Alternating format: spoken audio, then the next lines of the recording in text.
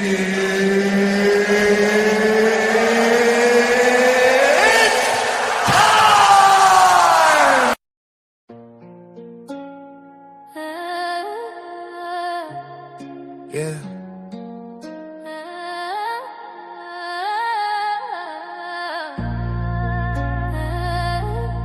Untouchable empire in the house tonight. Fatty Ali, super penner.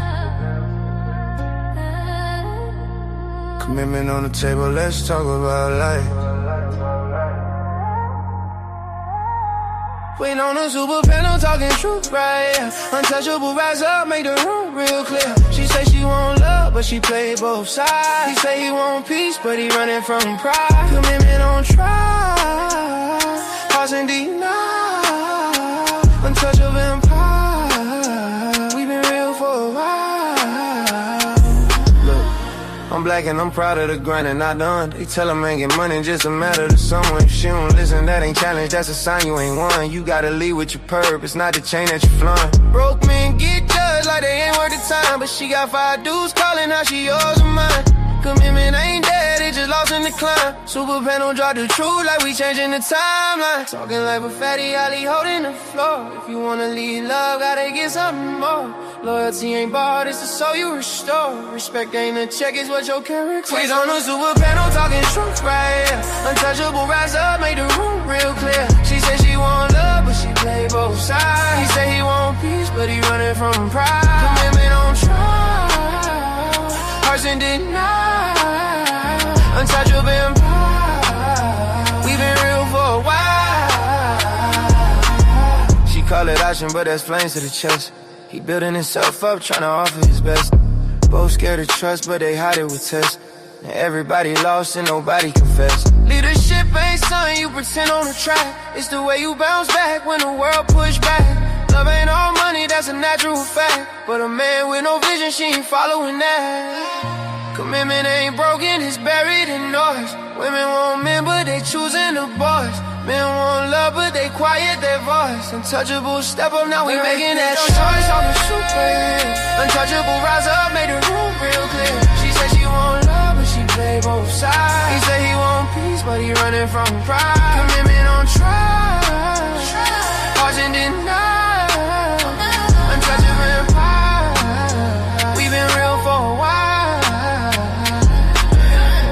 Super panel, Friday night. Fatty and Ali, untouchables for life. Commitment issues, we bring it to the light.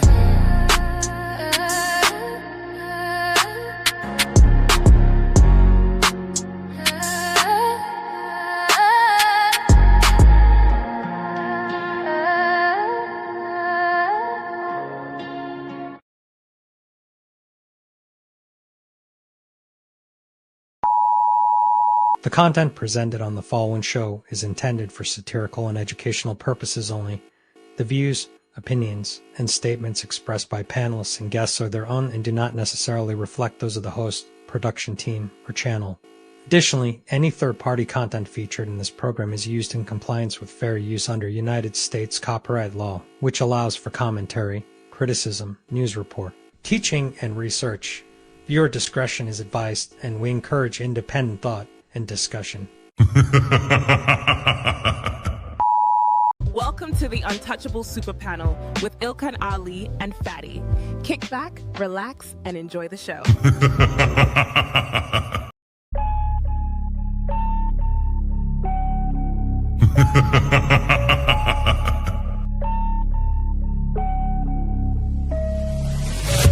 What you're seeing right now with the men is a response to your radicalization. So to try to project that onto us is absolutely ridiculous. And the men are not behaving the way they're behaving right now because they can't keep up. They're behaving the way they're behaving because you broke the social contract. You're having a conversation in bad faith. Did you say women are children? Did you say women are children? No. Look at the construction industry. It's 99%, 98% men. But when you're talking about cooking, right, the reason, and by the way, it wasn't mostly women who did cooking, it was just mostly women who stayed at home who did cooking. That's why it's considered a traditional family role. It's part of the whole child rearing aspect. So you know that you're here because of your father? Because men determine the sex of the baby? Did you know that? Can we just say, if we're doing men versus women, like, women have infinitely more options. If you download a dating app, like, even grandmas get like thousands of matches. Right. And I understand that, like, sexual attention isn't the same as relationship attention, but out of 1,000, one will take her seriously. You wasn't putting it down mentally. You don't know how to touch her without touching her. You wasn't putting it down sexually, and you wasn't putting it down financially. So yes. But these women literally get to walk out the house looking like it's Halloween every day, but want to look down on you and tell you how you look. Bitch, I look like my 8th grade picture. You don't look like your 8th day old picture. You go on a lot of these women's Instagram pages, it look like 30 different on there. Somebody tell me I'm lying. It's not that she's so awesome and intelligent and everybody missed out and you just so happen to walk up on a flower. She's lying to you. Right. But these women saw you. When these women saw you, she already wanted you before you even open your mouth. Like Ali said, you didn't convince her to nothing. There's the male ego.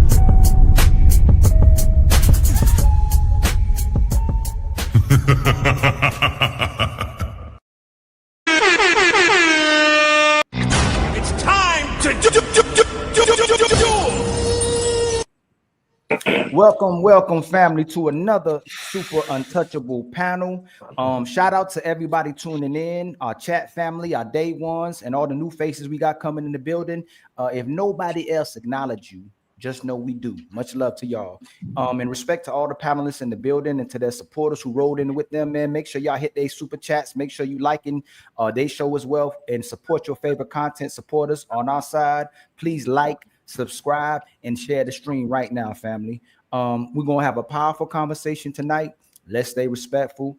We're gonna keep it raw and we're gonna keep it real. And hopefully everybody have a good time tonight.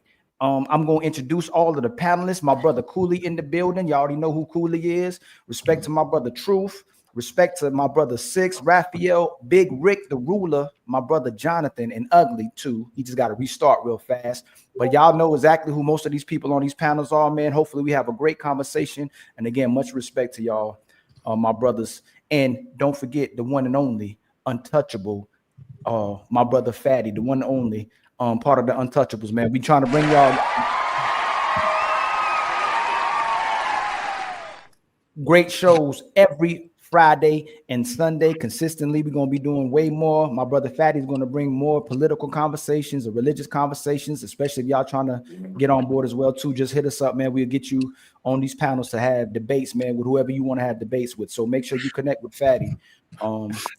And please pull up to the smoke shows. Y'all talk y'all shit in the comments. Y'all do reviews. Pull up to the smoke shows if you have smoke. I want to see all that mouth pause. Saturdays at 5 p.m. Thank you very much, fellas, for being here. Yes. On that note, and why that was just said, before we start on a relationship conversation, man, it's a lot of things going on in this country or globally that we see happening with people or amongst their people. I want to know amongst y'all brothers, and we'll start with Cooley going forward. Should an individual or person put their race first, or should they put their nationality first? And we'll start with my brother Cooley and go around. Cooley, you on mute. Thanks. I was muted. Cool. I think that overall, an individual should put ideology first. I don't think that race is that important. Next would be nationality, because basically what would supersede ideology would be race. Like if you have ideology, well, if there's different people in different races, then it's like, okay, well, we'll just follow the race. But if you have ideology and nationality, well, the nationality would supersede the ideology would supersede the nationality, and the nationality would follow. Therefore, like Christianity, if everyone is following some religion, then therefore you create, which currently right now you see a lot of people that they're following the movement of Christian nationalists, things like that. But Christian supersedes the nationalist part first. So yeah, I think ideology supersedes it. Now you're muted. But if you had to pick between nationality and race, which one you think would come first? The nationality. Okay. Yeah. How about you, my brother True? Could you repeat the question, please? I apologize. What do you think an individual should put first? Should they put their race first or their nationality first? Race or nationality first? I'm gonna be honest, man. I'm an individual. I'm not putting the race first nor the nationality first. I'm putting me first, just as an individual. I'm an individual thinker. I'm the type of guy that goes left when everybody else goes right. I don't even want to be accountable for a race nor a nationality. I'm just accountable for me and the people in my immediate circle, respectfully.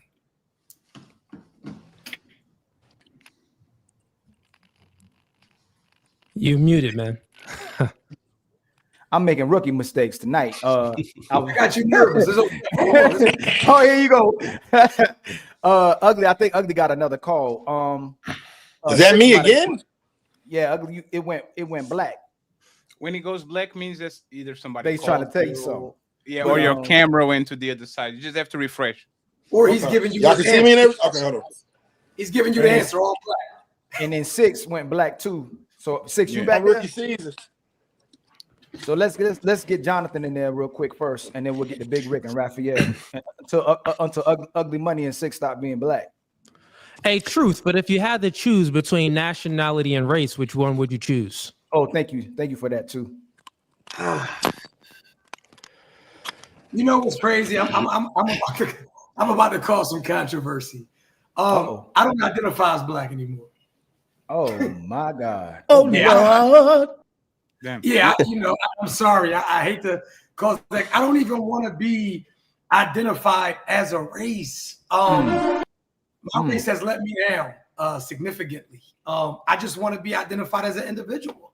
And we're in a world where men can identify as women and women can identify as men and cats can identify as dogs. So I just want to identify as just me. Yeah, so I don't want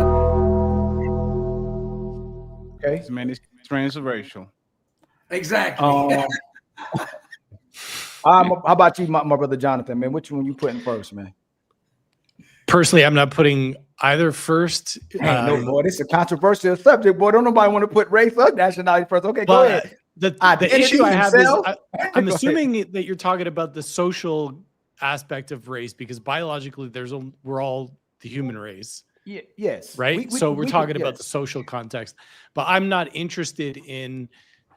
I want to connect with I want to connect with people. I don't care what your social race is. I want to connect with people. I want to be friends with everyone. I don't want divisiveness. I don't want, and so I think for me to put that out, and I'm definitely not nationalistic whatsoever. Mm-hmm. So I want to connect with people, their mind, their hearts. That's what's important to me. So okay. So Cooley said ideology. True said himself. And you say your heart. Yeah. Okay. But if you had to pick. But if you had to pick. I'll pick heart because we all have the same heart. No. If you had to pick, I know you got a heart, my brother. I know you're a good person. But if you had to pick, are you putting race first, or you put nationality first? Well, then I would pick race because I'm not nationalistic whatsoever. Oh, okay. Thank you, sir. Somebody. Oh, wrong button. I don't know how I got all the way down here, but I think my brother Big Rick. You putting race first, or you putting your nationality first? Which one you putting on? Don't. Hopefully you gonna pick one on. You muted, Rick. You muted, fam. You muted, fam. There you go. Now you good. I'm going individual, man, because I judge you based off who you is as a person, right? Because everybody different, so I don't put everybody in the same, same box. I judge you accordingly based off who you are and what your character is, what you represent as a person. So it got to be individual for me. I'm just keeping it real. Okay. All right. And I would add to that too, that this question is really only relevant if you're living in Canada, the US. I live down in Panama and no one talks about, no one leads with race. No one leads with nationality. It's wildly different. It's an umbrella term now. It's so different. But my brother 6, man, what you putting in, what you coming first with? You coming with race first or you coming with nationality? I think it determines the context. It's nuanced, but if I had to ask, I'm going with race first, off top. And why race? Unapologetically. because as an African American man and the most hated man all around the world, we're found everywhere. You could be a black Asian, you could be a black Dominican, but we know that people of darker hue are discriminated on in mass numbers, and you've seen a proliferation, especially with the administration that's now in the United States of America. We've seen a proliferation of racial crimes and injustices, and the cards are already tilted against us. This nation was built on the backs of immigrants and Black Americans, yet we suffer the most injustices. So again, race-wise, we could be found everywhere, and if we don't hang in there together, we damn sure gonna hang separately. Okay. My brother Ugly, what you putting first, my brother? You putting your race first, or you putting nationality first? I got a slightly different vantage point. Well, first, I would definitely put race, just because a person will be able to identify with my struggle if he knows this, if we have similar struggles, even though we may not be the same people, even though we may not have all the same, ethics and morals. But the fact of the matter is that we have something in common with struggles. We know about ramen noodle nights. We know about beans and weenies. We know about roaches after dark. So that's where a lot of that comes from. Now, as far as nationality, I would not put that out as well as far as that, because me being a U.S. Army veteran, I do have a little more pride for the country than most people, seeing the fact that I've seen my comrades die for it. But I'm a black man first. I'm an American second. Okay. My brother Fatty. What are you putting first? Race or nationality, my brother?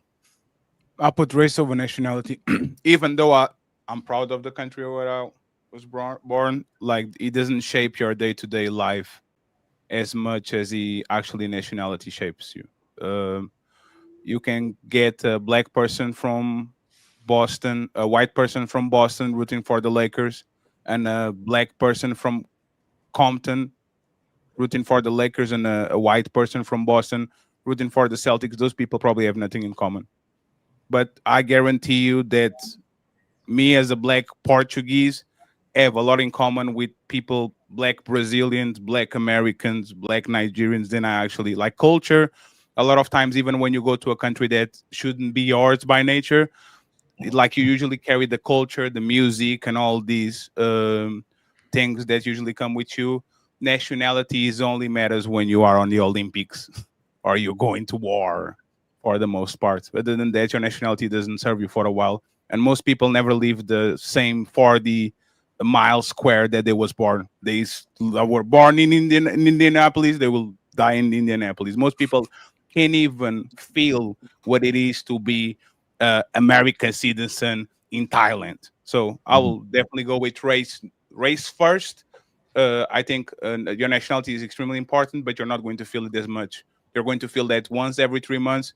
Your race, you are going to feel it every time you walk outside of your house. So race first and nationality second. So I'm going with the race one as well too, and not because I would want to go with the race, but because I wish it was the utopia where the race was insignificant and it mattered more so on who we were as a people. But when you look at the race, if you look at the history, man, for 99% of human history, race, tribe, ethnicity, kinship, and lineage was what was the priority. And nationality didn't become important until probably like 200, 300 years ago. You had the Egyptians versus Nubians, the Greeks versus the barbarians, the Han Chinese versus non-Han tribe, non-Han tribes, and you had Romans versus the Germanic tribes as well too. So we living in a country or in a world where race is still the priority, and nationality is used to unite and manipulate other races of people to give up their race, and nations to support the agenda of that race, using that nationality as a cover-up for the nation's true intention, which is empowering the race of the people who control the nation. So I do believe that the things y'all said, the ideology, the individuality, who a human being is, should be a priority. But when you're looking at the world, nation is used as a cover up to actually push the agenda of the race of people who control that nation. But that's I would put race first. And I know this is a very touchy subject. I think that there's a lot of times we have conversations and we get so caught up in those conversations that people put on to us that we forget what actually happens in the root of all these issues as well too. So I appreciate everybody's answers as well too. So Can I ask you something before you go, Ali? Yes, sir. Like my problem with people that put nationality first is that they actually don't care about their neighbor like that. See what I'm saying? Like, remember when people on the panel were saying ideology first? Let two Americans, one be a Trump supporter, another one be a Bernie Sanders supporter, and see if they actually care about nationality. See what I'm saying? It's like, even the people that say USA, right? They will literally go back to like a niche group. They usually are not USA. I fuck with the guy on the other side of the road, and usually he's very fractured. So I don't. But you can say this. You can say the same thing. You can say the same thing about ideology. The motherfuckers that was hanging black people was Christians, and most black people are Christians. And I think it's funny that black people hate everything about slavery except Christianity. Yeah. So that ideology shit go out the window, for me at least. That's a good point. I do understand the conservative ideology is starting to take. I believe that black people as a whole historically were conservatives. I would never denounce that, but the repackaged conservative is what bothers me today. It seems like when a black man and a white man used to disagree, and not the open-minded white man, I'm not talking about every white man, they'll say, hey man, take your behind back to Africa. What I notice now is that if you disagree with the conservative black man, today's conservative black man, he'll tell you to go back to Africa too. So it's an abundance of people who are putting their nationality over their race when the nationality is actually pushing the race of the people that's in power. So let me interject. Let me say this. That's because any other race, except let's take Asians, when they want to assimilate, they take on the characteristics and the interests of white America. Boom, I'm in there. But when African Americans, black Americans want to assimilate, they have to like learn everything about their culture so they can denounce it. Asians can assimilate without denouncing their culture, putting down their people. But I've noticed when black people want to assimilate, they have to also denounce and demean and degrade their own in order to try to assimilate. So that's an elephant in the room, but we have to address that. Or if you never even thought about it like that, I will ask you to hold a microscope up to it as you move forward through life, and you will see that that's what it is. Because I noticed that I'm like, when black people want to assimilate, they will degrade and disconnect and disrespect their own in order to assimilate. But no other race goes that far when they assimilate, and every race will at some point assimilates over to the Caucasian ideologies and interests, and which is fine. That part is okay, but hating your own self is crazy in every sense of the word. Crazy. That's crazy. Does anybody got a rebuttal? So yeah, I think that we should come together. I think what's most important, if we're being honest here, like even within the black community, there's many blacks that don't get along, or they tend to separate based off of different ideology, based off their moral perspective, based off of their worldview, how they perceive the world. And even if we look at the white race currently, you got the Republicans, you got the Democrats, most of them are basically white. The black population is only 13% of the population. So you got basically white people fighting amongst white people because they have two distinct different ideologies based off of liberals and conservatives. You know what I mean? So I think if we came together based off of a grounded idea, that would supersede race, that would supersede nationality. So I want to be, but that's just a fantasy. I got you. As far as I can see historically. Historically, go ahead. Hold on, y'all. Hold on. Right. Yeah. I agree with what the brother Six is saying, right? All of that unity stuff, especially in our community, is a fantasy. It's a fantasy. The only time that we unite is to tear another black man down. The only time that we unite is to tear another black man down. We will get on these social medias. We will get on these media platforms. You could listen, I'll show you how real this is. You could post a picture of your kid doing something worthwhile like in high school, right? And it'll get 5 likes. But if you post that you have a sexual allegation, that you've been locked up, that you've been caught with a brick, it'll get reposted, it'll get reshared, it'll get pushed all through social media all day long. I'm gonna tell you, so we can go a little bit deeper, even to speak as a nation, right? There's no unison. For us to move as a nation, what means that we're united. Go ahead, brother. Go ahead. That's a truth hurts. Truth hurts. That's a half truth. because two opposite things can be true. They have disseminated the information to make you think that we have turned war on ourselves inward. They do the same thing, but most black people that push the talking points you just pushed, they're not involved in a Jewish consortium. You don't have Jewish friends to know what they do.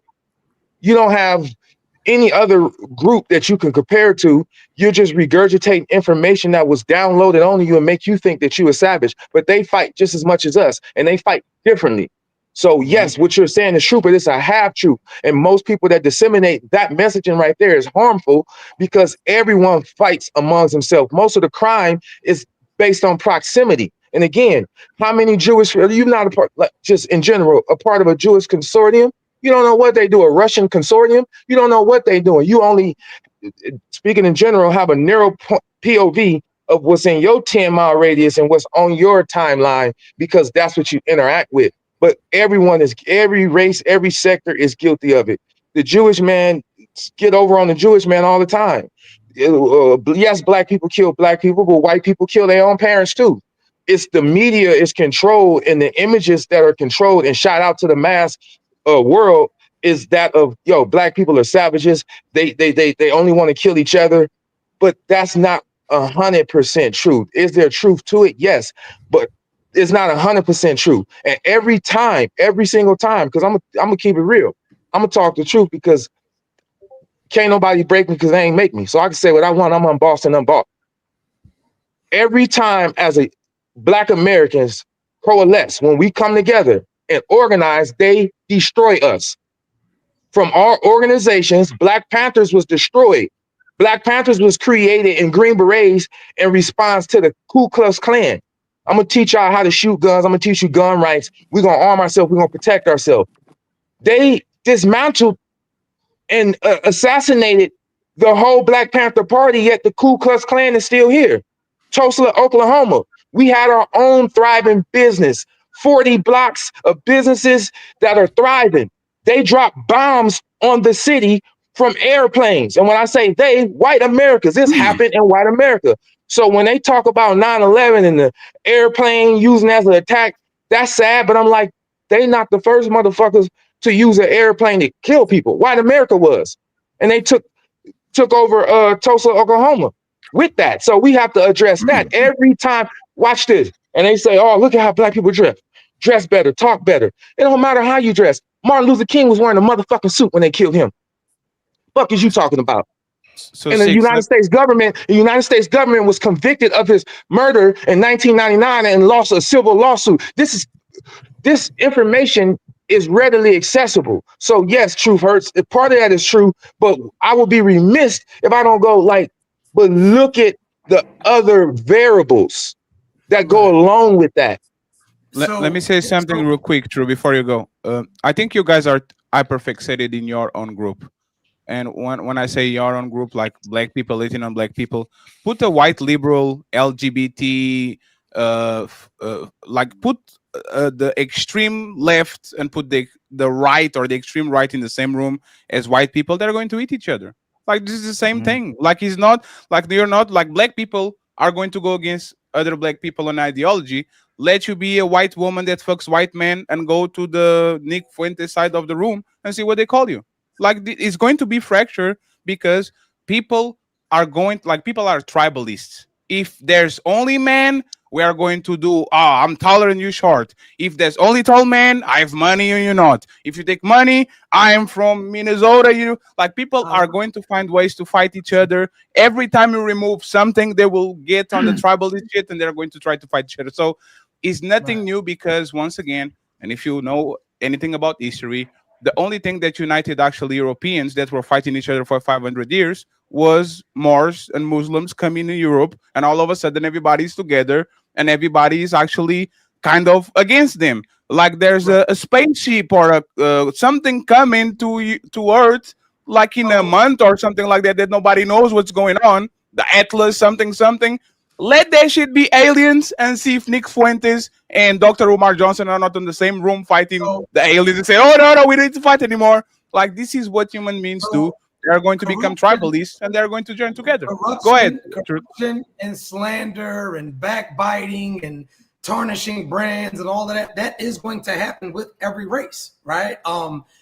Any of us that's up here, we're speaking from our life experience, right? I'm not speaking from a global standpoint. I'm speaking from my life experience. Now where I'm at in life, I'm international, so my views are different. But growing up, I lived in poverty. The first man to ever pull a gun on me was a black man. The first man to ever rob me, and because of proximity, was a black man. The first man to deny me of an opportunity was a black man, right? So once again, yes, white people, do they violate each other? Absolutely. Asians, do they violate each other? Absolutely. But our race, right? And rather it is on social media or off of social media, we broadcast it, we parade the shit. A white man right now, filthy rich, can rape 50 kids.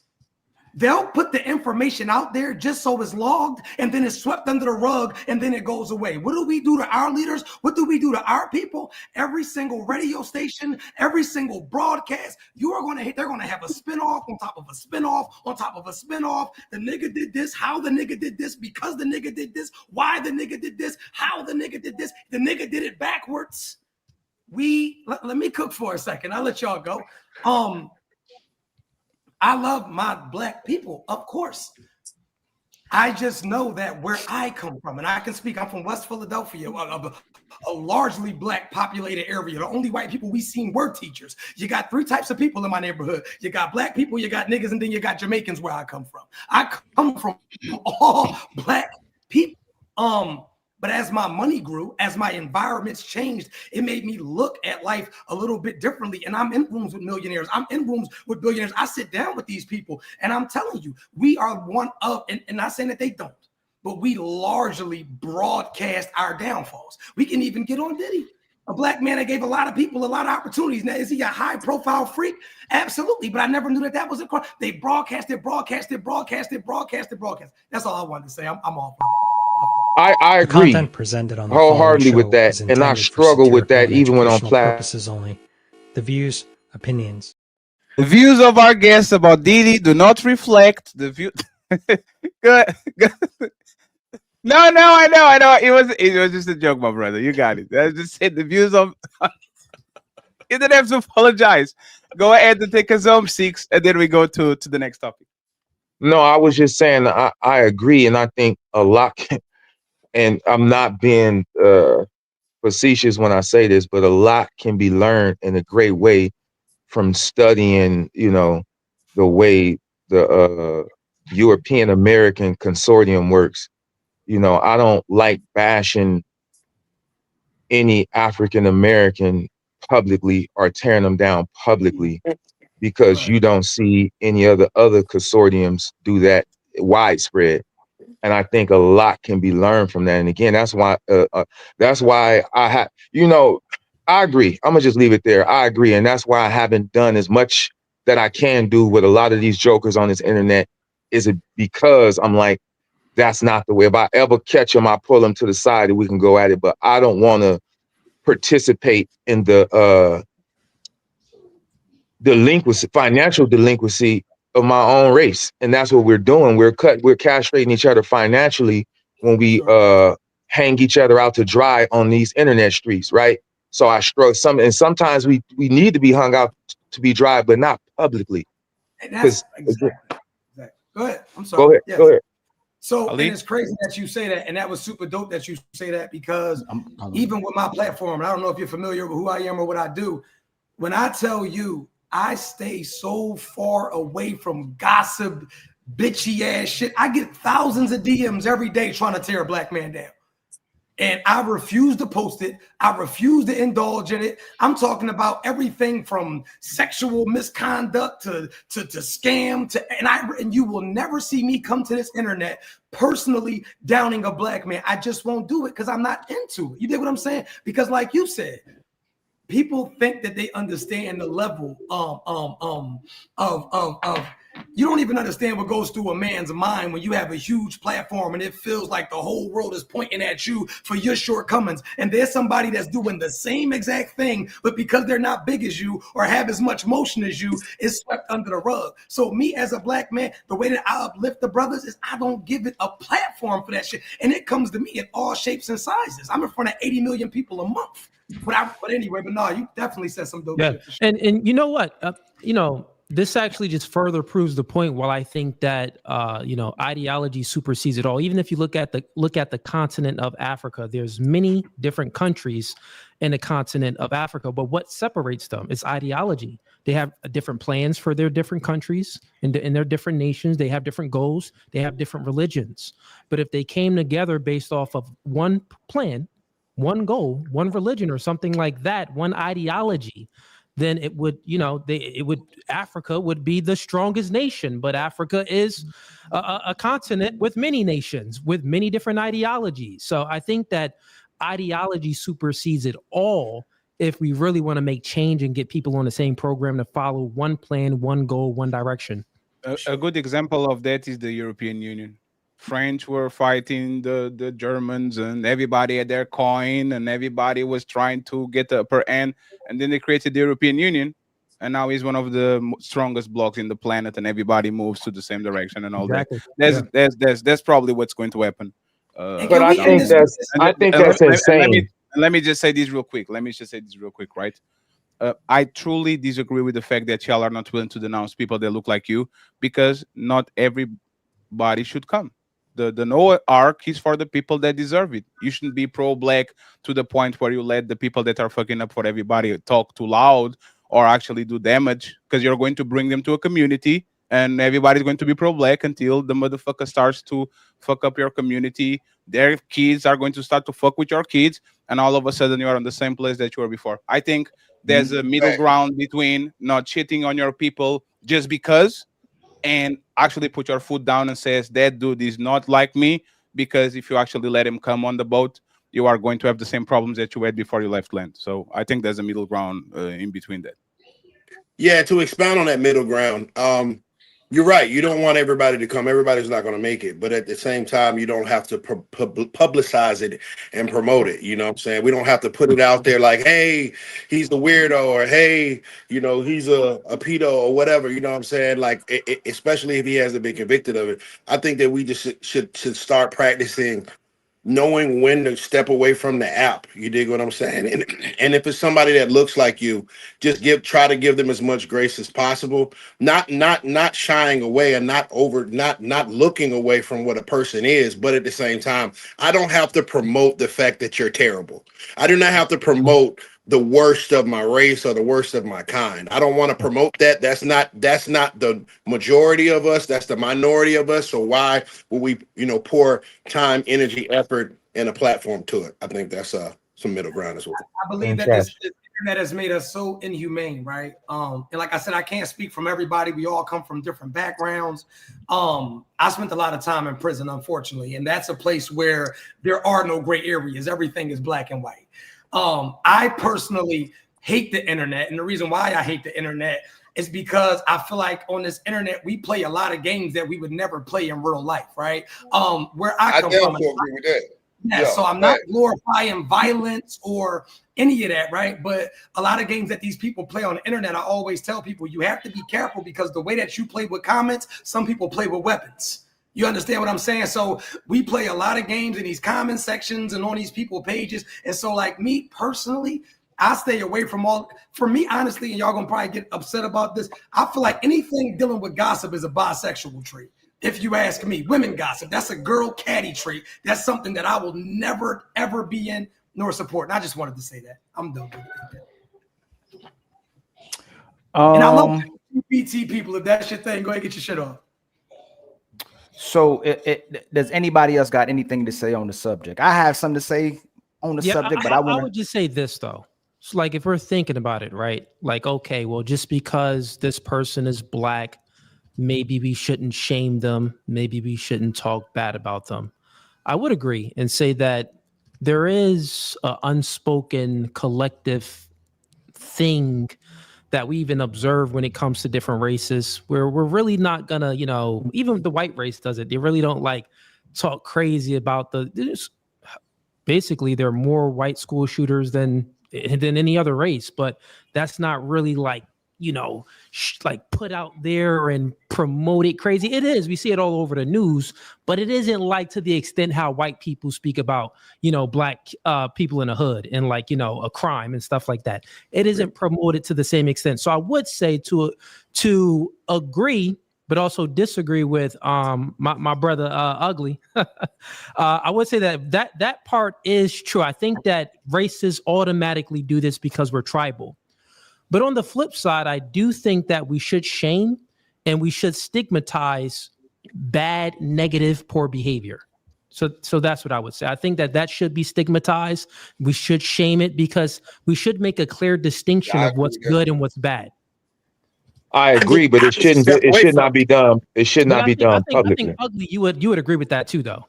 Yeah, like as far as shaming, I just don't want to promote it. Why would we promote the best of us? You know what I'm saying? Let's promote the good of us. Let's promote the excellence. Let's promote the greatness or whatever. Like you got an amazing platform. All of us do. Why are we gonna use our platform to show the trash? Man, let's use our platform to show the gold. You dig what I'm saying? And it's trash out there. I don't want to. They didn't pay us for no damn promo. Are you coming from the lens of like these reaction channels then? That's like, always talking. All they do is react to stuff and they speak about the gossip. I think that's what then you're referring to, like the gossip nature of the media sphere. Like what I'm basically saying is we understand that Diddy did what he did. Okay, we don't need to add more fire or add more gas on that fire. We understand what it is. But you know what I'm saying? But when somebody does something great, we're kind of quiet. And that's kind of weird to me. I'm like, no, we should clap the same way we boo. You know what I'm saying? With the same type of energy or whatever. And why would I sit here and platform some bullshit when it's a lot of great things that's going on within my countrymen? That's all. And I feel like we should be able to call out bad behavior, though. I don't think you calling out bad behavior is bashing a man either, though. The truth gonna be the truth. Truth is the truth. Yeah. But I'm just saying we don't have to promote it. But as men, let's just be on man time for a second. We are taught to mind the business that pays us as well. So calling a man out about some shit that ain't got nothing to do with you can get you murdered as well. Like, you feel what I'm saying? So that's my issue with it. Let me explain.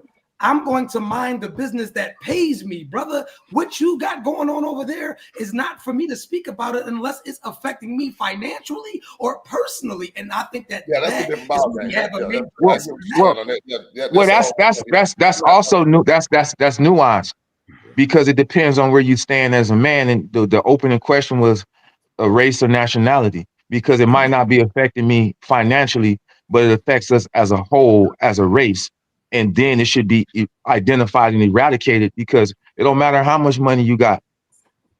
In some eyes of European Americans, you a nigga. And you can think just because you can articulate yourself well, you can dress well, and you can bank where they bank, you'll find out the hard way, like some of these celebrities, you're not one of them. So separating yourself in that aspect, it won't help you. It will only hurt you in the long run, because they don't look at you like, oh, you're different, you got money. At the end of the day, they will remind you that you are a nigga. And if you need that hard reminder, you shall get the hard reminder. So some things should be spoken upon, whether it affects you financially or not, depending on how much you love who you are. You are my brother, and I am your brother. We are one. So when I see you, I see me. And when you see me, you see we. And if we take that approach, then we can buy back our power through coming together and coalesce. You can't vote hatred out of somebody's heart. That's asinine. That ain't even how we got free. And the books in school tell you that the Abraham Lincoln with the top hat said let them go, and they let it go. That ain't happened. That was a revolt. But we don't really promote and talk about that. You can't vote hatred out of someone's heart, and you can't separate your skin color from. Separate your skin color based on your tax bracket, because in the long run, you will find out the hard way. You still an NIGGA to European Americans that think like that. So it does us all a disservice to not remember we're one body. We're one body. So anything that affects the body as a whole, like think about going to the gym. If you doing your legs, you ain't gonna hurt your shoulders. Like, well, I'm doing legs, I ain't got nothing to do with my shoulders. You gonna still be like, I don't want to hurt my shoulders either because it's still part of my body. And I just want to land with that. We got to be careful to not separate ourselves based on our tax bracket or our indoctrination.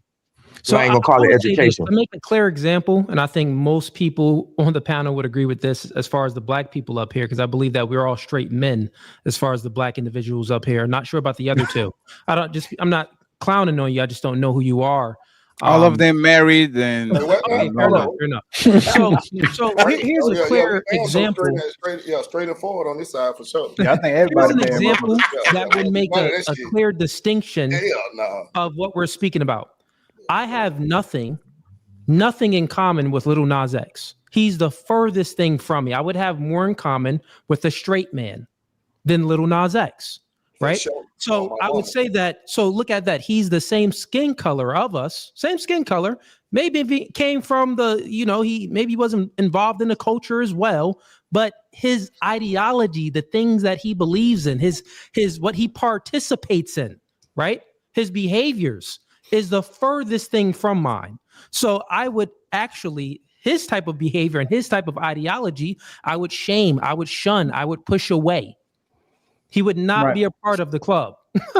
Right. We're gonna you want little Blackwood to address it real quick before we move on, or you just want to move on? Yeah. No, we have time. And I want, so the main thing is this, right? It's the how will you, if we're actually going to promote nationality, then the nationality's best interest should be promoting the positivity on all races. Address the negative aspect of it too. I think people should get shamed. I do believe that, but at the minority of it, we need to promote what's the best out of us as well too, and address why the dysfunction is happening, why the disparity is happening, why the poverty is happening, why somebody can't get education if we're actually pushing nationality. So we can go into black, like when we talk about the stereotypes of literacy rates, the IQ of black people lazy, and you look at the labor job force, there was an interesting thing that happened on our panel last week, and people are thinking like Fatty and Ali being simps, they white knighting, but just like now, like right now, I'm not gonna, if Raphael or my brother Jonathan don't want to engage in the conversation, I respect why they might not want to engage in the conversation.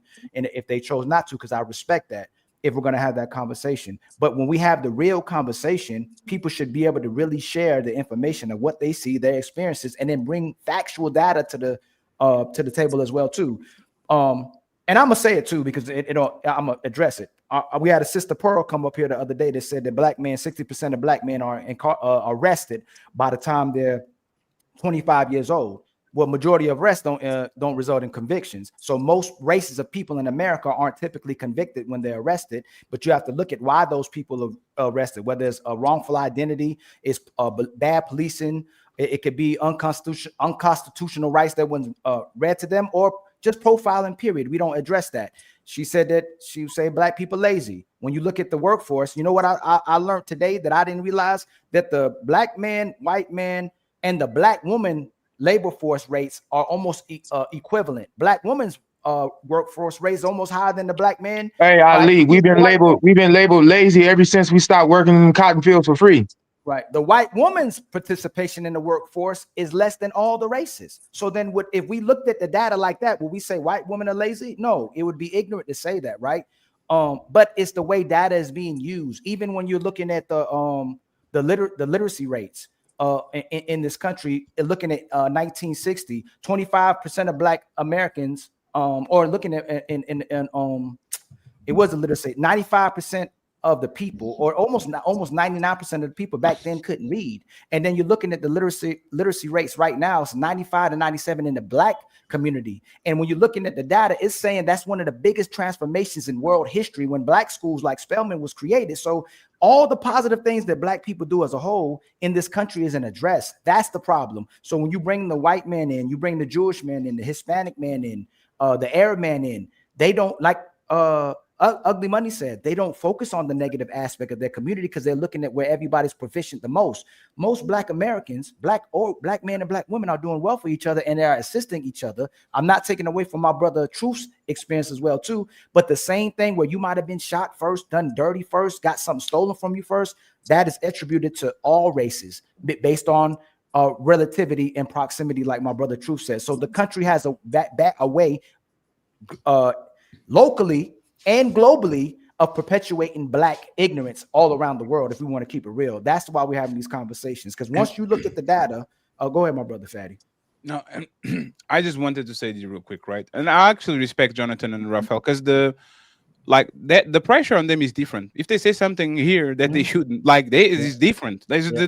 There's like us, if we go to somewhere else, if we say something, like we are kind of representing whatever the group that we come from. But for the most part, and even with the situation with Pearly, right, is facts over feelings, all that. You got it. I just don't like, for example, like she was on lead attorney just the next day after the big blowout, and league attorney asked about the incarceration rates between white people, and she didn't know that. So it's not about issues. If you don't know the incarceration rates about your own people, which is the majority of the population, but you know the Black people 70% and 30%, like you are an expert on everything that is Black, and he asks you a basic question about what is the rate of felons in the white community, and you don't know, it looks like you're race baiting. That's because America is. Let me just finish this. I will never call you. It's like you don't call a woman a hoe because you don't know her sexual behavior, but you are participating in some hoe activities. You see what I'm saying? You're posting crazy, you're walking crazy, you're hanging with people that are suspicious. I will not call Pearl racist, but she definitely engaging in some racist behavior where she's targeting some people. She doesn't know the numbers about nobody, but she knows exactly what are the numbers about the community that she's actually targeting. So my problem is actually that is the champions of free speech and let's talk about it, and then you pull up on their channels, hey Pearl, drop the link. Oh no, I don't want to drop the link because you are what did she call me, Ali? She said you are, oh, what did she say? She said you not annoying. She said you are not pleasant. Like nobody on this panel is pleasant. If you have a strong opinion, you are going to offend people.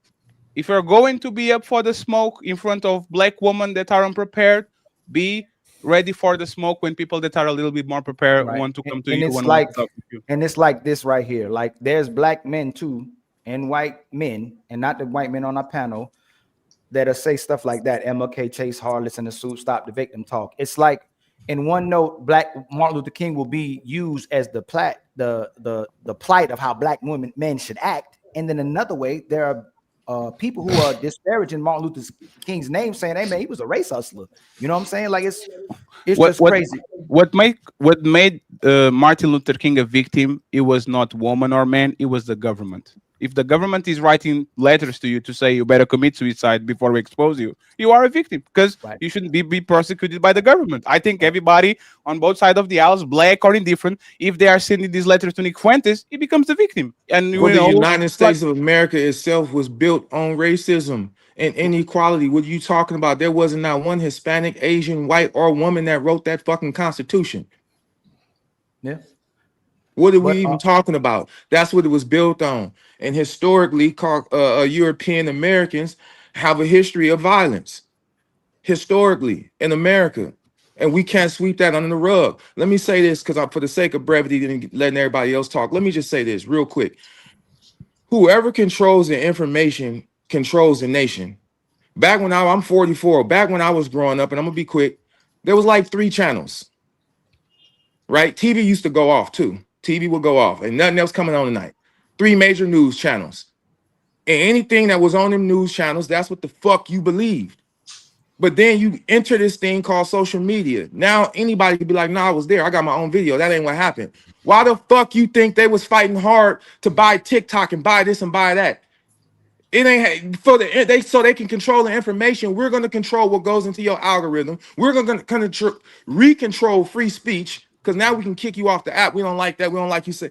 It has to do with information. That don't have nothing to do with administration. It was information. He who control. That's why Trump will say anything. You know, when he first, let me say this. I'd be remiss if I did. When he first got in office, I thought the man was crazy, literally. Because I'd be like, why the hell would he say, for example, I had the biggest whatever, when we clearly can see that he didn't?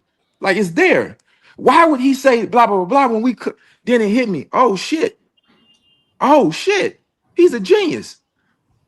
100 years from now, none of us will be around to be like, that ain't what happened.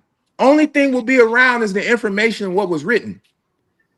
History is written by the people in power and people with money. True, but let me. That is the foundational groundwork. Say, let me just end it right here. That is the foundation, and it's laughable because it's like I see it. It's not even a mystery to me. It's not a conundrum. It was built on information. That's why we have Juneteenth, because it was motherfuckers that didn't even know that we were free.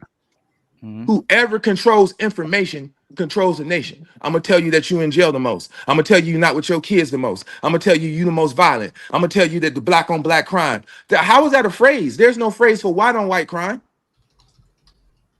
It's information, so we have to start there. That's why I'm afraid to you.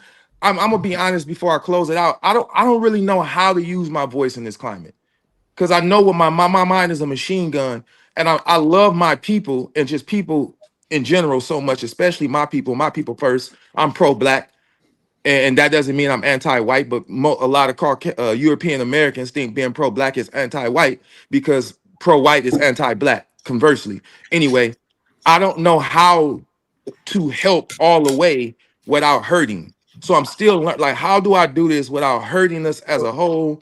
You know what I mean? I'll tell you how. So I had to do this when I was in high school and college. I told myself if I didn't see white men helping anything about black people, that I was going to be a racist towards white men. If I didn't see any white men doing anything towards the white and black cause, I'd have an issue. So when you do the study, you see the abolitionists, you see Quakers, you see individuals like John Brown, who took his white sons and went against the government with his sons. His sons got killed with trying to help black people and white people to rebel against a government, a corrupt government. And then you have to look at during the 60s too.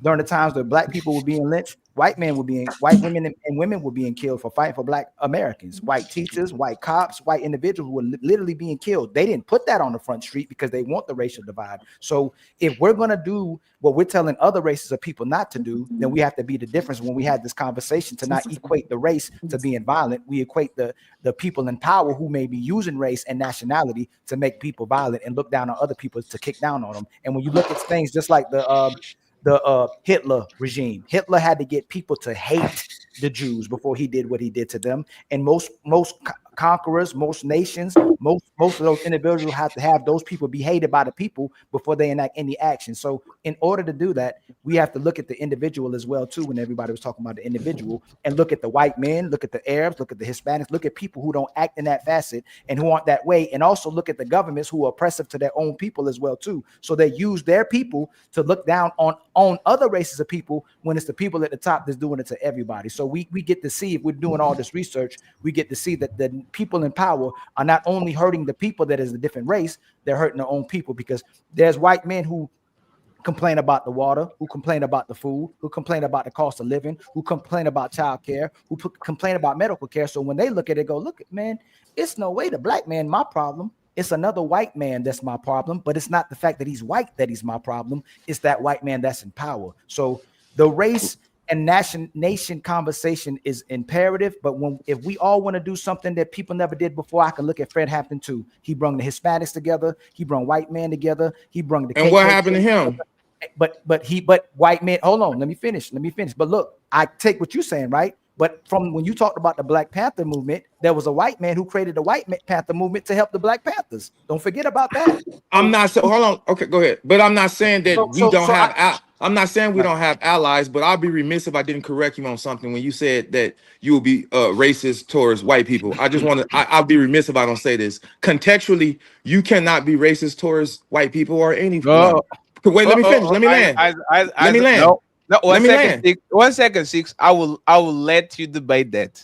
because like every 2 weeks somebody says black people can be racist, A, B, C, D. I will let you actually debate that. Not today per se. I'm not. I don't want to debate it because to me, is what I'm about to say is absolute, irrefutable, immutable, and inerrant. So there is no debate. What I'm about to say is inerrant, and I'll be brief. Contextually, racism is prejudice with power. My nigga, you don't have no power on a wide scale, so you just run around with hate in your heart, mad at people. You don't have power. Prejudice with power. You just mad at niggas. You just mad. I hate them. Oh, I'm gonna cut the line with them. But contextually, we can get into the nuance. You be like, yeah, I could be. But contextually, and I want everybody to please. So what type of power are you speaking about? Judicial power. Can I answer a question real quick? Political power. Economical power. Hey, Six, question real quick. Pharmaceutical power. Pharmaceutical power. Political power. You mind if I ask him a question? Absolutely. Go ahead. And by the way, friends, let the back and forth extinguish. Little Black Book will the answer, and then we have to move on because everybody's frozen on the panel. So we're like, go ahead, think your point. Cool, ask the question. Little Black Book, and then we move on. We can say in Nigeria, there's countries and things in Africa that's, black ran and things like that. And pick any country in Africa that's, pretty much ran by them. Let's say if some, white people travel over to that country and black people are racist towards them. This is all hypothetically, black people are racist towards them. And let's just say, the French dollar isn't over there. Black people has the African nations over there. They have their own dollar and everything like that. It's their own power. White people travel over there and these black people discriminate towards them. They are prejudiced towards them because they have some power. Would those black people on that African, in that African country be racist towards those white people? Yes or no? No, because you have to look at it. So if it don't affect their lineage and their and financially castrate them in their health, then it's just, in my opinion, minor discrimination. That's just minor discrimination. Okay, so then it's minor discrimination. Okay, so yeah, I don't want you to eat here. You're not gonna cut the line. Go ahead. Okay, so you said lineage. So what's the threshold? So if those white people move to this black nation, let's say it's Nigeria, this black country, they move there, and let's say that they're there for generations. What's the timeline for them to be oppressed by other black people and be discriminated against and all of this prejudice towards them? What's that timeline for you to say that, well, those black Nigerians are racist? Can I answer that honestly, Cooley? Yes, sir. Go ahead. I don't know, because I haven't had the luxury to think about European American plight. Every day I got to get up and face my own plight and put armor on for me, my wife, my children, and everybody under my tutelage. So now for 1 minute, if I'm going to be honest, that I thought about white America plight or any plight that's not my own, because I don't have that. It is a luxury that I do not have. I haven't even figured out a way to exhaust my own plight on a national level. So I do not have an answer for you, my brother. Well, okay. Well, if we're going by your logic, right? If you say that racism is I was speaking largely in America. Let me preface that. I was speaking largely in America, but go ahead. I get what you're saying, but if we're speaking about the idea of what you said that racism is prejudice with power. Prejudice with power. I just made a clear example where it's prejudice plus power, but now you say you don't know. I don't know, because you gave me a lot of. Wait, listen. No. You gave me a lot of. I'm intelligent. You gave me a lot of information that I would have to ruminate on. If I'm going to speak sincerely, I would have to ruminate on that information. I'm not going to go off the top of my head and try to appease you and placate you with an answer. That's unintelligent. So six. We're gonna move. Hold on. We're gonna get little black. Look, little black boy say he ain't got nothing on. So we're gonna move to the next topic. I'm gonna say though, he did point out the inconsistency. If they have power and race, it has to be racism. Six. But we're gonna. I wanted to make this one point before we move off of. We're gonna move off of Six topic, but I wanted to make this one point because I do find it very. It's laughable, and I speak about this on my podcast. I don't know who tunes in, but there's no such thing as black fatigue. Black fatigue is a psyop. These white people have been psyoped about this. There's no such thing about it. If there's black fatigue, there's white fatigue, there's Hispanic fatigue, there's all types of fatigue out there. I can see why you said that. If we look at, I can understand why you said that. What'd you say? No, I can understand why you said that. Can we say that for next Friday? Can we say that for next Friday? I was just gonna land my plane about something. We're gonna have that topic. We're gonna have that topic. We could have the topic. Okay, we can have that topic. I want you to fair enough. We're gonna do that next week. Black fatigue. Now, Fair enough. Fair enough. We're gonna go to the next because that is definitely next week. We're gonna go on to the icebreaker. Fatty, you got the video, my brother? Yes. A truth. Can you get an helmet before we start this one? Because I don't know. Like, do you have an helmet next to you? I can't pronounce the ages. Helmet. Because we're going to play these. We're going to play Time these. is the stupidest shit that you. We're going to play these in the A. He is going to be the main eventer. So just. Hey, let me just say this before you start. They already copy, please. I'm a little different, so I tell you, if you jump off the ledge, be open to that. Go ahead, let it go. You wanna address this? You want to address this first, or you want to address this last? And let everybody cook first. I want everybody to cook because that's when I want everybody to get their opinions off, and then I'll come souffle. Yo. Then you gonna cook. Then you gonna cook for a minute. Yes, sir. So and I'll be right back. So the title of the show is Commitment Issues, and it's based on like this video. We have several questions, but truth is here. So we're going to have fun. The super chats are going to be read after this segment. So please, once again, support all the content creators that are on the show. The links are going to be on the description. So please go ahead and follow them on their respective platform. Okay, let's play the video. Truth Arts, the one and only. One man at a time is the stupidest shit that you can ever do in life. Let me cook for a second. I'm a life and relationship expert. Dating one man at a time is the stupidest shit that you could ever do in life. The reason why this is so fucking stupid is because when you date one man at a time, you have nothing to compare him to. You have nothing to compare him to. Do you know what else you trick yourself into believing when you date one man at a time? You trick yourself into believing that you like him more than you actually do. You don't even like him like that, but you don't have any other options. Do you know what else you trick yourself into believing when you date one man at a time? That you have to put up with a gang of bullshit. Why? Because you have no other options. Why? Because you're sick of being lonely. Why are you in a committed situationship? He is not your man. What are you being loyal to? The only way in this world to find out what you like is to find out what you don't like. He's corny, he's whack, but you'll deal with it. Why? Because he's the only man in your phone, and your phone is dried. You need to date as many men as possible. And then you start what's called a process of elimination. Listen to me, sis. These men manipulate you. Well, I can't take a woman serious that dates multiple men. Get your weak ass out of here. Click the link in the bio.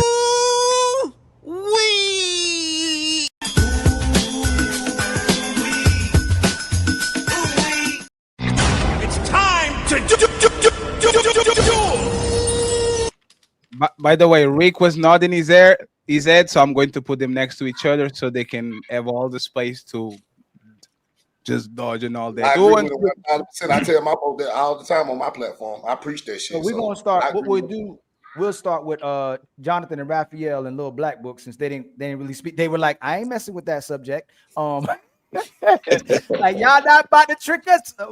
So my brother Jonathan, what do you think about the notion of dating and dealing with multiple men as possible? What do you think about that, my brother? Yeah, I mean, you got to understand that I like the premise of being selective, and I think you need to know left to know right. You need to know down to know up. I get that. I think there's a different thing between dating and being committed to someone. So yeah, you can go out and date a lot of people, but you need to understand that there's a fine line. If I'm going to be intimate with you and other people, then I think you just got to be open and transparent about that. But if it's not, if you've had those conversations and everyone's cool and everyone's good, then do what you want. I think we need to hold on to the values of commitment, loyalty, but I definitely think it's like a funnel. I mean, we all deal with funnels and sales funnels, right? You fall in the top of the funnel and you try to get someone down at the bottom of the funnel. And so take your time, be discerning, but then as you get more and more closer to that level of commitment, I think you got to be honest, and I think you do trim the fat, but you got to be discerning and then ultimately be loyal. But I think all roads should lead to loyalty, commitment, fidelity, transparency. So would you recommend a woman to date as much as men as possible? No, it's not what I'm going to be recommending my daughters. No. Okay. How about you, my brother Raphael? Yeah, I think it's good to date multiple people so you can get a sense of what you want. I do agree with Jonathan for the most part, especially if you're not committed and you're just kind of testing the waters. I don't think you can know your favorite kind of ice cream until you try multiple flavors. So I think it's a good idea to date. I wouldn't say as many as possible. I would say as many quality men as possible.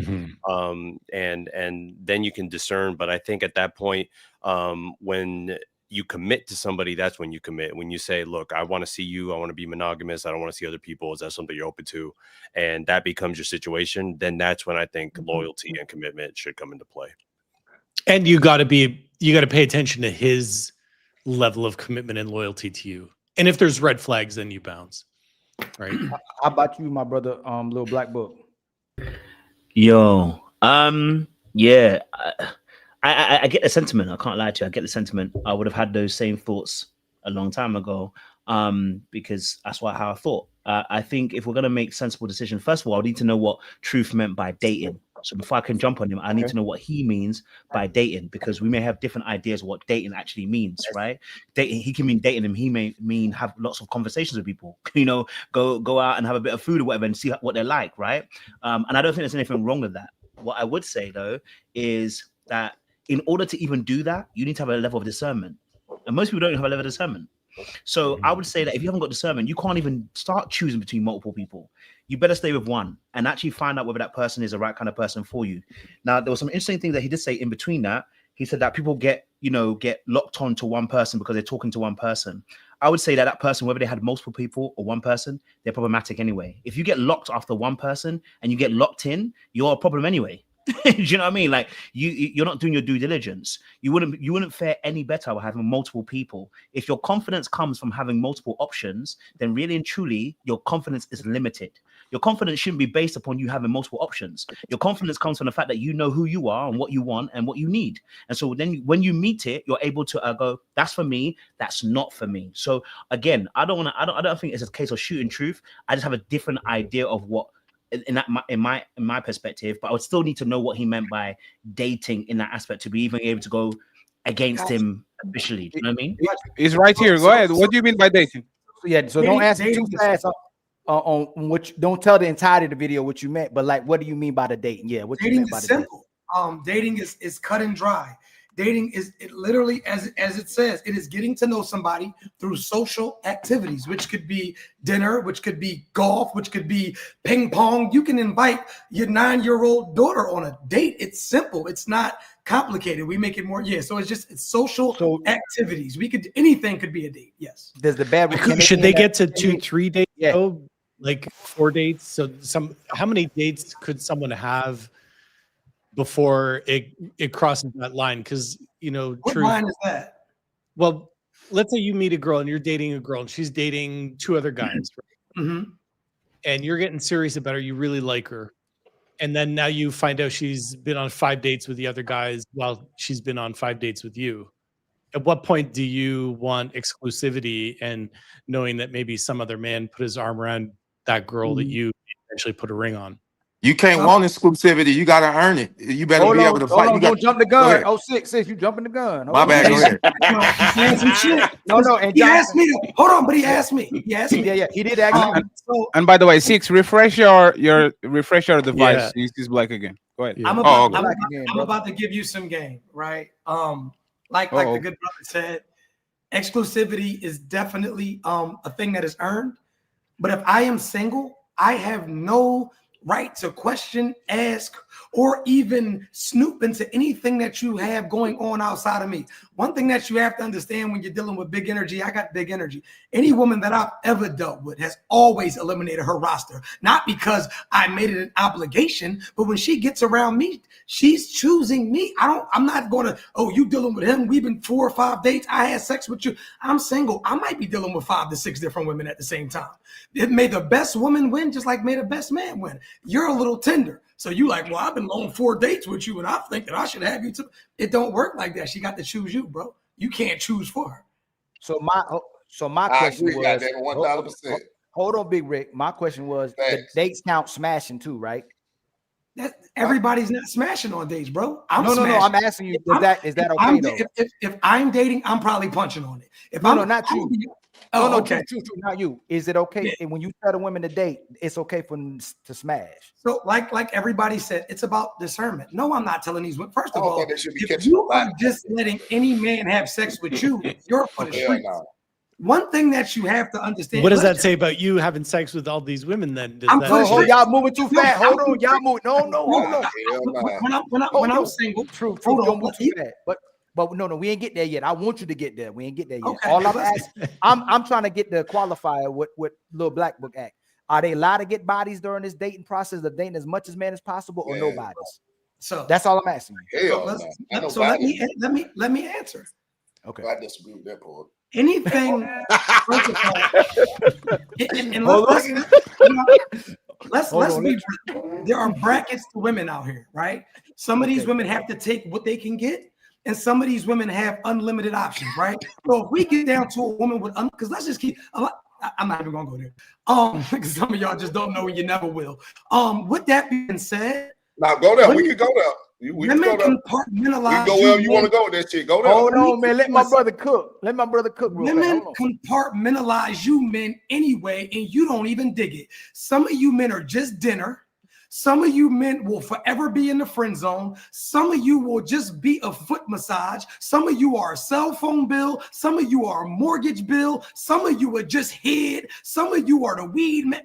And just some of you are going to be the one that can come and drop dick off, and there is no attachment. So you have to ask yourself, who are you? Any woman that is just giving the coochie out to anybody, that is whole activity. But while a woman is dating, it is a process of elimination. Of course, she's going to have somebody she's getting the coochie to, giving the coochie to. But it's about if she can get the man that she actually likes to acclimate to her program.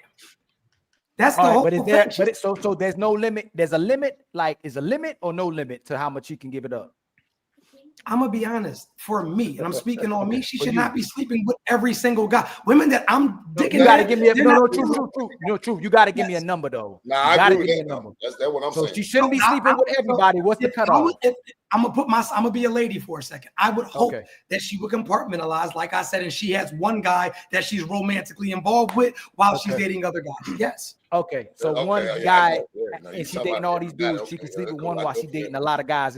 Absolutely. More than one is the pH balance is fucked up.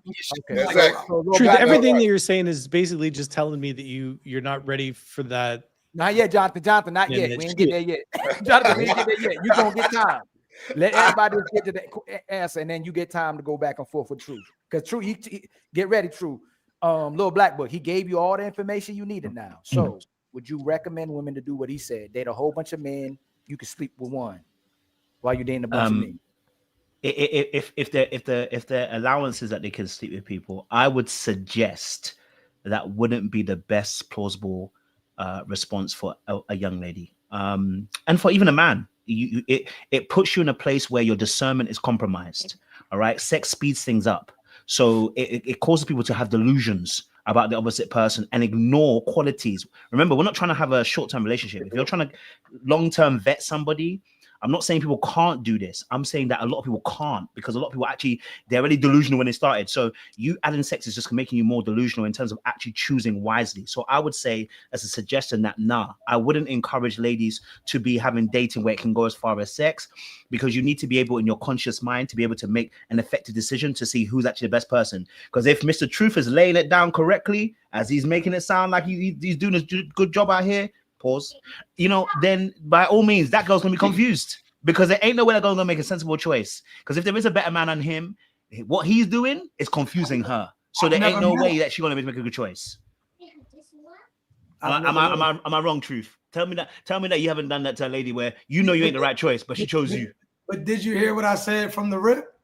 I said from the rip, if she's deciding to sleep with me, I'm not ever talking about any other man. I'm gonna be honest. If it's me against you, I'm probably not you per se, but if it's me against you, I'm probably gonna win. Like, I'm not competing. First of all, if I was single, I'm happily married. So I don't know if y'all know. I'm happily married. My wife is rich. My wife is successful. Her stomach is flat. But like, life is good. But if I was not married, I've never met a man in this world that I felt like could compete with me. I'm not caring about what he has going on, because when I get my turn, I got a stamp that can't be restamped. Do you think that women think the same way? That you are the one, even when they have multiple guys, you are the one? I'm gonna be honest, bro. My success rate was high when I was single. Yeah. But that's another. I know Aldi wants to go. I know Aldi wants to go through. So I'm going to let Ugly and Rick go, and the rest of the fellas. It's almost there. Yeah, it's building up. Oh, and he got a call. Money right there. Six. But isn't it the point? Hold on, little black. Hold on, little black. Oh, but sorry, not yet. sorry, I know apologies. this is a hot one. There's a hot one. A6. What you think, my brother? I think my good brother Truth Hurts did a immaculate job with that clip, and sincerely he's helping women with that. I preach the same messaging, and just to give it a little bit more nuance, and I've been with my wife next year be 20 years. Congratulations. And we've cohabitated for 19 of 20 years. Congratulations. We haven't even broke up, not even for 5 minutes. It's been 20 years. Like a bad nabby, she ain't went nowhere. And my wife is beautiful, flat stomach, got her own everything, the same thing. That's why I fuck. We'll talk later, Truth, but that's why I fuck with you. I understand. But here's why when I tell women that, because I coach women. If you follow me, I see 50, 60 women a week. And at first they like, whoa, that goes against everything I've ever been taught. And I go, all right, well, when you've used everything you've been taught, how has that worked out for you? Horrible. Okay, boom. So it's time to understand this. One thing, especially a woman that wants a happy, healthy, fruitful relationship when we talk about longevity, a marriage. In between now, because everybody wants that, I want to be together forever. It sounds pretty to say, but I don't think they understand forever is a long time. I'm about to preface it like this and land quick. Forever is a long time. Between today and forever, you know how much shit gonna happen? So when you're dating multiple men, and I tell women like, hey, be honest. He said, well, I just tell him you going on a date with blank. What if he don't want to fuck with you after that? He ain't the one. Because if he wants you, why do you want a man that's scared of another man? How he gonna be a provider when men got to go out there and compete against other men? How you gonna let a man take something you want? One, two, which is vital. In between now and forever, there's gonna come a time that man is gonna have to fight for you. Shit happens.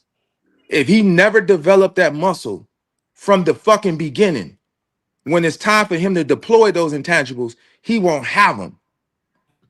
So when you are dating multiple men, you're like, hey, I'm going to bowling.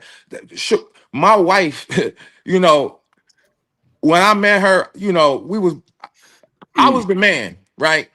At least I thought I was in my own right. And me and my wife was dating 2-3 months. And I was like, I'm gonna pop up at her job. I want to see. That was one of my litmus tests. Let me just see if she here. Let me see if I say, hey, I'm outside. What's she gonna say? What's she gonna do? Because I really, really liked her. I knew she was my wife from the first time I met her, even though I was dealing with multiple women. But I was like, I want to see if I pop up at her job, if she gonna give me an excuse, if she really here, what's really going on. I'm gonna tell you the truth. So I popped up. Boom, I'm outside. She like, all right. She come outside. We talking. We about 3 months in. We talking. I'm in my sister's Ford Focus. I'm in a Ford Focus. You know, I pull up. She hop in. We talking. Then the next thing I know, and keep in mind, it's 20 years ago. We in that parking lot. I never forget it. We sitting there chopping up. A bubble eye Lexus pull up and do like swing around. And I remember it because it was a bubble eye Lexus back then. And then she say, hold on. And she get out the car and go to the window of the Lexus, and this nigga then handed her some food. And then she get back in the car and just continue the conversation. But I'm like, wait, what the fuck? Like, I've never said nothing because I didn't know what, I've never had that happen. And I was like, I know goddamn well a nigga didn't just bring you food while I'm sitting here, and then you get out the car, get it, and just get back in. And I was perplexed. And then I was like, okay. And I'm in a Ford Focus. I said, okay, motherfucker, let the games begin. Because I want this girl. So I deployed. I didn't have much money. I deployed every bit of my dynamic personality. Everything we did, I made sure the vibe was there, and I won her out. And I wanted to win her out. So I know that she had other options. I don't want a woman that other men didn't want and she didn't have options. I want a woman that needs me because she want me, not want me because she need me. So the way Truth Hurts laid it out hold on, six was perfect. It was perfect. Okay, Go ahead. hold on. I love you. My brother Ugly, do you support that logic, my brother, that the woman should date as much as possible? I am surprised, gentlemen. I really am. I've heard everybody, and I've heard all thought processes. I am surprised to hear this from some of you guys, but here nor there. I will say this: everything that Truth Hurt says is unequivocally. I'm gonna use a 6 word: unequivocally true. If she a hoe, if that's what she wants to be for a living. Everything Truth Hurt said is true. If she wants to be an OnlyFans model and looking for collabs, if she is a woman that is not dating for intent and she's not intentional over who she's dating, if she is just trying to play the field, get free lobster tails and things, everything that was said by all of the gentlemen that have approved of that is unequivocally, correct me if I'm wrong, true. You feel what I'm saying, my brother? Now, if we're talking about a woman that is dating for intent and purpose as far as becoming a wife and not a baby mama, a woman that wants a family and not a broken or blended one, then I could not give my daughter or any woman in my family that advice, because dating is a social activity where by definition, dating is a social activity where two people spend time together and get to know each other, typically with a romantic or an intimate purpose. So if you are interviewing people to be intimate with, I would say that if you're saying that she has nothing to compare him to, she should compare him to her father. Whether she have a father. That's her mother's fault, sir. That's not my fault. That's her mother's fault, correct? Right, but we can't negate the circumstance. Hold on, sir. I'm not negating the circumstances. The circumstances are the circumstances, unequivocally.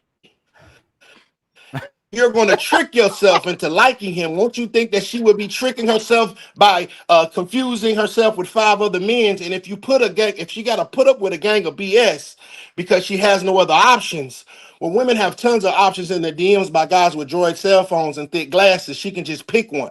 So if she is not dating for intent, then everything was said was A-okay, and I'm with you guys. If this is a woman that plans on being a wife and is dating with intent, then she needs to be intentional about who she is dating, and that does not require 5 to 10 men per month. Well, let me ask you this. Just have one question for Six. I have one question for Six, but I don't know if he's gonna bite my head off or not. Hold on, y'all. Go ahead. Hold on, not yet, y'all. Not yet. We got Cooley. Cooley next. Cooley next, y'all. We almost there. I swear, because when they open, they're gonna open. You know what I'm saying? Cooley, it's your turn, my brother. I was on mute, my bad. So basically, I mean, it took a while for me to get here, but basically in the clip, he was saying that, dating one man at a time is stupid because you have nothing to compare the man to. And basically you trick yourself because you have no other options. Right. I was like the sum of the video.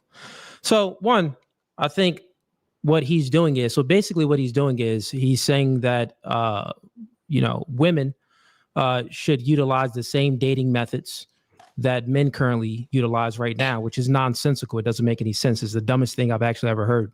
The reason why it's really dumb is because this is one of the reasons why we are in a deregulated sexual marketplace, where women think that they're 10s, but they're really 4s. You know what I'm saying? Because they have so many options. They're utilizing all of their options. They're getting so much free attention from all of these men.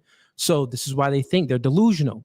So if she's dating, and then a lot of people said multiple things there, but if she's dating a lot, let's say if she's not even having sex with these men, but the probability still increases of her having sex because she's dating multiple men, right? Which would mean that if the probability increases of her dating, having sex, which means that her body count would increase, which means that the probability would decrease for her to pair bond with her future mate, right? So all of this, it sounds like, you know, it's good for like a rage bait. And even when he, Truth, and my brother Truth there, even when you expounded on it a little bit, it really didn't make a whole lot of sense, is because you want these women, once again, to utilize the same, like men, we need to go out there and date. We need to actually go in this sexual marketplace. We need to go out there and date because it's for us to become good at dating and become attractive to women. We need experience. Well, women don't necessarily need experience. And also experience isn't attractive on women. Men aren't attracted to experienced women. Not only that, let's say if the woman isn't having sex, the woman is still being influenced by those men. Oh, I was with this guy. This guy was funny. Oh, this guy isn't. I think that it's the dumbest thing ever. Women shouldn't be sharing their space and their energy with everyone. I think that that's sacred. Like, for example, would you want your daughter to date many men? Or would you prefer your daughter to utilize discernment and you, the father, help her in the dating process of selecting the right man besides many men? I'll land my plane there. And so, may I interject? Oh, no, not yet. You hey, Okay. it's Big Rick. It's Big Rick. Then it's Fatty. Then it's Ali. And then it's the one and only. The one and only. Yeah, Truth. I disagree with everything he just said. Like I said, we do the same thing. So if as a man, if I'm a single man, I got about 5 or 6 women to choose for. So I'm supposed to have 5 or 6 women to compare her to, but she supposed to only deal with me and don't have nothing to compare me to, so she can know if I really I'm that nigga. I'm the one for her. I don't think if we can do it, they should be able to do it too. Men and women are different. How you gonna know what you really like, what's really good for you? If you but Hold on, you conflate hold on, y'all. We all men up here. Oh, my bad. Yeah, go ahead. Big Brick, Big Brick's the ruler. My bad. Ninja plan, brother. My bad. Let my brother finish, please. Let my brother. Yeah, like I said, I'm with True. I'm standing on with True, so I push that shit to my platform all day long. I let them know. I'm over to YouTube right now. Give you some options. Don't put all your eggs in the one basket, because what it is, if you invest all that time into that one nigga, you got another man right here that you entertaining. You ain't gonna be fucked up, right, to the point where you can't recover from that shit because you already had somebody else to goddamn, for signing up for the spot. So I think women should have options just like men got options. That's fucked up. That don't make no sense. We got options like a motherfucker. So we don't just get one woman and just focus on that one goddamn woman when we single. We got a couple of them.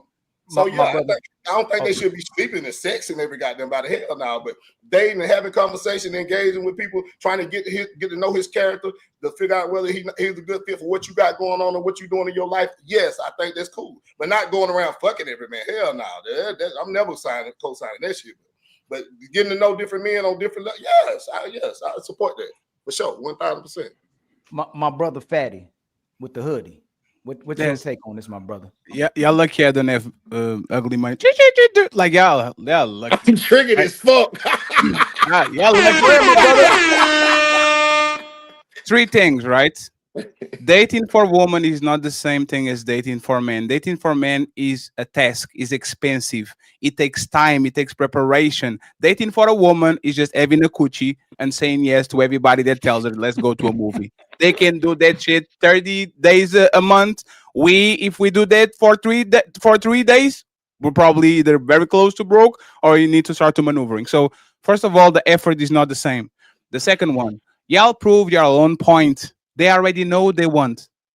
They already know they want the number one guy that she's fucking, like Truth, like Big Rick, like Opulent. They already want you. They just entertaining their man because you're not giving them full commitment and full security.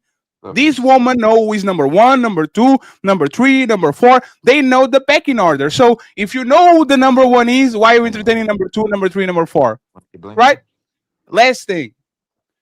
If I like vanilla, I don't have to say, let me try chocolate. I like vanilla. Do I have to live in a motherfucking be homeless to enjoy a mansion? Do I have to drive the bus to enjoy a Ferrari? Do I have to play on the Charlotte Hornets to enjoy playing on the Lakers?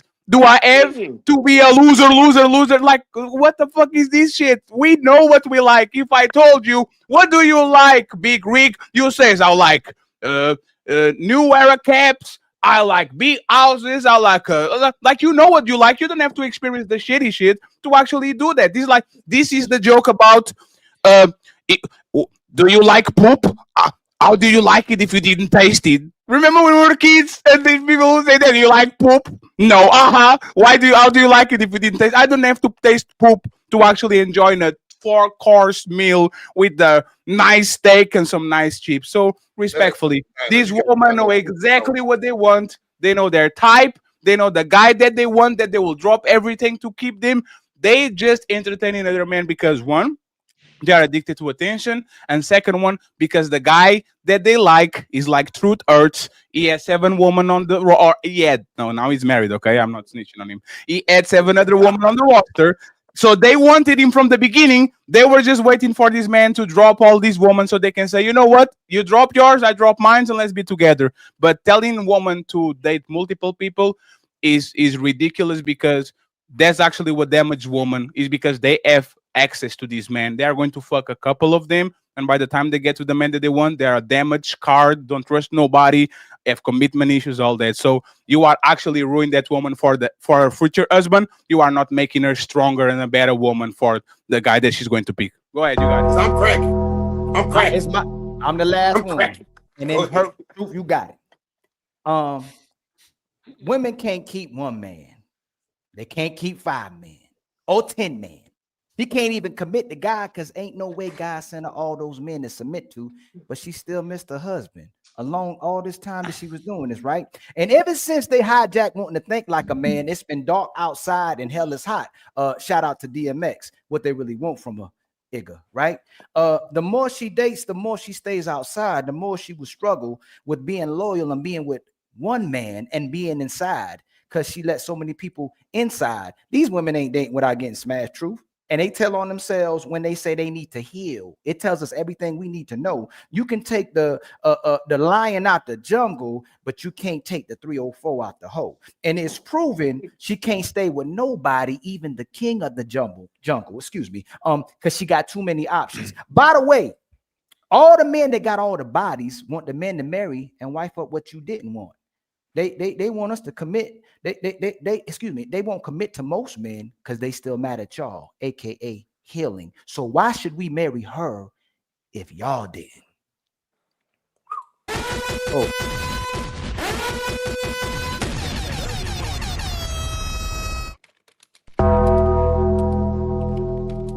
I found the audio. We got it. We're going to play it now every time. Here we go. Okay. It's your turn, my brother. True. Y'all ready? With no interruptions, if you don't nobody, mind. Nobody.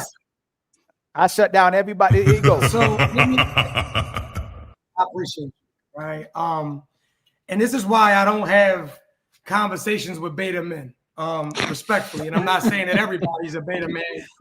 But I've heard man, hey.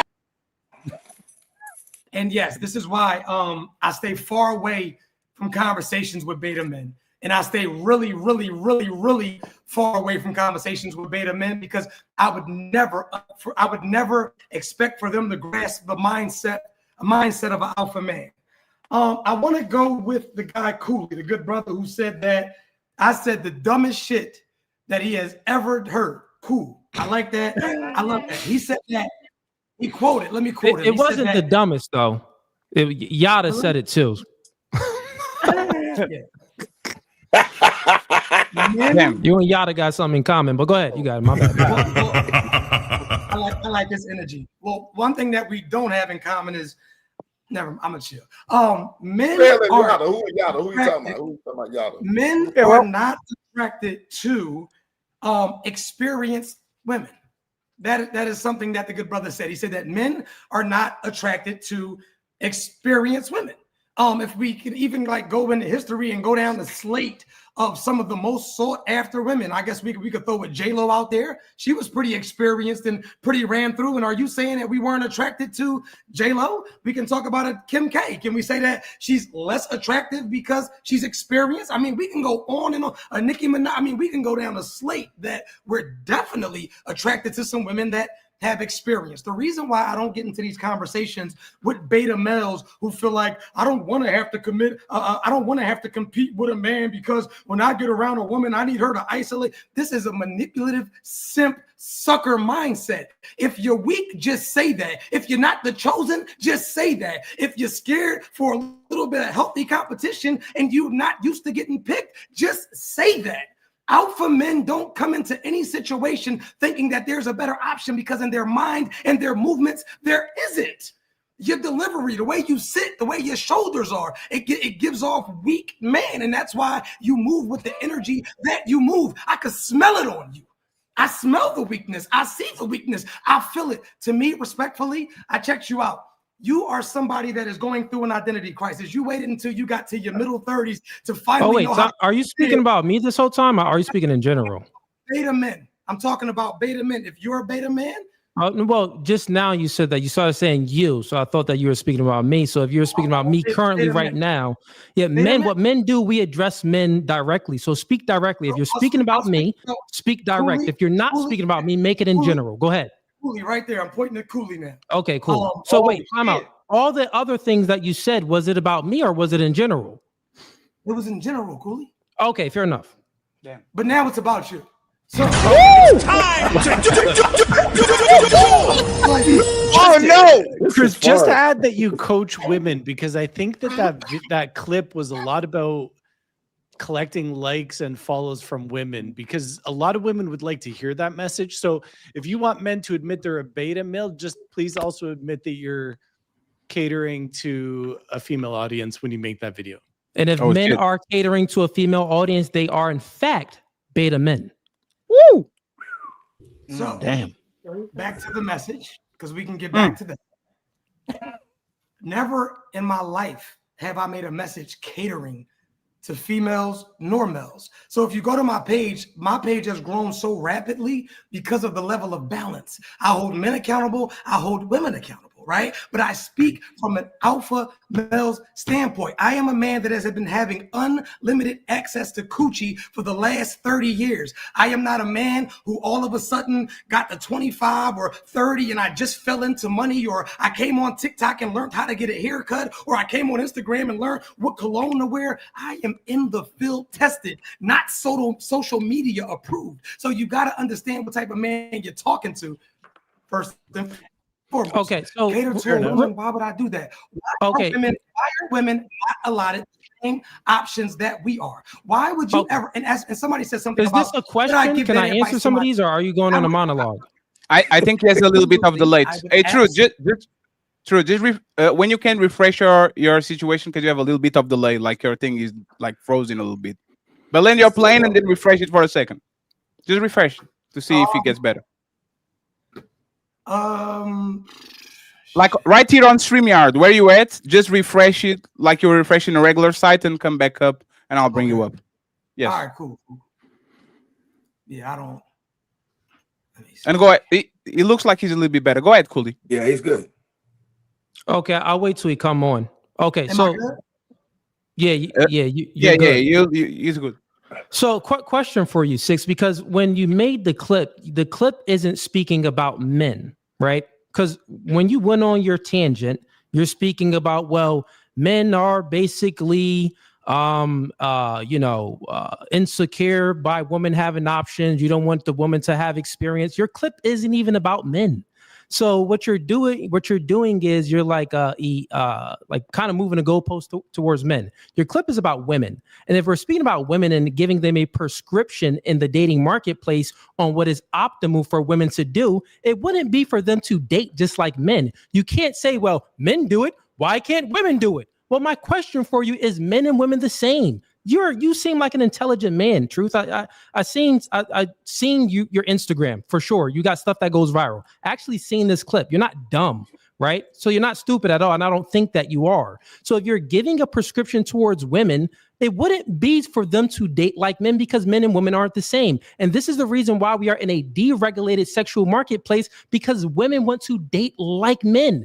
Not only that, what you are actually prescribing here is this is how women get in relationships and they start leading their relationship. Let's think about it. Well, if women have more options, you have more negotiation power. And if you have and women, you know what they like to do? They like to conflate sexual options with relationship options. So even when they're out dating a lot of men, they still think that, well, oh, this man wants a relationship from me. No, most of these guys that they're dating just want to smash. But what do? They conflate those two. And then the man that they choose to date, they go into that relationship with all of this negotiation power, which is nonsensical, because they think that most of those guys that they dated was a true relationship, but really it wasn't. They conflated it. It was only for sex. So meaning that they go in there thinking they have an overinflated sense of ego, where they go into the marketplace and they think that they have too much value dating this man where they really don't. So then they start leading that relationship. That's what happens. Like most of those relationships that women go into, when they have all of these options, they lead those men. So did you not hear the part where I said that these women should compartmentalize these men? These women have to compartmentalize these men. These women, the women that I would guess, because you're not a bad looking guy, the women that I guess that we would probably date, because also, right, respectfully, there's brackets out here to some of the women that these men can have access to as well. Is that a safe assumption? That there are brackets, there are some women that men won't have access to because of the rooms that they aren't in? Is that, you think that that's fair to say or no? Yeah. Is it fair to say that? Have you ever in your life went out with a woman and maybe you had certain intentions and it just didn't go anywhere at all? Because has that ever happened? Maybe not. Yeah. Because these women pick and choose. So when I said about dating, right, I said you women need to compartmentalize these guys. A lot of these women, right, and a lot of these women go out with guys. They go out with one guy at a time. Right. And when you're dealing with one person at a time, no matter how good the treatment is or how bad the treatment might be, if you have no other options, if you have nothing else to occupy you, you can find yourself being in a real shitty situation for a long time because you have nothing to base it off of. The guy, Fatty, I believe he said, you don't need to eat poop in order to know that poop doesn't taste good. And that sounds cool when you first say it, but some people actually have a shit fetish. Some people have actually ate shit. It was like, this is my. Okay, so I want to tell you, I didn't cut you. Go ahead. Go ahead. No. I'm sorry, land your plane. I thought you landed. You sure? Okay, fair enough. Because I just have a question. I just have a question then, because once again, you keep on like comparing men and women, and men and women are different. Like the question would be okay. Humans. Then you this keep making it female and male. You're making it a gender specific. I'll just ask you this question then. One man, and the hue is the only thing. Human. Okay, so there's no distinction between men and women? Dick and pussy. Okay, so then there is a distinction between men and women. Biology. Dick and pussy. Yes, that's it. You would say biology, and biology is mind as well. Do you know that the woman when she gets pregnant by a man, she pair bonds with that baby the same way she pair bonds with her baby. She pair bonds with the man that she has sex with. So even if you are saying that, well, I think that women should go ahead out there and date many men, but they should put them in certain compartments. Well, that still isn't a good prescription, because the more you date, let me just ask you this question. The more women date, do you think that the probability would increase for them to have sex, or the probability would decrease? General question. But answer my question first. Would absolutely increase. It would absolutely. Got it. So if the probability would increase, and we know the reason why the dating sexual marketplace is deregulated right now is because women are promiscuous. Mm-hmm. Just like men. More promiscuous women. Just like men, because they're human. Men can only be promiscuous because there are promiscuous women. Women hold access to sex. Men don't hold access to sex. So stop it there, right? So if you are saying that, you admitted, listen real quick, you admitted that the probability increase. Okay, you don't think, okay. It takes two to tango, young fella. It takes, okay, got it. It takes two to tango. Well, do women hold access to sex or do men hold access to sex? Can you have sex with a woman without her authority?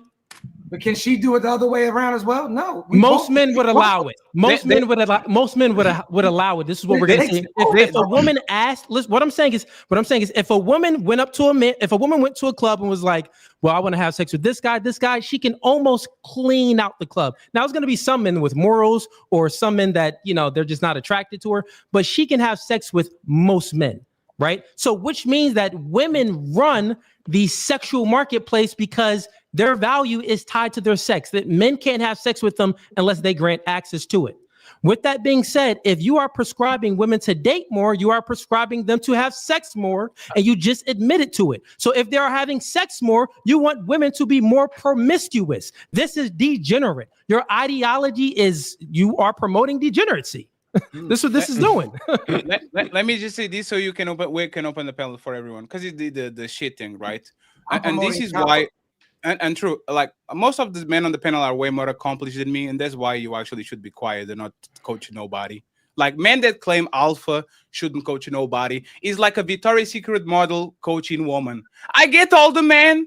Look at me. Like she is on the top of the pyramid. Why is she going down on the pyramid? Tell Keisha and Karen that are regular women, that are not hyper attractive, that are not going to be on the top of the line when it comes to men.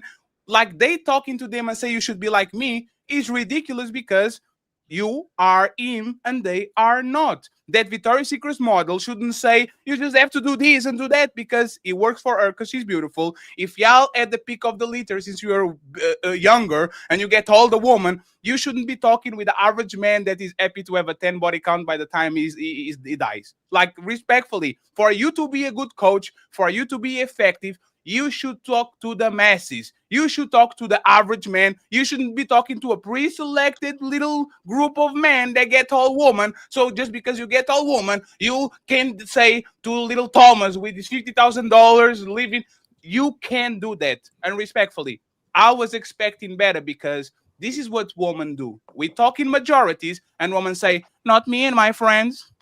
Not me and my friends. What you're doing right now, Truth, is saying not me and my friends. You get it all, of course. It's fine. You got it. But you need to talk for the average man. You can be talking like you are the chosen one. You are Michael Jordan. And you turn around and you say, hey, Steve Kerr, you want to be me? Just dunk on them. Steve Kerr can dunk, brother. Steve Kerr is a shooter. He has a very nice skill set. Derek Fisher, he has a skill set. Kobe Bryant can go to Derek Fisher and says, just dunk on them. Crossover, windmill. Like, that's not how you coach people. Because once again, if you can empathize, sympathize, and relate to the average man and the average woman, you are just bragging. You are not helping nobody. I'll concede to whoever wants the floor. Me.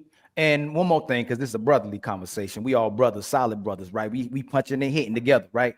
The more a man has sex, the higher his value goes. The more a woman has sex, the less her value goes. And if Jonathan, you keep asking that question, telling him if he had all these bodies, and you trying to take away from the reality of things, Jonathan. If he had sex with all our women, and with that, and we didn't have sex with none of the women that he had sex with, who's more valuable to society? The man who had sex with all the man's women, or the man who couldn't get sex with those women, Jonathan? In reality, in nature, who's more valuable? The man who has sex with all the women, or the man who can't get sex with the women that the man has sex with? Who's more valuable in nature, in reality?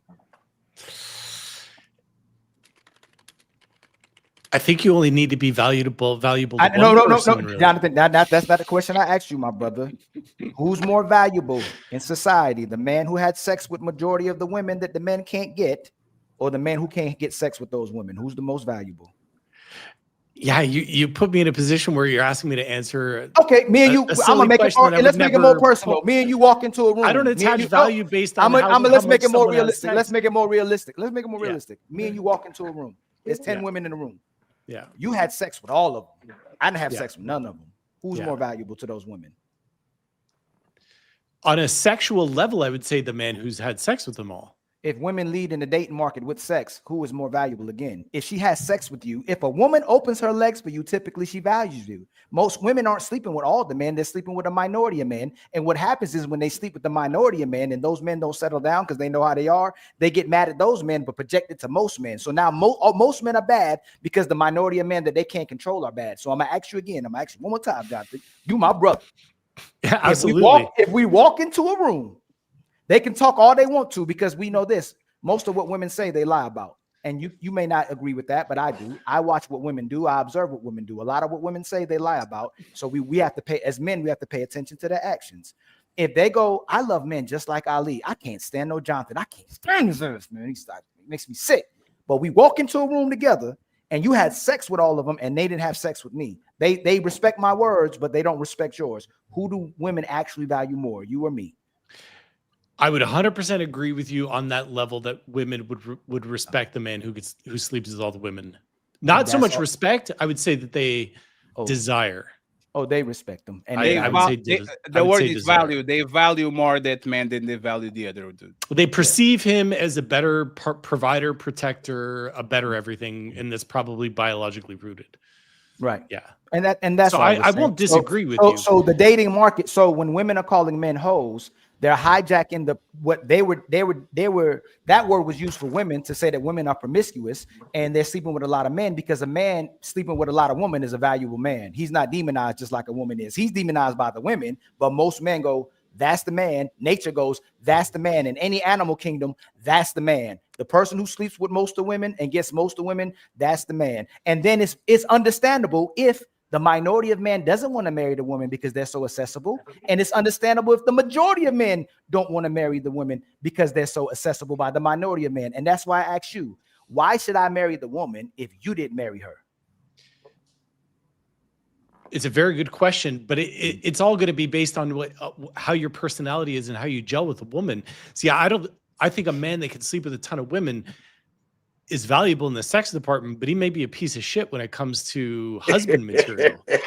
Like, I don't give a shit if you can go fuck 20 girls, but if you can't be loyal to one, you're not valuable. So what makes husband material? Is it a man who's loyal? He believes in fidelity, transparency, honesty, who wants to commit to a woman. That to me is valuable. AKA, right? Not the man that can go sleep with a ton of women. Right. AKA a man that does what a woman wants. Most of these women want men that do what they want. They don't change for the man that they want, and that's problem. But as soon as the man doesn't do what these sisters want, and women in general, when I say sisters, white, black, Asian, Hispanic, whatever, unless they're taught to be a wife and raised accordingly, most of these women want to be with men they can control. But the funny thing about this, Jonathan, is no, and I'm landing. You got it. I promise. You know what's awful about this? If men can get women that they want, that do what they want, they stand with those women. I'm not gonna say they won't step out, but when you give a woman what she wants, she still leaves, and she still resents you, and she still despises you. That's the problem with the market. So until we have women that actually cherish the men that they get, and they stay with them for the same reason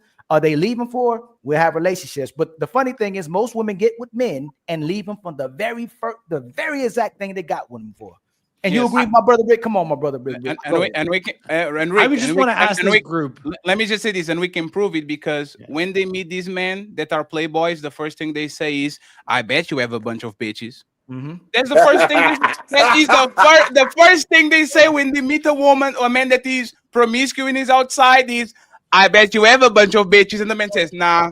I said, "Okay, let's go." Like they know that's why they are there, and that's why they're living like Ali and that's said. game. That's game. Fatty, I ain't got no hole. Has Fatty ever been considered a playboy ever in life? Yes. Yes, You've for been sure. considered a playboy? Yes. Okay. Okay. One second. But what will be the point of that? Like, what will be the point? One thing about it earlier, you were talking about how I can't be a coach based on, I guess, ego or something like that, right? Was it like, I just want to I said that if you don't empathize, sympathize, and put on the position of the average man, you can coach them because you don't know how to be them. Is why Phil Jackson is a great coach, but Magic Johnson is a shitty coach because Magic Johnson never was average, so we can relate with the middle of the roster player like Derek Fisher can. That's my point. He's not trying to belittle you. He's saying that you a lot of times for you to tell somebody what they should do, you should be on their shoes or at least try to empathize with them. Go ahead. And so, And is it fair to say that definitely? I got you, Jonathan. I got you. Is it fair to say that there are a lot of below average men as well? Is that a fair assumption? Is it most fair to men. say that- Go ahead. Alpha of the men the that point are he said. average or below. Yes. To women, Right, but- and but to it- women, they're but is it below. a fair- But is it a fair assessment, right? That because I mean, let's get into numbers. I know it's a number game. Let's get into numbers. If we just go by a statistic, most men are below average. Most men are below average. That's Are they not how not? numbers work. No, that's not how numbers work. Okay. Average What's is that? the middle. Half Okay. of the men are below and half of the men are above. The problem is woman perception. Women think that men that are on their level are actually below them. So when you actually look at the dating market, all these women think they're 7, 8, 9s because they're fucking these dudes, while the average man knows exactly that that woman is on their level, but that woman thinks she's better than him. So He thinks she's on a a perception base, these women think they are clearly above. These men, they might be broke, they might be fat, they have a terrible attitude, but they think they are better than the men in front of them because they have multiple men of that level trying to holler at them and men My above. brother, Fantastic coined the term because we give people their shout outs when they create something, when they create a phrase. Is it or 49ers? He called them 49ers. It's women who are 4s who thinks they're 9s. It hasn't been. He's getting a patent. He's getting a patent on it. He better hurry up and get it before we do it for the Untouchable. Yes. But I'm cracking up. it's The women issue who are I- 4s who thinks they're 9s. So The issue I just wanna have is leave this- with Can I? I'm sorry, and I'm done. And I just want to leave. So we are encouraging women to just date one man at a time, lock in with him, see exactly where that goes, and if that doesn't work, then you go to another man, date him solely, and then another man. If that doesn't work, date him solely. So is that what we're pushing? If we should be if I pushing could- women, we should be pushing men to do that. And this is a really good question. I was going to get to this. How many men how many of us are here? Like 7, 8? How many of us have had fathers that cheated on our moms? I bet you it's the majority. Mine wasn't caught, so Not that I'm aware of. Right? Never. I bet you it was the majority, at least half. Okay, We got shouldn't be telling wait, anyone to date. We shouldn't be telling anyone to date multiple people. And the thought that you could date someone and a lot of people and that makes you valuable leads to that same behavior. And that is the big problem. It's just following in the footsteps of a lesson that we didn't learn as a child, watching our mom get cheated on. Oh, hey, Ugly, can I say something to him real quick? Oh no, you got it. Because I was about to say I something to that. just think that if But we're, no one we're talking answered about, me, by the way. Sorry. I Ugly. was going to answer you, but I wanted to know answer how that, many right? guys Hey, have hey, had a Jonathan, dad first that of cheated all, them. on the black community, you don't snitch on your dad. There's the first one. So Black men shout don't cheat either. shout out to my dad. And my dad wasn't caught, so technically he never cheated on my mom. 4 years strong. Was my mom's birthday yesterday. Shout out to my mom. Happy birthday. My dad is faithful. Black men don't cheat. And The black rest men of don't the- cheat. The rest of the Amen. fellas, y'all can cheat on your dads. I'm not going to snitch on mine. Go ahead. My dad Black cheated. book. My stepdad cheated. I Both men in my think life. My mom cheated. I want to talk briefly. I'm sorry. I'm just a real respectful dude when it comes to mic control. We talk about like families being broken up and moms and dads cheating and things of that nature, right? And so, you know, I think half the reason why a lot of these families are broken up is because a lot of the people pick wrong, right? I mean, you're with your partner, you don't like them, and then you end up having a child with them, and now it's a broken family. You got a baby mama, you got a baby daddy, and that's what I was, as far as expounding on, as far as the dating.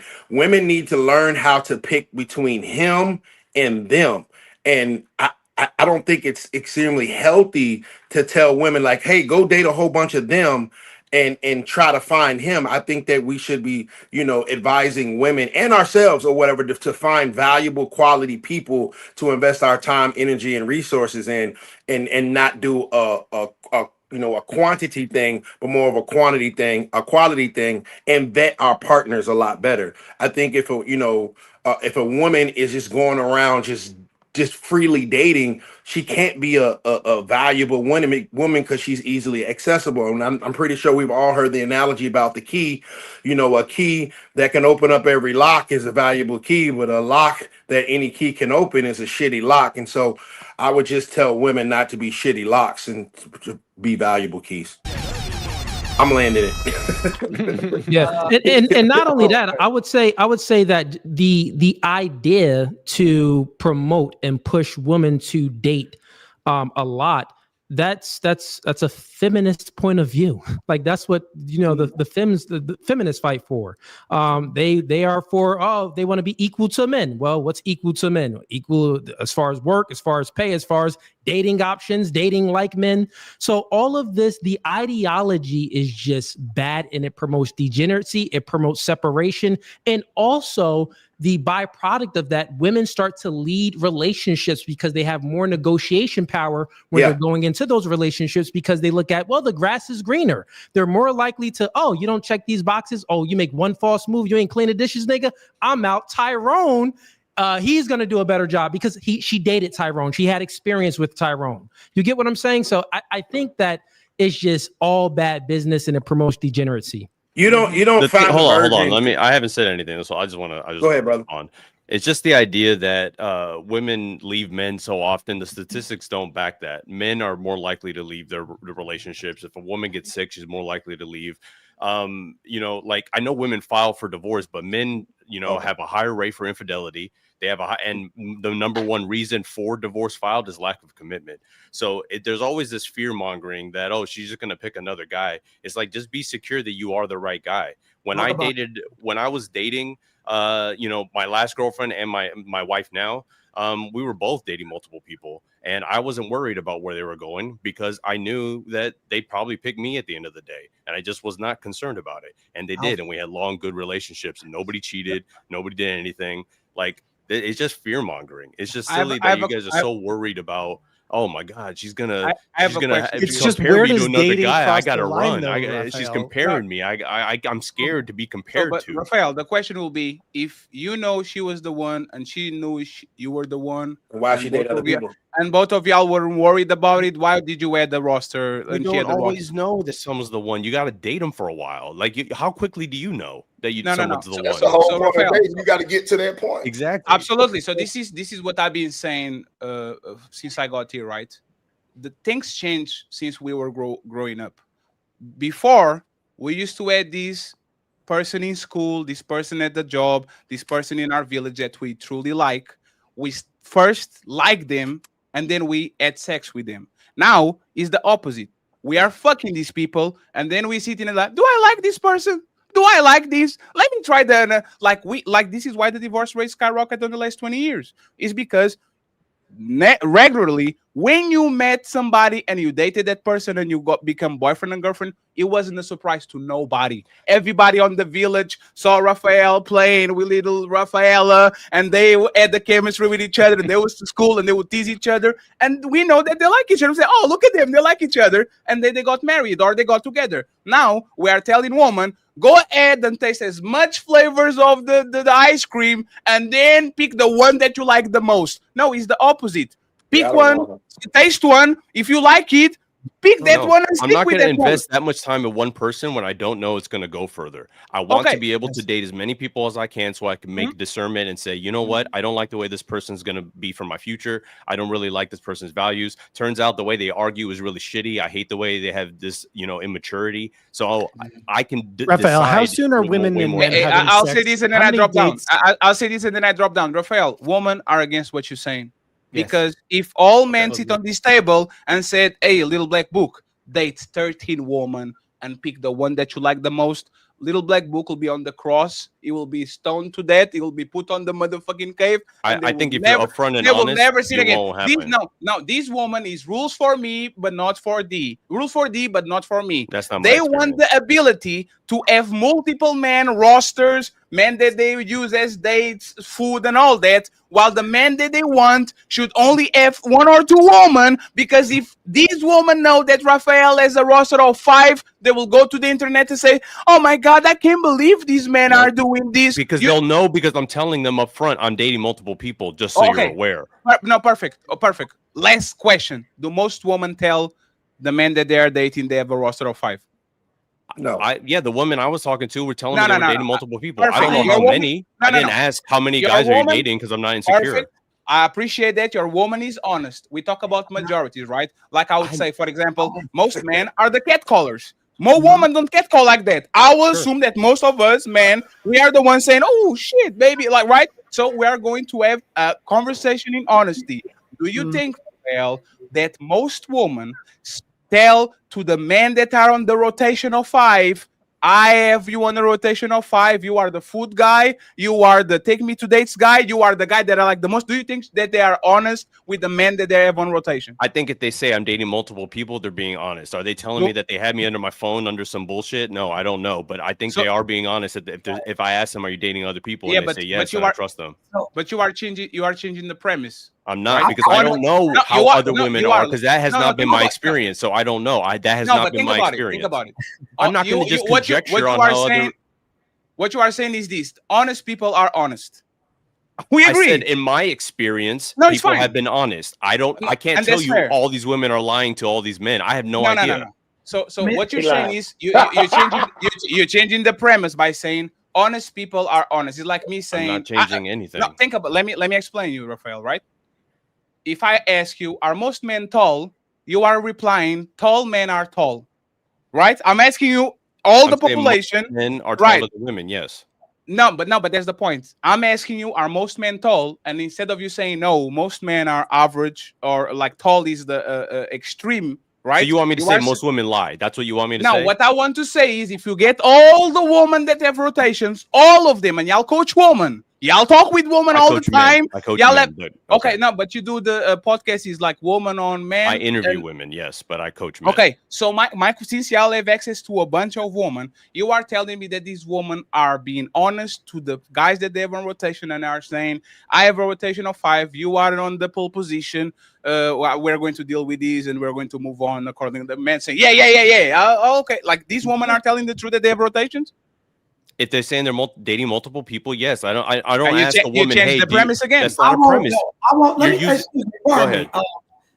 You change the premise. You change the premise again. You are not going to be honest with most men because most men can't handle it. If she told you that it was multiple, are you gonna let me cook? If she tells you that she's dating multiple men, just like every man, the majority of men, not everyone I got up here tonight, you sound controlling.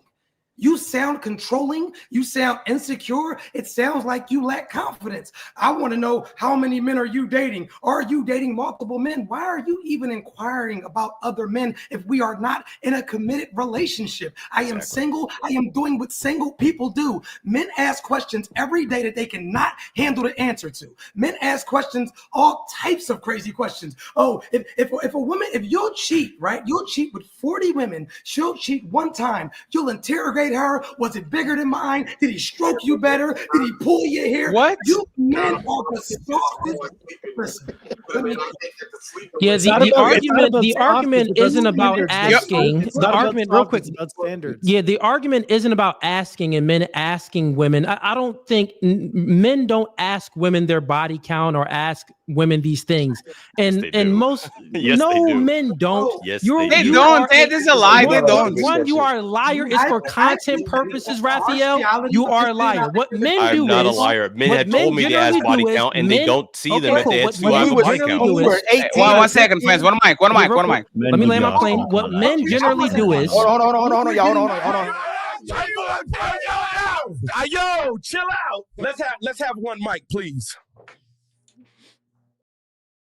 Let's get Truth finish and then Cooley and Raphael, please. Absolutely. What we are getting away from is this is why the majority of these men get cheated on, because you are in here forcing your way into exclusivity. She's going to choose anyway. So a majority of these women will marry you because you pursued it the most, because you fought off and boxed out everybody, instead of letting her make a conscious decision to be with you. And that is why you men get cheated on. That's why you men marry these women. You put them in houses, you put them in cars, and then Pookie from down the street with nothing is coming knocking her lace front off because she really didn't want to be with you. You put her in a headlock and didn't let her choose you. And this is why she didn't have an option? She didn't have an option to leave? Hey, this is the problem with your name is Truth Hurts. Cool, you got it, right? If Cooley, you know, hey, now 1 second. Let me tell you what happens. Hey, Truth Hurts. No, 1 second, please. Let me just say it with the H. If you can't pronounce it right, I don't want to hear it. Say it with the H. I got you. Truth Hurts. Good job, Fatty.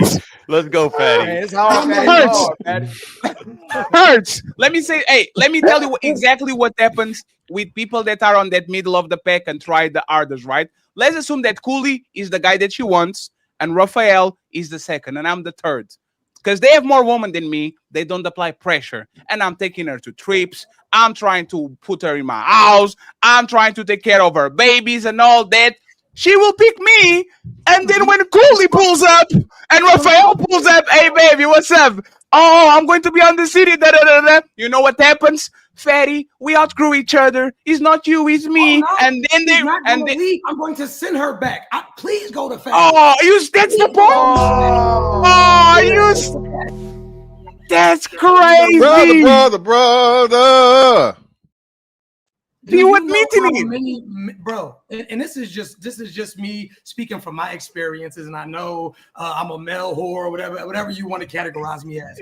Do you know how many women I've sent back home to their husbands or to their man? I wanted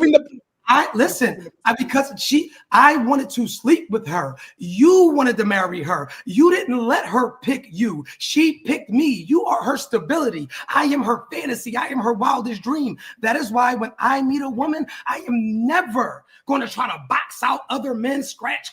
No, if you like me, be with me. One thing about me when I meet women, right? If I like you, I'm locked in. I like you. I'm focusing on you. I'm hyper focusing on you. I will definitely have some options because I believe in keeping doors open because you never know when you got to run back. But if you are decent enough to me, I am eliminating everybody. You don't have to say it. You don't have to ask about it. You don't have to inquire about it. Your vibe alone is going to make me get rid of people. You checkmated yourself. So you checkmated yourself. You checkmated yourself because if she knows that she wants you and you are sending her back, she shouldn't be dating anybody other than you. So you checkmated yourself. Go ahead, Cooley. Yeah, that's what I was going to say. He's essentially what he's doing. He's proven the point right now. And I'll explain in more detail how you're proving the point, because once again, if you out there, and once again, he keeps on speaking about men. We're not even speaking about men. We're speaking about women right now. And then him and Raphael is talking about, oh, you're insecure, or no, you lack confidence as a man if you are asking the woman what guy she dated before. The conversation isn't about asking chicks what men they dated before. Men, generally speaking, do not walk up to women and say, hey, what's your body count? No, these conversations is for podcasts. These conversations is amongst other men when we are around and we're speaking about chicks are like, oh man, let me get the whole facts on her. We may ask another man that, but we wouldn't ask the woman that. That's not player. No men that's good with women operate like that. That's just a lot dumb. of men aren't good with women. But even the men that's not good with women, they don't do that. The men that's not good with women, they don't do that. I coach way more men than you did. And those guys aren't good with more women. Men than all of y'all did. And those did. guys aren't good with women. No, wrong. And I coach more women than probably all of y'all did. Probably besides Truth Hurts. He seemed like he coaches a lot of women. I'll give it to him. He seemed like he got the victory on that. He got it all laps on that. But the point is very, very simple when we're speaking about these things, right? We have to look at what's optimal. And we're speaking about women. We're not speaking about men. So don't say that, well, men are insecure if they don't want a woman that dated many men. No, men aren't insecure. Men have standards, right? Is it like, when has it ever been a time besides now where men couldn't have standards and their standards are demonized? Do you get what I'm saying? That's all it is just a standard. And the standard is very simple. It's not a standard. If you're dating multiple people. We don't follow, real quick, we don't follow what women say. We follow her actions. We look at her behaviors. So if the woman is giving signs of, being too choosy, being, really not having the ability to follow a man's lead, being non-compliant, wanting to always go out and just socialize and be on the internet all the time, then that is probably not the best woman for any man, right? So when we say that what's optimal, we have to, if we're speaking logically here, man, men lead, women follow. Raphael, do you want the woman to lead the relationship, or do you think that men should lead the relationship? I think it's a partnership, and I've always thought. Okay, so you think it's a partnership. So in your relationship, then who has the final say? There is no final say. We agree or we don't agree, and we don't move So forward. then you have just as much authority as your woman. We're in a partnership. Okay, great. Correct. So you are just a like male Ben and Jerry feminist. are in a partnership. Great. So you are a male feminist, and most women are disgusted and get repulsed, and they actually break up with male feminists. More relationships based on what? Hold on, just give me one stat that says that. Give me one stat that says that. Most of these women are non-traditional. You're just making shit up. Women. Oh yeah, feminists get broken up with. You don't fucking know that. Raphael, let him land. And you in a debate before you are dumb and you have low IQ. You made up a lie and said that women leave men. Men leave women more than men do. That is a lie. The divorce rates prove that you're wrong. And I said they file more. That doesn't mean men leave. I interviewed way more women than you interviewed, and they all say that they broke up with more men than men broke up with them. I interviewed over 1,000 women. So what are you speaking about? We look at the divorce stats. Women divorce most 70 to 80% of divorces are initiated by women, not by men. So stop lying. You are a dork. Now, you want to talk about low IQ? If you can't look at correlation and causation. Hold on. Oh, so you can call me a dork and then I can't say shit back? Like that's fucking funny as you fuck. can say whatever you want back. Cooley, hold on. What point do you want him to address? Okay, so address this point. Address this point real quick. If it's the case that you believe that relationships should be equal in a partnership, then why is it that most of these modern women want qualities of a traditional man? I don't know where you're getting that information from. Most women are voting liberal. So where are you getting the information that they want traditional men? So most women loyalty, fidelity, transparency, honesty. Yeah, most women don't want men. What's a traditional man? To protect and provide, pay for the bulk of the bills. Most women Most houses are dual income, so that's already not traditional. Most houses are dual income. Most houses are dual income. I said so prefer. They're with these men. How do you know what they prefer if they choose? You said you look at actions, right? You look at actions. They're marrying men who are in dual income households. So you want to look at actions. They're with more men that do that than the provider bullshit that you're talking about. Cooley, let him land. 70 to 80. I'm letting him land. 70 to 80% of divorces are initiated by those same women. Does that mean they're the ones that left, or does that mean they're the ones that filed the paperwork? Let's use our IQ. Let's use our IQ. Does that mean they're the ones that left, or does that mean they're the? Yo, chill out. Let's have one mic, please. Let's use that IQ. Raphael got the floor. Let Raphael land. Go ahead. Let's use that IQ you're talking about. If they file for divorce, does that mean they're the ones that left, or is that the one, or are they just the ones that filed the paperwork? That's correlation and causation are two different things. Okay, so if the person filed for divorce, this means that they initiated the entire divorce. I've been divorced when I was 25. Me and my wife both agreed to divorce. I filed the paperwork.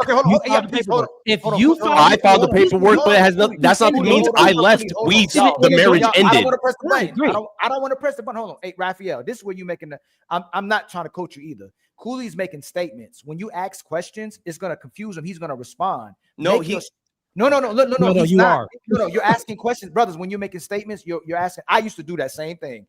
Make your statements for him to rebuttal when he makes his statements. It'll help you out. I did the same thing too. And then people always interject.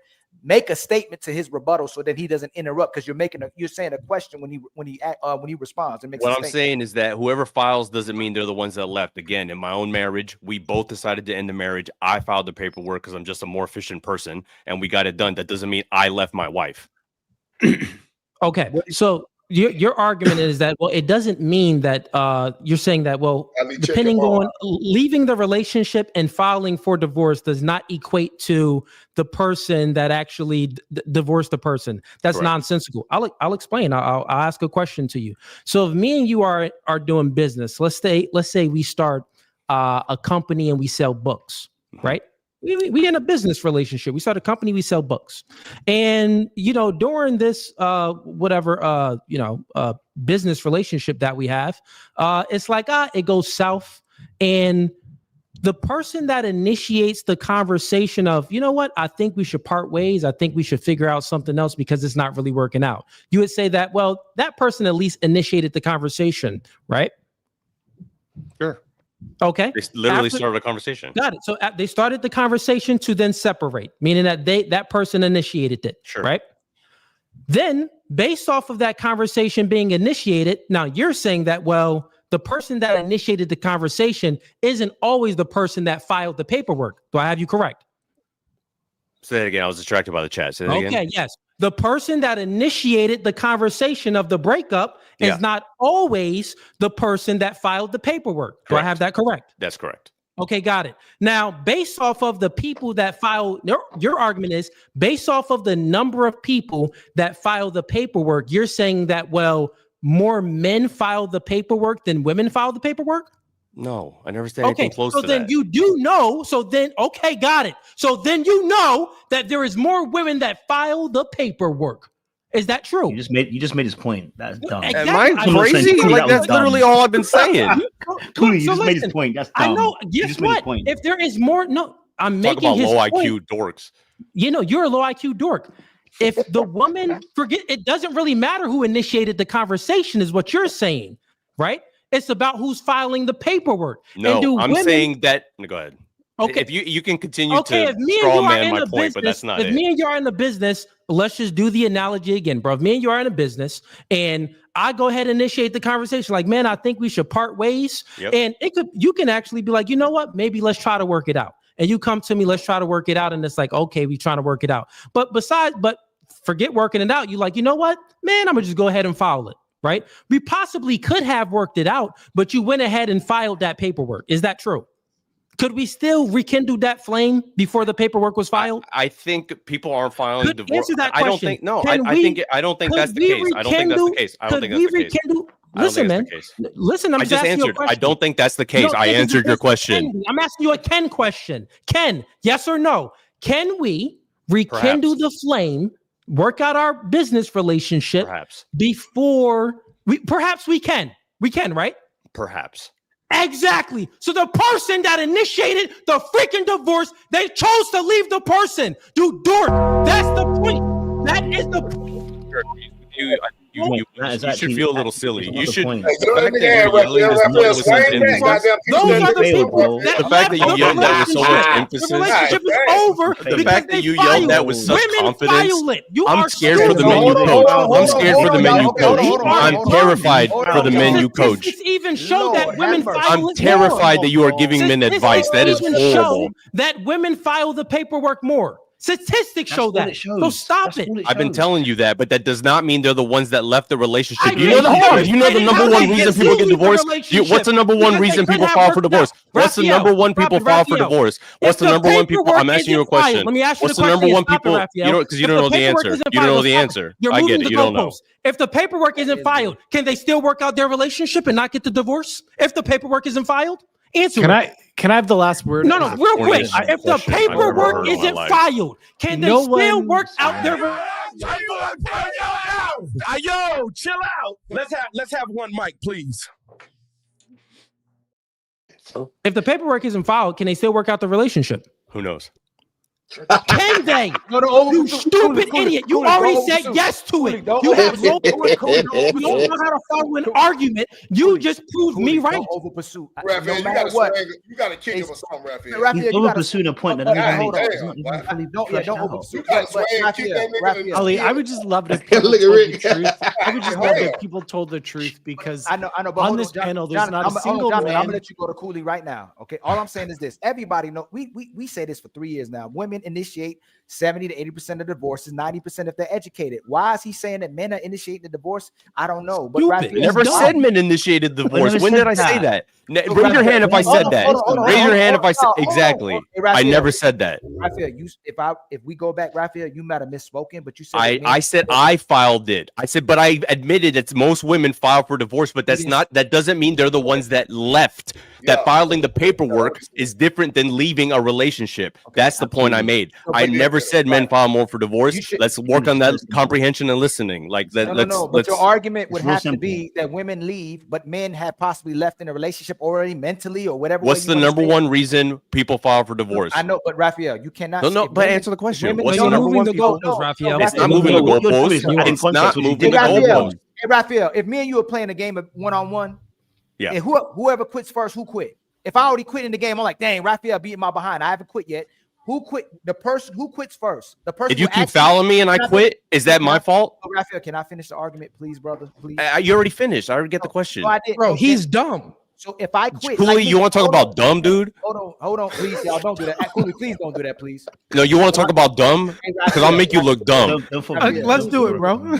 Y'all can go at it. If y'all really want to go at it, hold on real quick. I'm actually people that say people will quit on themselves in the game. I can be in the game with you, and I quit in the game. But when the person has to actually quit for it to stop, like the person that actually quits is the person who quits. Not What's the reason they quit? What's the reason they quit? Fine. No. But can you concede to that? That's what he's. No, I can't, and I'll tell you why. Because again, if a guy punches a woman in the face and she files for divorce, is she the one leaving the relationship, or does that mean there was other factors and causes that made that happen? It's two different arguments. No, it's not. No, it's not. It's the same argument. No, we're not going to That's the over pursue. No, put it this way. Let's handle it like men. What amount of men, if you agrees with Raphael, the person who leaves in the relationship actually quit the relationship? Who believes that?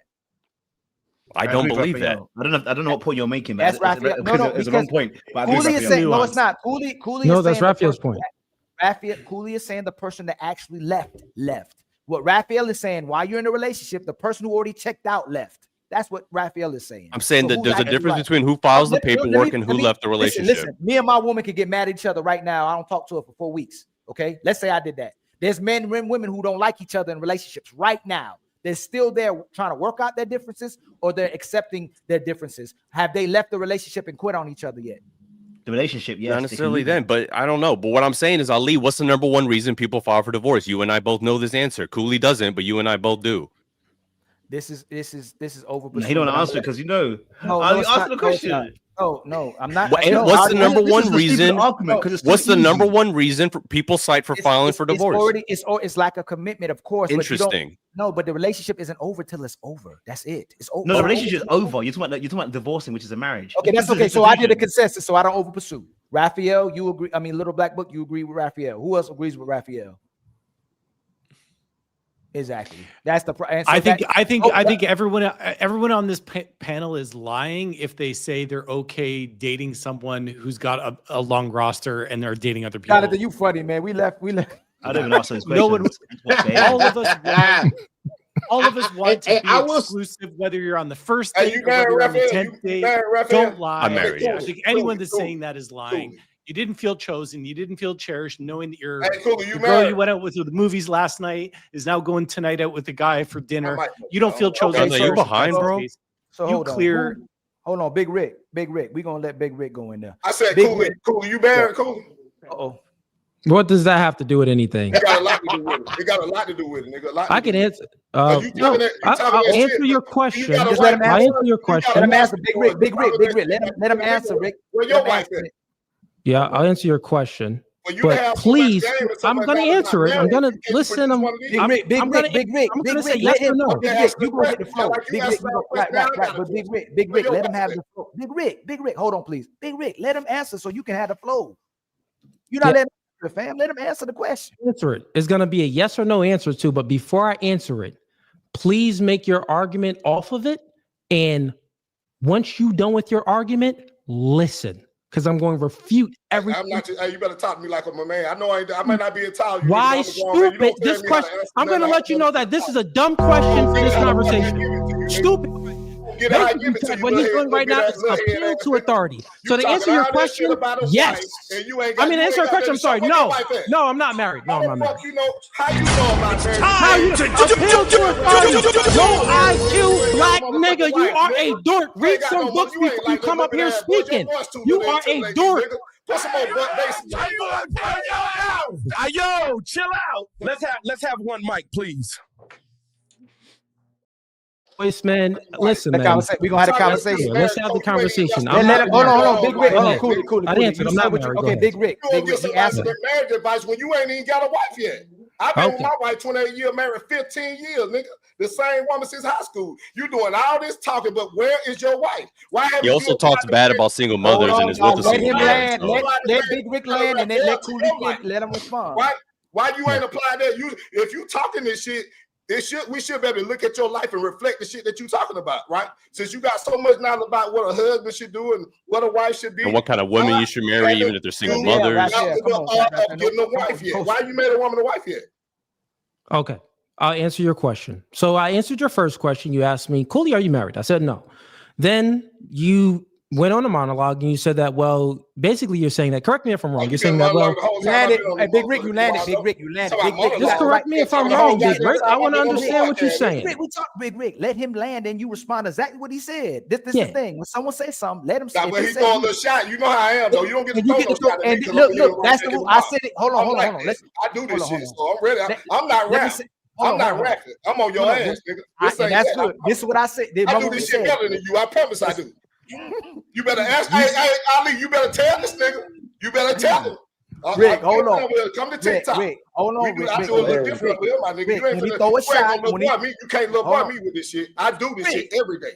Rick, hold on, Rick. Remember we said the person, you know I got you, but you better tell that nigga if he want me to respect him, it got to be across the board. You don't throw no shot. No. Remember what we said. I'm on his ass soon he say some dumb shit. That's right, and you have the right to be Rick. That's what I said. When he throw the kitchen sink at you. Okay, that's all I need. Hold on.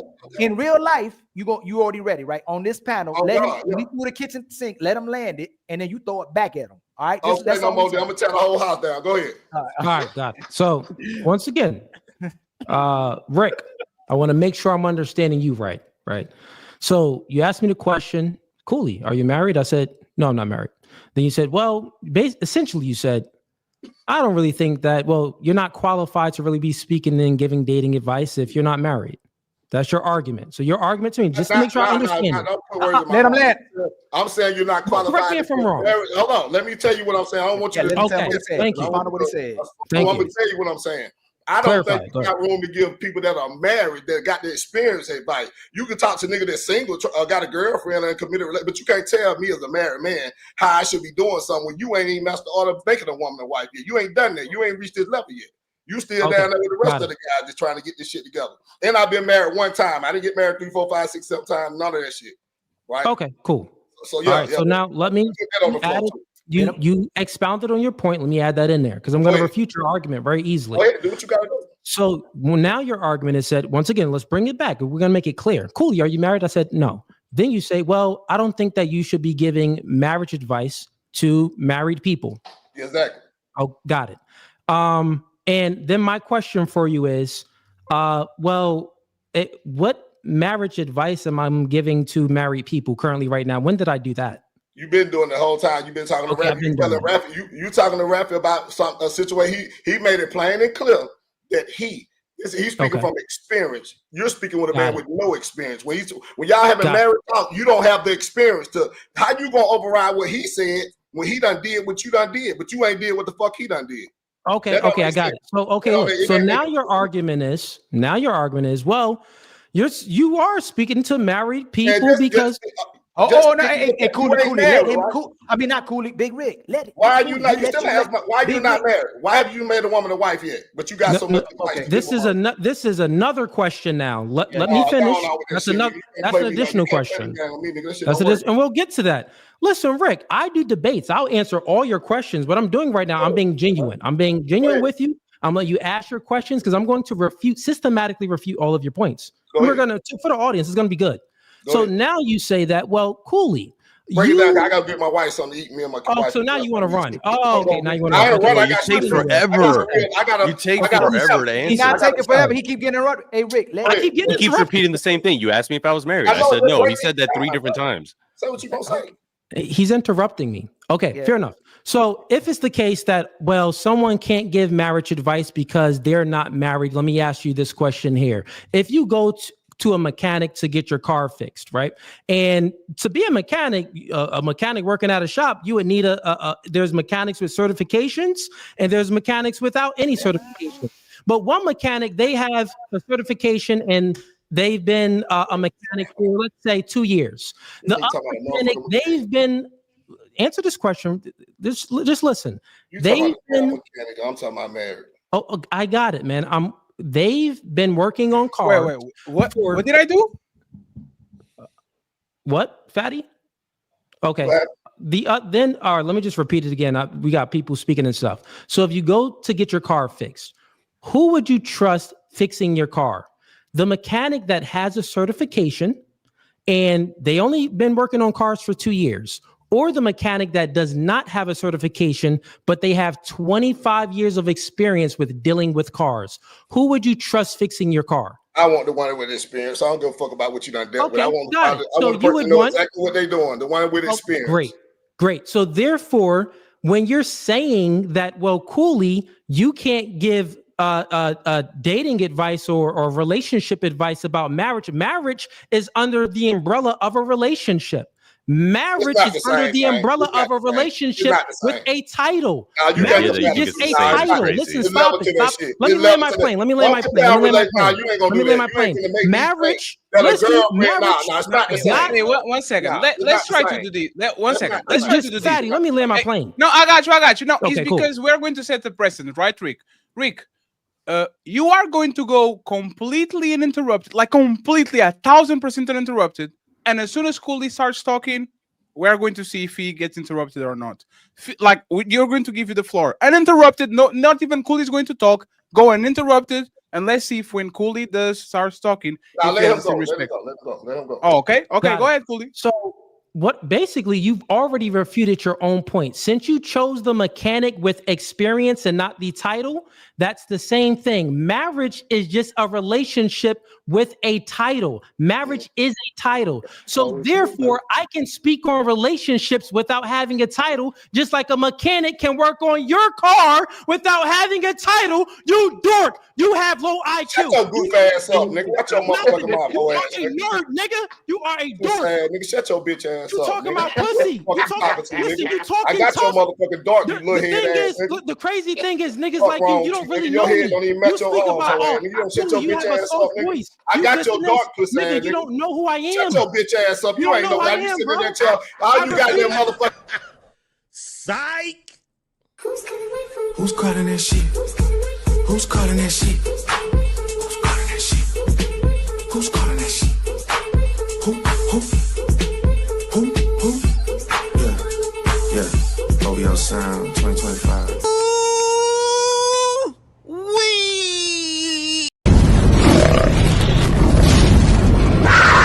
It's time for some super chats.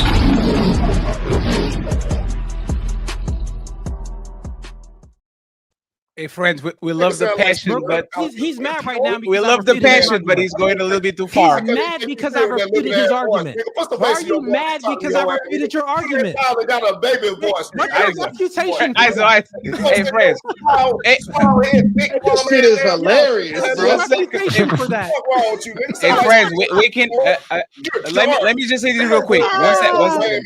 I have an important question though. Friends, 1 second. 1 second, friends. Hey, Fatty, I gotta get out of here too, man. I appreciate. I just want to say this, right? Man, I gotta dip. Absolutely. Let me just say this before you go, Cooley. Hey, there's a lot of big personalities in this panel.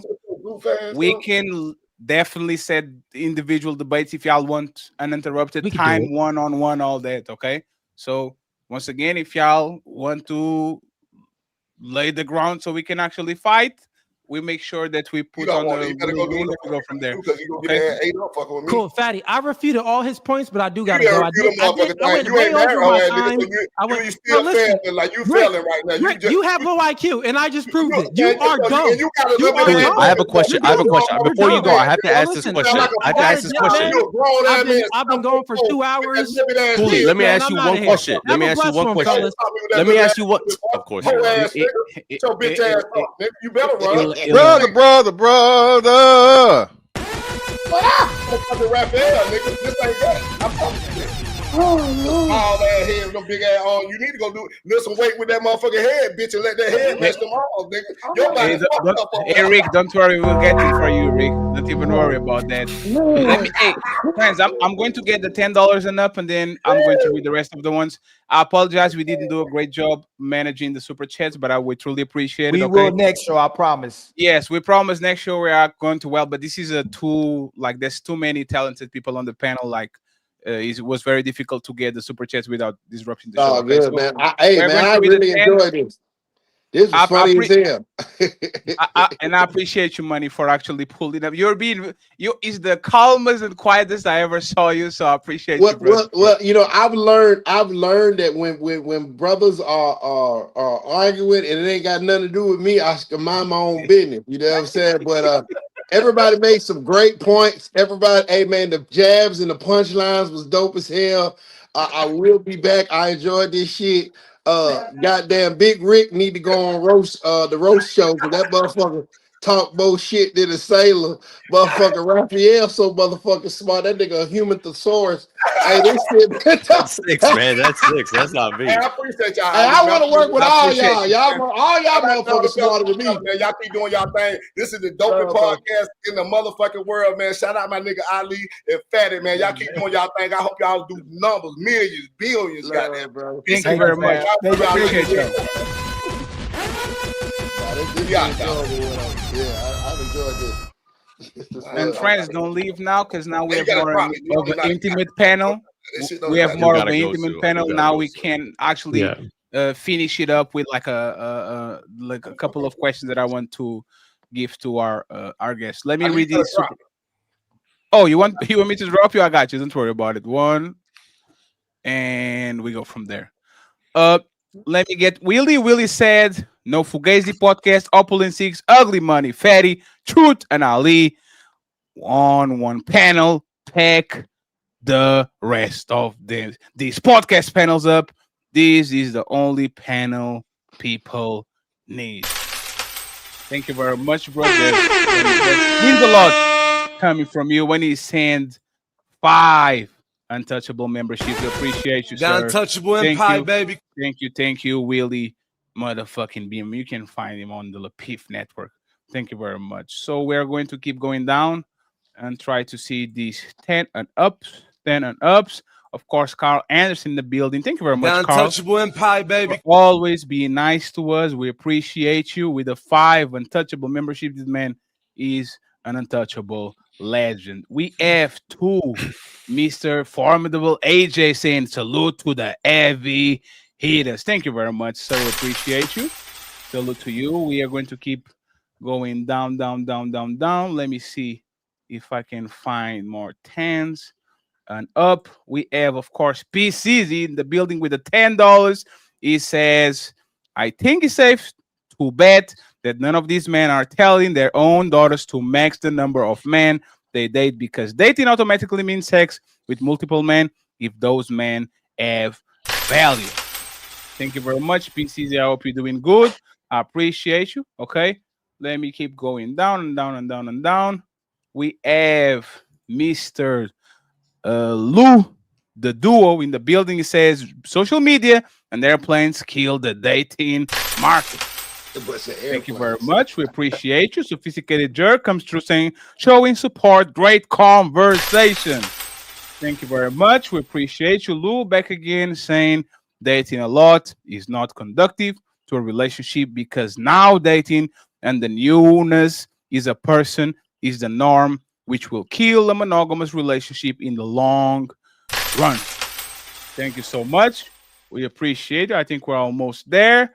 We have another from Jerk. Jerk says, most men don't want traditional marriages. They want an advantage. Thank you very much, Jerk. And I think we are done. Friends, I'll remember again, all the super chats are going to be read by the end of the show. And I try to be ungrateful. So we truly appreciate it. It's just that we need to put the pedal to the metal and then go from there. Don't forget Sunday, okay? Don't forget Sunday. We have the infamous Ladies First show. We have the infamous Ladies First. Where is it? Show on Sunday, 5 p.m. Guess Angry Man is back in the building. Okay, he was a little bit mad last week that we didn't give him the link quickly, but it seemed like he let bygones be bygones. So on Sunday, we're going to have Angry Man, and we're going to talk a little bit about Klay Thompson and Meg Thee Stallion with the ladies. The first good man, the first gentleman I ever had. Is this an insult to the men before? Is it a diss to the current man? Does does this tell us about her taste in men until she found Clay? We're going to have the conversation with all the ladies. And if Melanin is hearing, she's going to be hosting the show. Y'all, we are hearing y'all. Y'all keep saying, stop talking. So we're going to stop talking and we're going to give the ladies the floor. Okay? Other than that, please get us to our member goals. We still need a couple of members. And then afterwards, we need the Cash App support. So please make sure that we support the people in the building. So let's go back to the show. It's time to do. Ali, do you have the notes ready? There we go. So yes, sir. Did you want to go? Absolutely. Yes, okay. Absolutely.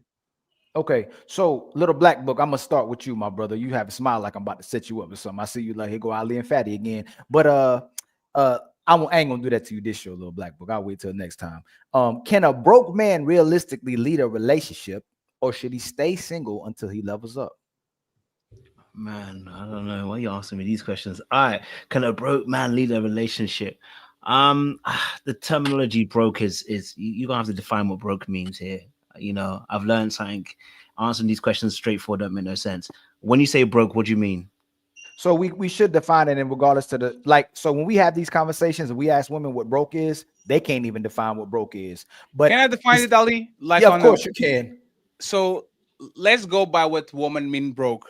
You have money to pay all the things that are necessary, the rent, light bill, and all that, but you don't have money for no luxury. So that's where I was about to go. Right. So you don't have enough money to go to Paris or to buy a bag or to buy some shoes every month. Like, you are broke, meaning you can do everything necessary, but you're not driving a sports car. You're not doing all these luxuries that will look as extra. So can a broke man lead this? Well, my mind's going to take it so different places. Yes, he can. Because if she's broke too, we're broke together. You know what I mean? First and foremost, it's all about levels. Now, if that woman earns considerably more and he's broke, if he has no ambitions to try and grow and become bigger, he's going to be left behind. And more than likely, it could cause an issue. That's just because of the patriarchal system we live in. Unfortunately, the ideas that are based around that. So yes, if there's a disparity between the two financially, a big disparity, right? Him being broke and she not actually, quote unquote, being broke, then that relationship is going to be much harder to lead because the person who has the money potentially will end up making more decisions within the relationship. But again, it just depends on that man's ethos and mindset, and depends on that woman as well in that situation. But if we're both broke, where are you going? Of course I can lead a relationship. We're both broke together. We're in the same pot. So why could I not lead it? That's what I would say. And before we go to Miss Brittany, if he doesn't level up and become more ambitious and grow, should she leave him?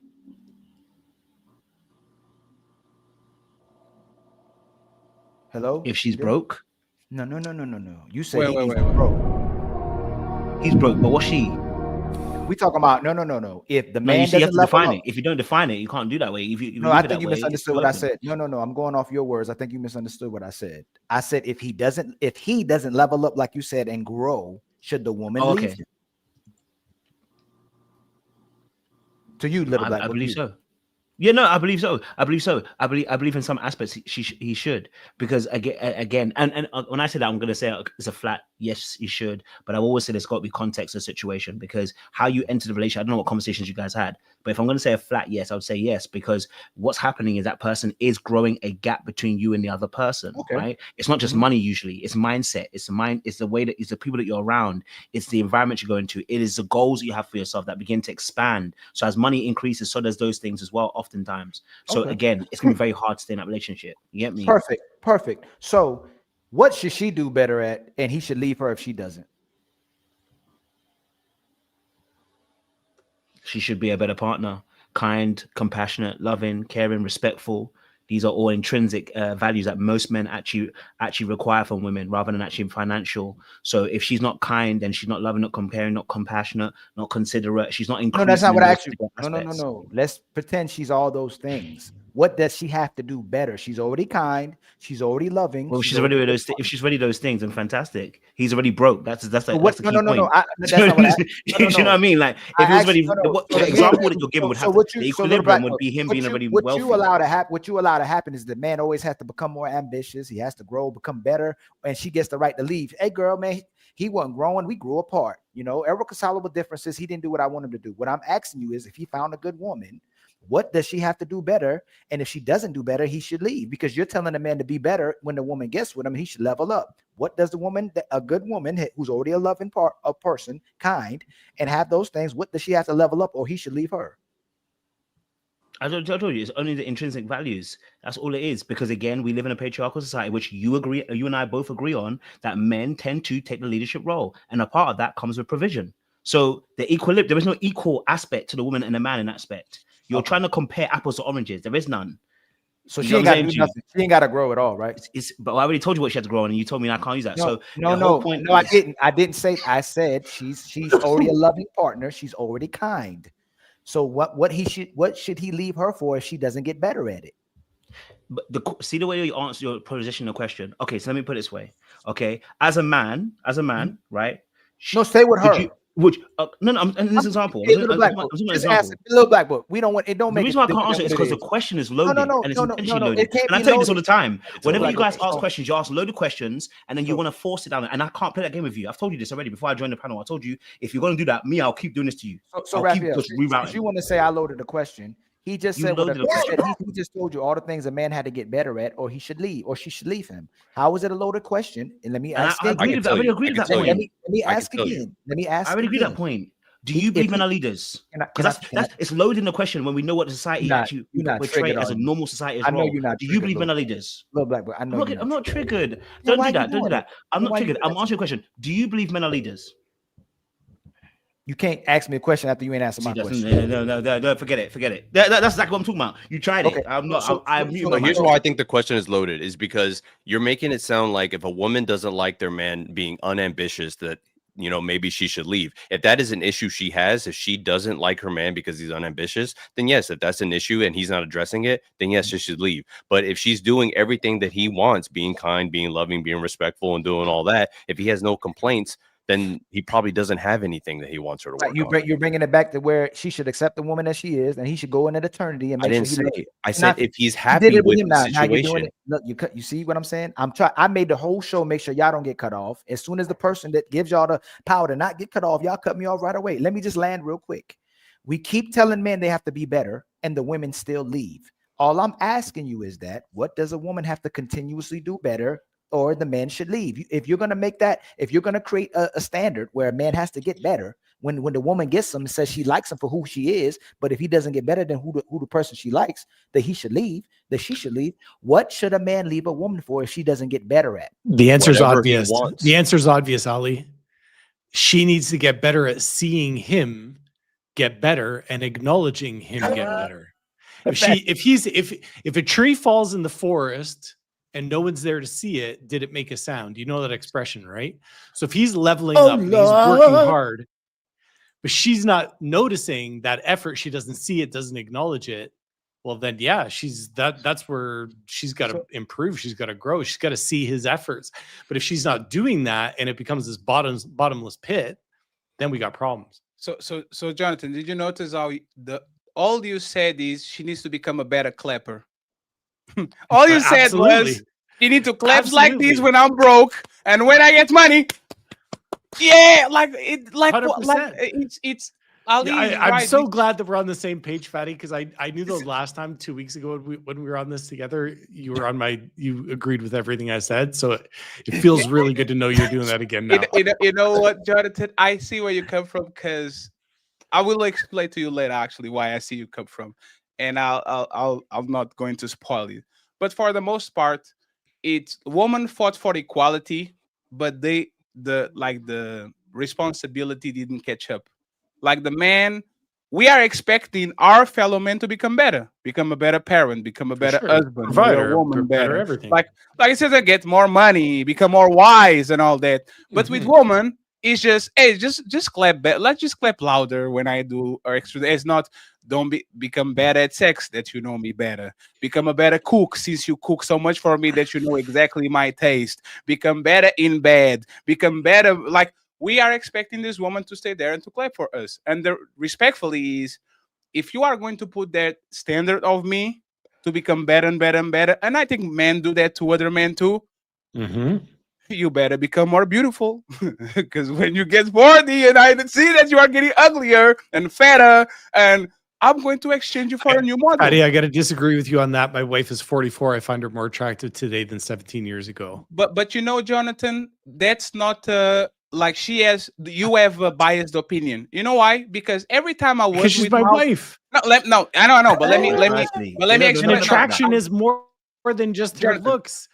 Because I'm getting empathizing bald, with you, I'm right? getting gray. No. I'm actually empathizing with you. When I was in love with my woman, for whatever reason, she was the baddest woman around. You guys notice that when you're dating a woman, she's the baddest, and then you separate from her 7 years, and you're looking at her, she was not all that, right? This is what happens a lot of time with men, especially because we invest a lot of these women. So this is your guitar. This is not the last model plays by itself guitar. This is your guitar. You are in love with that guitar. So you are going to find that guitar way more beautiful because you have so much history with that guitar than the new model that comes around. That's beautiful. We love that. Women are not like that. Women are pragmatic. Women inside of relationships, they don't do the lovey-dovey. They might do it here and there, but they will look at you as, what are you doing for me right now? Are you better than you were here before?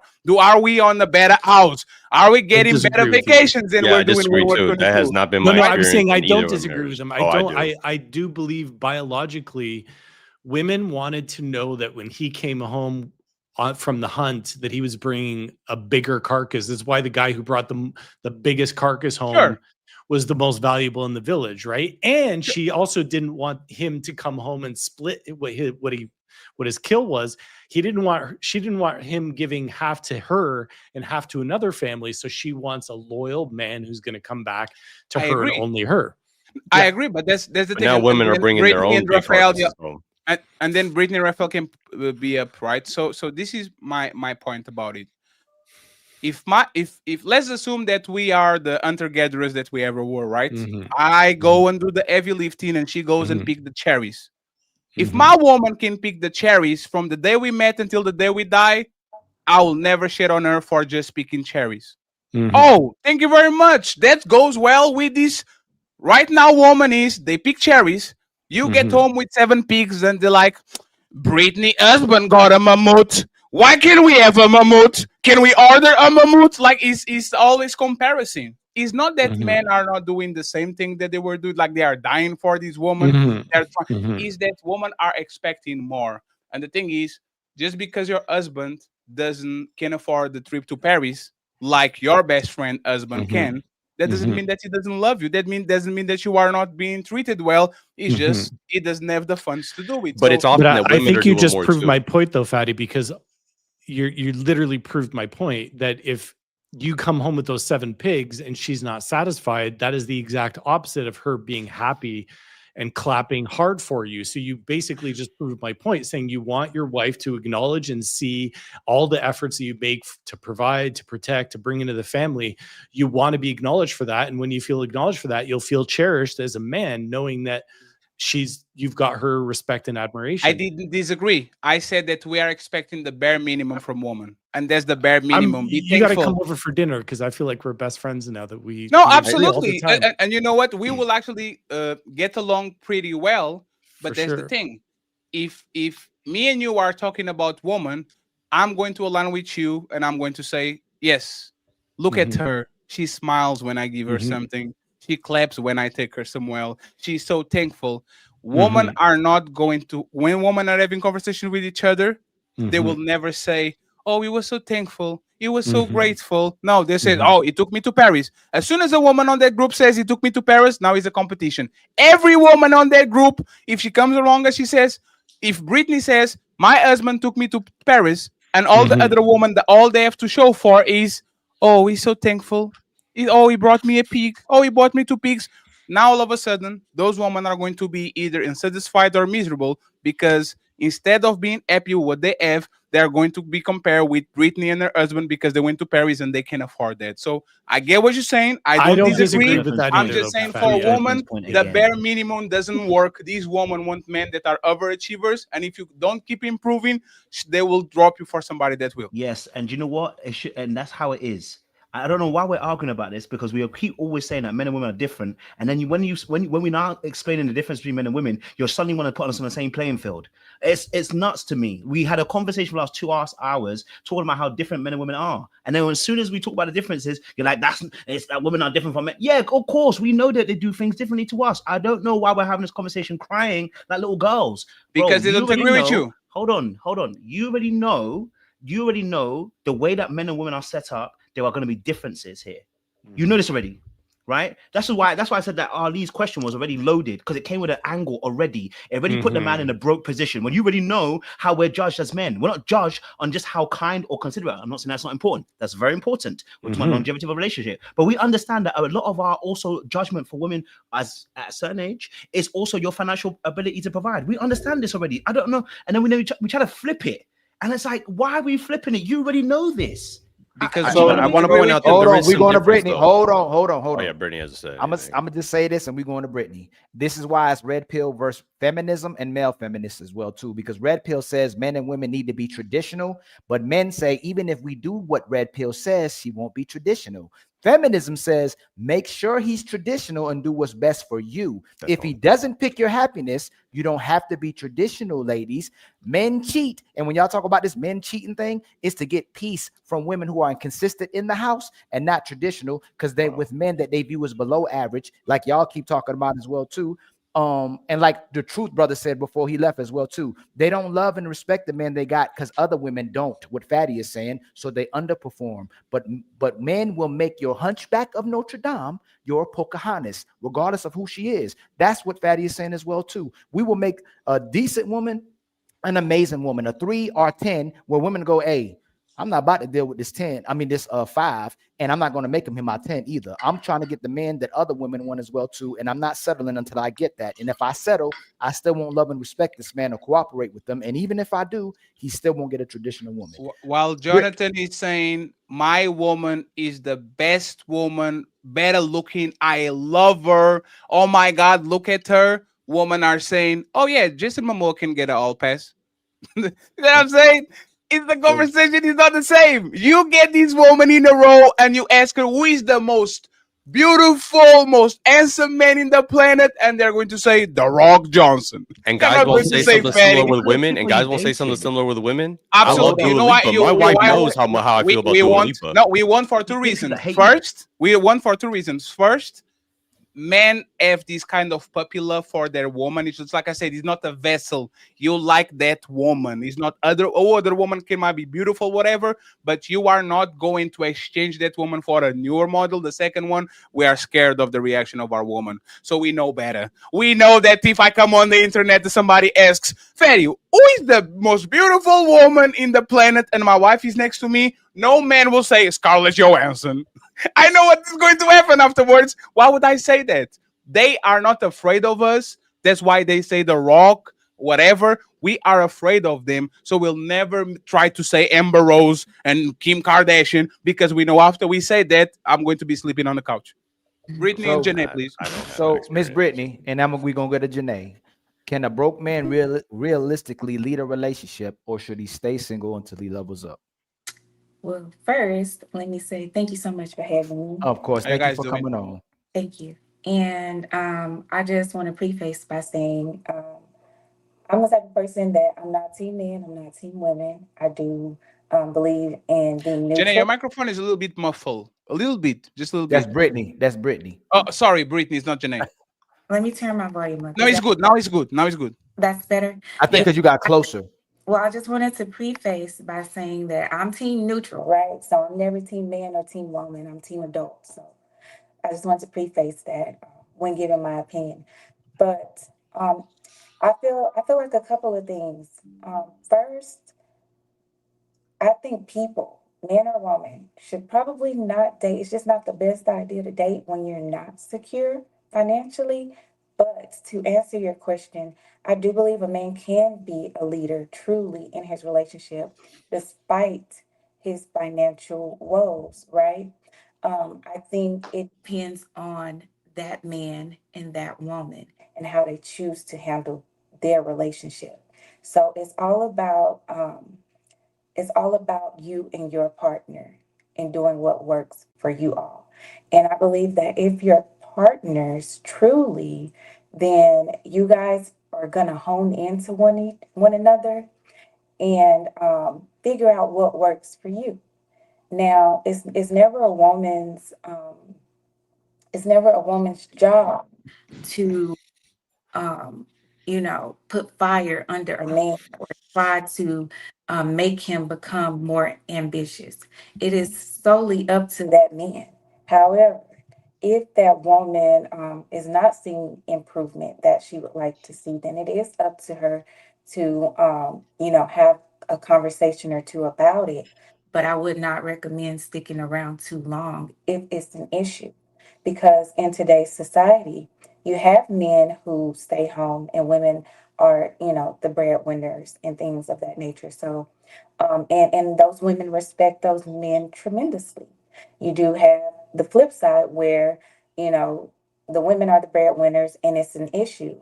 But at the same time, again, it's something that you and your partner have to figure out. I don't think there's a right or wrong answer, but if in any case, if any party is unhappy, then you should have conversations and leave. So should she?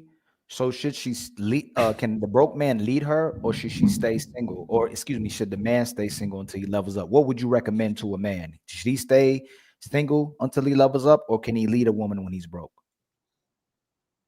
It's again, it depends on them. If she's content with being the breadwinner and still is able to respect her man accordingly, then it can very well work. You know what I Okay. mean? Okay. And my sister Janae, how you doing, Janae? Can a broke man realistically lead a relationship, or should he stay single until he levels up? What would you recommend? I think he can. If the woman is broke as well, then they can build each other together. He can lead the relationship with ease because they're both coming up together. So, yeah. How about you, Jonathan? What do you think, my brother? 100%. I've been broke many times and always fought back and, achieved success. And knowing that the person, my wife, has stuck by me through thick and thin. I mean, that it's just a litmus test of like her commitment. So I don't think there's any better test of someone's commitment to So stand by you you're when saying down. she was. So you're saying she was with you while you were leveling up. For sure. But that's what I'm saying. So do you think? And Do before, you think a man should be with a woman after he levels up, or do you think he gets to see if she really likes him when he's leveling up? I think both. I think a man who can lead believes in himself, and whether he's short on cash or not, he's still going to lead. No. Let me right? rearrange. I'm telling you, in our society, man, it's hard to answer them questions when it's men. If a woman loses her looks and gets big, can you tell whether he likes her better when he stays with that woman when she gets big and loses her looks and gets older, or when she's at her prime? When can you tell he loves her the most? Actually, I mean, looks fade. The attractiveness. I know you're going to get Jonathan. mad at I'm gonna ask you again, Jonathan. I'm actually you're looking in the sky. Attractiveness is in the mind. I'm gonna ask you again. Yeah. When can you tell a man actually likes his car? When he still drives it, when it's all beat up, or when it's a nice car? When can you tell he actually likes his car? You're not gonna like my answer. I think you like it. If it could be the memories he's had in the car. Like, how do you love someone who's dying of cancer? Right? Their body's shutting down. They don't look that's any a good good. question. They've lost like 500 pounds. No, that's the good right? question. No, So Jonathan, you're doing it. Jonathan, you're running away from my question by doing what you're doing right now. You can tell if somebody actually loves the person by staying with them when they have cancer, not when they're healthy. 100%. So I'm asking you again, when can you see if the guy actually loves his woman? When she's in her prime, when she's the most beautiful, she's the when he most stays fit, with her. When he stays with her. Hey, Janae, can you answer that question? I like this is crazy, man. Jonathan, I gave you doing like that. Janae, can you tell whether I love you? No, hang on, just back it up. But just one, and then I definitely want to hear Come on, Janae. But Jonathan. you have a wife, something happens, hormones, weight, whatever. She's the mother of your kids. She has been there thick and thin. Her body's going to change. We don't take her out and trade her in for a younger model, a newer model, right? You build an emotional connection to that person, one that's deep, one that you've been through thick and thin, one that a person that makes you feel chosen and cherished. You don't leave those relationships. They complete you. Love is tested. If your woman is loyal to you because she never runs into any man that tries to talk to her, a man she may deem more attractive to you, a man she seems better than you, you can't say she's actually loyal to you. She has to be tested to see if she actually loves you. Same thing for a man. If I say I love my woman and there's women who may look more attractive than her, more fit than her, might be your ideal woman you always wanted in your life too. You don't know. That really demonstrates whether you actually love your woman or not by being loyal to this woman over all these other things that you come across in your life. So all I did was use her. What shows you love her the most? When you grow with her and she loses her looks, she gets heavier, she's not as fit, or when you get her in her prime. What demonstrates your love for her? It didn't mean you didn't love her in both times. What actually is demonstrating you truly love your woman. Well, what I was saying though is that even that woman that is beautiful in her prime is going to lose her looks and lose her body, right? So all of us get less attractive over time. No. Hold on. Let me see if the sister can help me out. Hold on. Brittany. Yes. What shows you I love you the most? If I love you in your prime, and like I love you when all the guys wanted you, or when you finally lose your looks, you unfit, you've gotten older, and I still love my woman. I still remain with her. Which one demonstrates to you I love you the most? Like demonstrates. When I lose my looks, yes. I think, and I think that's what Jonathan is saying in so many words. That's what he's saying? In so many words. Hey, Jonathan, do you know the analogy of the guitar and the guitar case? No, tell me it. So this is somebody that told me, right? Men love their guitar. That's why, like, even Jimi Hendrix are the best, like the men with most money. Even though they might buy new guitars, they will always never get rid of that one guitar because there's history. Even if the strings are not well and all that, they will always cherish their guitar. That's actually is the progress of women. We get them when they're beautiful. They get uglier. They get scars. They get kids. You still love that guitar no matter what because that's actually your guitar. Women love men like guitar cases. They love if the case actually looks good to the outside world. How big is this case? How many, like, he's like the tall man, the man with money, the man that is funny, the man that is charisma. They don't love the guitar per se. They don't love the man per se. They love the archetype of the man that they got that is taller, richer, funnier, all that. So if they actually find the better case, they will replace you immediately because it's what it is. It's the archetype of it, right? So what Ali is saying is that a man actually shows that he loves you if he keeps his guitar because he loves the guitar for itself. It's not for what the guitar does for him, how does it look. Women, for the most part, they love the case, meaning they can put inside of that case any guitar they want. And as long as the guitar fits their case, they will get another man that has more money, has more clout, all of that, and they will replace you. It might not be your woman, it might not be my neighbor, but that's most women. Woman will not hesitate to change the case of the guitar and move along because that's what they do. They do that with shoes. They do that with bags. They do that with phones. They are hyper consumers. They change their house every season. They change the decoration. They want another trip, another car. That's what women do. I think is their nature. And for the most part, men will not leave women when they get ugly and saggy. Most women, my opinion might be wrong, will upgrade your man if they actually can get a case that looks better on them. It's actually better than the case they had before. Do you disagree with this statement? Fatty, I'm going to have to disagree with you. Why? So many times we see successful men leave their average looking wives for the shiny new ball. Give me an example. I think that women are actually more prone to staying with their man than men, and especially when they become successful. We see it all the time. Um, I'm gonna have to disagree with that. I think that women, what we will do is initially we may hold out for the tall, handsome, rich man. We're gonna hold out on choosing, a regular average Joe initially. But we're gonna keep choosing until we find the right one that fits the criteria we're looking for. And once we have them, then we're okay. Okay, so a woman is not as safe when dealing with maybe that tall, handsome, successful man because he has so many options. He's gonna replace her.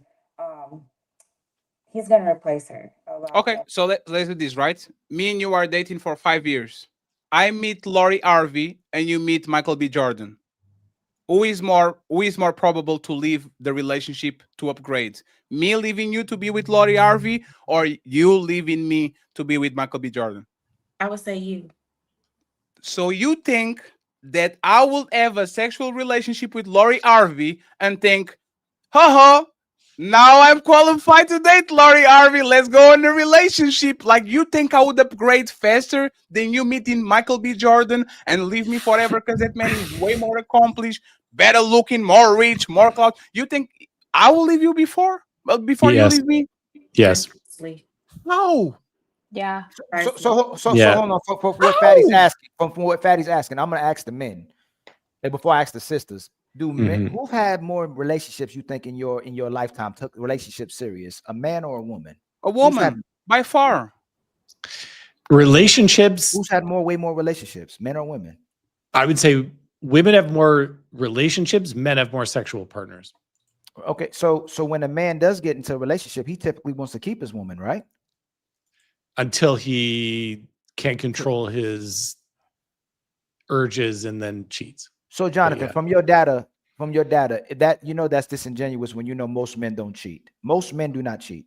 And most women don't cheat either. That's facts based on data, based on experience. The minority of men, you can say, like, what happens when we start talking about men, we'll conflate the minority of men with the majority of men who can't do what the minority of men can do. That's where we lose the argument, because minority of men can't the majority of men can't do what the minority of men do. So and I know, Little Black, but you have that look. But even if you say that, right, you bring up cheating, right?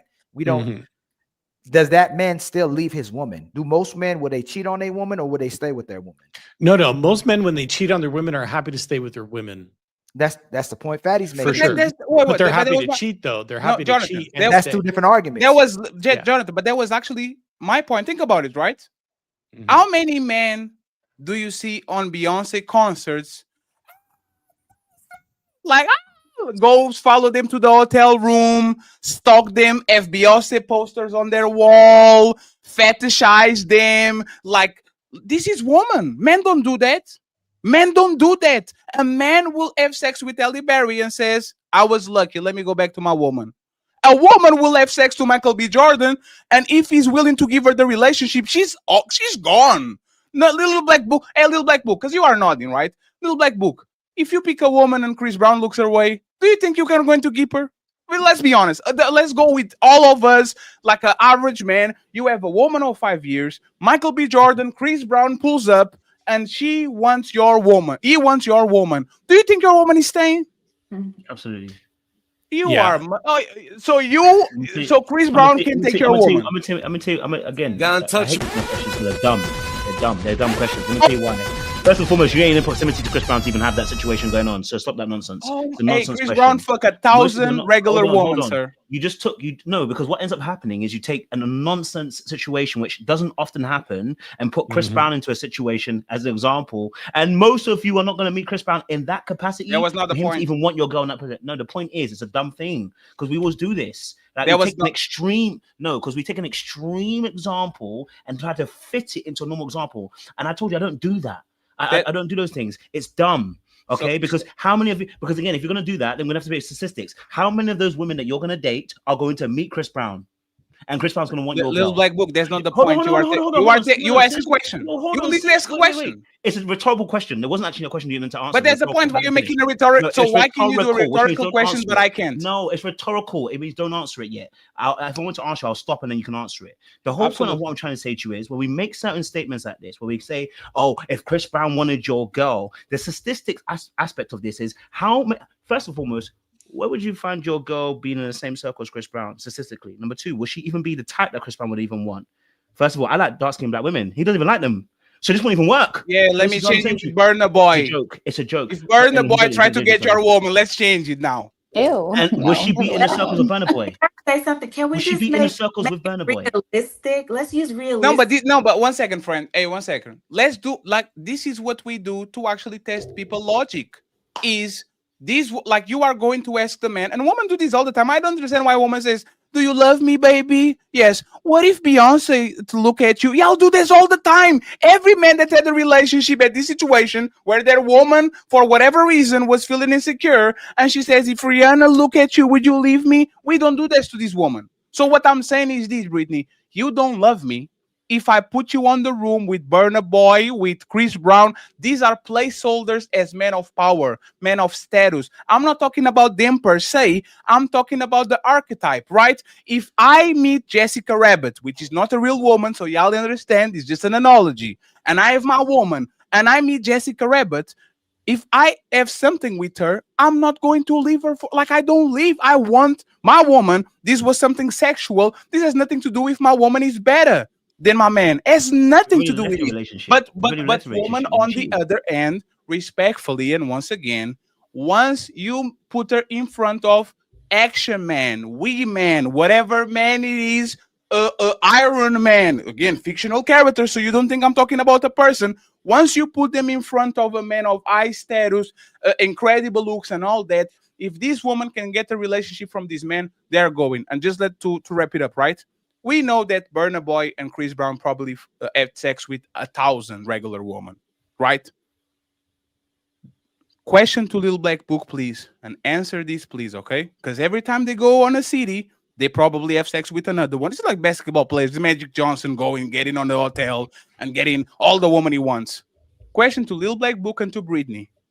If Chris Brown, Burna Boy, Action Man, Iron Man, Captain America, whatever the person is that is high achieving, high successful, if this man gave a chance to those women, would those women say, "Nah, man, I'm good, I have a man," or they would say, "Oh, you want to marry me and take care of me? I'm going." Of those 1,000 women, do you think that most women are running and trying to get a relationship with this man, or they're saying, "Nah, I have a man at home, this was fun, let me go back to my husband"? What are they doing, please? Brittany and Little Black Book. I don't think. See, this whole conversation is not. It's not a man or a woman thing. It depends on the person. I don't think there's a percentage of most women will leave or most men will leave, but it depends on the person. But if you wanted me to choose, I would say that I don't know. I don't know. I would say if I had to choose, a man is probably more likely to leave his woman. Okay, so let's do this. Okay, so let's do this, Brittany, right? Who is the most attractive woman right now? Let's go Halle Berry on her prime, because she is attractive to white men, black men, everybody, right? Right. If Halle Berry tried to give some ass to 1,000 men, would they go or would they stay? Would they go and say, "Hey, let's have sex," or would they stay? They're gonna have sex with Halle. So you know how you actually can answer the question without saying it's both, and you actually can do it. It was very easy for you. As soon as 1 second, please. As 1 second, please. As 1 second, I got you. I'll pass you the microphone. As soon as I put men, and I agree with you, I'm not even denying what you said. As soon as you put men in a position where they have to choose to actually ignore a very attractive woman, you had no problem in saying they are going. And we know they're going. It is what it is. As long as they don't get caught, they are there. Right? So can we do the same thing with woman? This woman meets the man that is the standard of beauty for her. is 1,000 of these women. They have a man. They meet this man that is high achieving. Are they going with that man or are they not? Majority. You mean if they're in a relationship, right? Yeah. A lot of women are. A lot of women would do that. Majority or minority? That is so tough. How can you like even come up with majority or Because minority? she did that with men. Because she did because she did it with men and with hey no. You see what I'm Men talking can about? be No, really- Janae, I feel like men can be Janae, more- one second, I got you, Brittany. Like y'all literally want us to be monsters. No, I literally. Janae, one second. Why did you talk when she said most men are going? Why didn't you say? How can you say that? You don't even know these men. When she said that most men will go with Ali Berry, you didn't say, how do you know these men are going? But as soon as we put women in a position that they actually have to be scrutinized, how did you know they are going? Why are you doing that? You make a good point, Fatty. You make a very good point. Hold on, Jonathan. Let her answer that question, answer? please. Yes. Because can we all agree that it's men, especially on these platforms, who say that y'all are more biologically wired to separate sex from feelings. So you are more likely to sleep with a woman without planning to be with her. You can be in a relationship, you can separate your love for your woman, but then also sleep with a random woman and it mean nothing. So wouldn't that make you more likely to hook up with the celebrity and it mean and not mean anything versus a woman who does attach some sort of like emotion and like probably but they is do. a little. No, and Janae, but they do. I'm not Janae. saying women don't No, cheat, Janae, but I Janae. am saying I No, do Janae, feel like is what you men said. are more likely in your No, scenario. Janae, what you said. Janae, we don't look at celebrities as somebody that we care for like that. I see Pamela Anderson, I say nice boobs. You see Michael Jackson and you faint. It's different. We are not the same. Janae, let me repeat myself what I said. I will never see Angelina Jolie walking and me, Ali, Little Black Book, and Jonathan running after us. Oh my God, Angelina! Y'all will see. How about you're in a club? Y'all, one second, please. Let me finish. just Y'all will see Brad Pitt or Johnny Depp, and you get so on your feelings and so emotionally invested that now you are doing dumb shit just to get that man validation. Celebrity culture is a woman thing, not a man thing. Okay, fine. I'll agree with you. But how about I ask you this? You're at a bar, right? Wait, before you're at a bar. Wait, really quick. Can I say this? He just proved your point because fainting and running after them, that's an emotional trigger. That's an emotional response, right? And that's what she was saying, that we're more prone to being emotionally attached. So it'll take a little bit more for us to just move, right? So why you didn't do For that? a So man, why? Before a man, you can't. Brittany. Ali, just one second. Ali, it's just the last one. Ali, hey, Brittany. No, but if you are so emotional, listen what she said. Listen what she said, Fatty. No. Emotionally means you're actually in a relationship with the person. Fatty didn't say y'all had an emotional relationship with these people. Y'all don't even know these people. Yes, you I know, but what he's saying is no, Brittany. He's saying y'all are reacting to these people and don't even know them in an emotional manner. No, it's not emotional. It's no, it's definitely. That's why I wanted to stop Ali over there. It's definitely emotional. I mean, and Ali, 1 second, please. Ali, this is 1 second. Brittany and Janae, right? I'm going to say this and I'll be quiet. I will put the celebrity crush of a woman in front of her and she will lose her shit. Most women, not all women, but if I put her celebrity crush in front of a woman, she will lose her shit. Mm-hmm. Why is this woman having a reaction towards a stranger that she never had for me, an armored man? I never met my woman, and she was like, because people are starstruck. People are starstruck. Here. How can you have an emotional epiphany. You go crazy for a man that you never met in your life when you don't even have that reaction from the father of your kids, your husband, all that. Doesn't that prove that you actually get more amped up and more involved with these random men that you never saw than you actually would do for your own husband? How can these men get that reaction and I don't get it? Fatty, we're talking about two different things. So you're not going to answer the question. Okay, they're not getting that reaction because they see you all the time. It's familiarity. If you see your idol, you're gonna freak out. But that doesn't prove your point of whether a woman is more likely to have sex with a celebrity when she's in a relationship.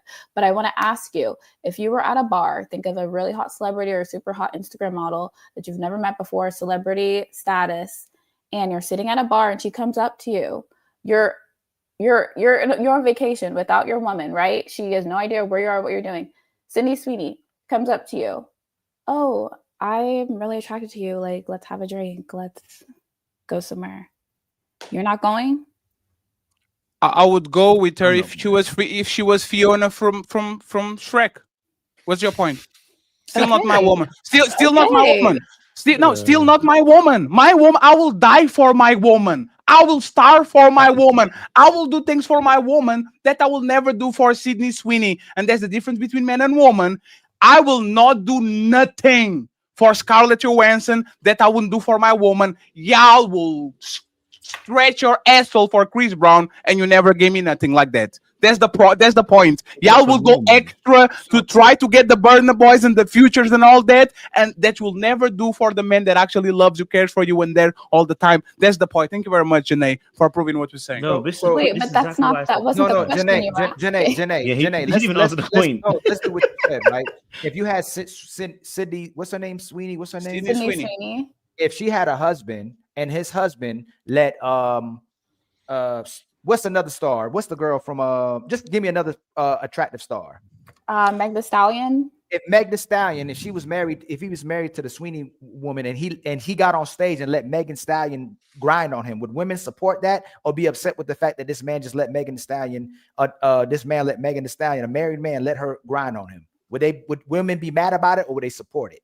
Women would be mad. That's what Fatty's trying to say. When women go to these concerts, when you look at TikTok comments, Instagram comments, all the women are saying, girl, I don't care if I got a man, I'm going. And the woman, girl, I do better than you do. Women support the women who are married in relationships being grinded on and say they would do the same thing those women do in relationships and marriages. That's the point we're making. A woman will sacrifice her entire family to be the man of her dreams that she doesn't even know, but a man won't sacrifice his family to be with a woman with a dream that she doesn't know. Men have sacrificed their family for less. Can I finish? And that's where you conflate the minority and you keep co-signing, little black book. Most men will not compromise their wife for a celebrity. They will not. No, they'll compromise their wife for OnlyFans. I just gotta say, guys, I gotta run. I gotta sign off. But I want to say thank you guys so much. It was an amazing night. Hey, Jonathan, you are awesome, man. Hey, Jonathan, you the man, man. Love coming back. So invite me anytime. I love it. Thank you guys so much. Have a appreciate you, Jonathan. Night. Thank you very much for being here.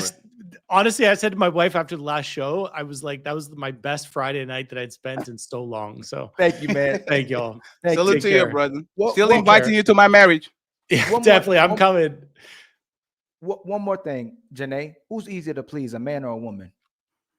I think a man is easier to please. So who's more likely to leave a relationship? More likely to leave a relationship? Mm-hmm. Hard to say. I mean, I feel like you already have it in your mind. Hey, Ali, and that's what I mean, Brittany. Most men are extremely easier to please. I think women are more likely to leave a relationship, but I feel like men are more likely to stay in a complicit relationship to have a warm body in their bed and a woman to take care of them. Which means because they're actually present in the relationship. They just like being in relationships with women. Right. So you would say that most men in relationships probably don't like their wife, but they love them, right? I wouldn't even know. I don't know if they don't like him. I don't know how he's if a man, if I can go I can go get another woman, right? But you say that men would be complacent in a relationship. It means they actually love their woman, right? No, it means they love comfort and stability. It doesn't mean that they love their woman. If you're not if you're not present in your relationship and you're staying in the relationship because it's more convenient for you because you don't want to divorce and you don't want to be alone, that doesn't mean love. So Brittany, that means y'all are flip-flopping, saying a man is more willing to go outside for a woman than to stay in a relationship with his woman. Y'all change your answer. So if you're saying that I'm more willing to step out, then you changing your answer now. That now I don't want to be alone. I'd rather be with this woman. I'd rather not cheat. That's what you're saying now? No, you're gonna cheat. Like you're actually more likely to cheat. If you're complicit in a relationship and staying in the relationship simply because you don't want to be alone, you're actually more likely to go cheat with women on the side while still maintaining the relationship at home because she's cooking your food, doing your laundry, rubbing your feet, and giving you sex when you want it. So no, I just asked you that. You said I wasn't. You changed the answer. What answer did I change? Ali, you are engaging into a false dichotomy. Women are cheating as much as men right now. So it's not even about the cheating or leaving. Women are cheating as much as men and still leaving way more than men do. There's Janae. How many relationships did you leave, Janae? Most of them? All of them? All of them. And I know. Do you know Janae? Look at her. Look at her smirking. Look at her. Look at her. Look at her smirking. Look at her today. This has nothing to do with me. Hey, no, Janae, we're doing ladies first for 2 years. 95% of women you ask, did you leave your relationship? Yes. What about the one before? Yes. What about the one before? Yes. Men don't come here saying they were 3 times engaged and they broke all their engagements. Women are literally bragging about, I had 2 engagements and I broke it off with the dude. Like, it's y'all, it's not us. We might do some bullshit to you and it's fine. Y'all can come in and say, I don't like when my man cheats on me or do this and that. But women are the one living in mess, even regular relationships, friendship relationships, marriages. Like, women are the ones that say, for the most part, you are my best friend for 10 years. I don't want to deal with you anymore because you did something to me.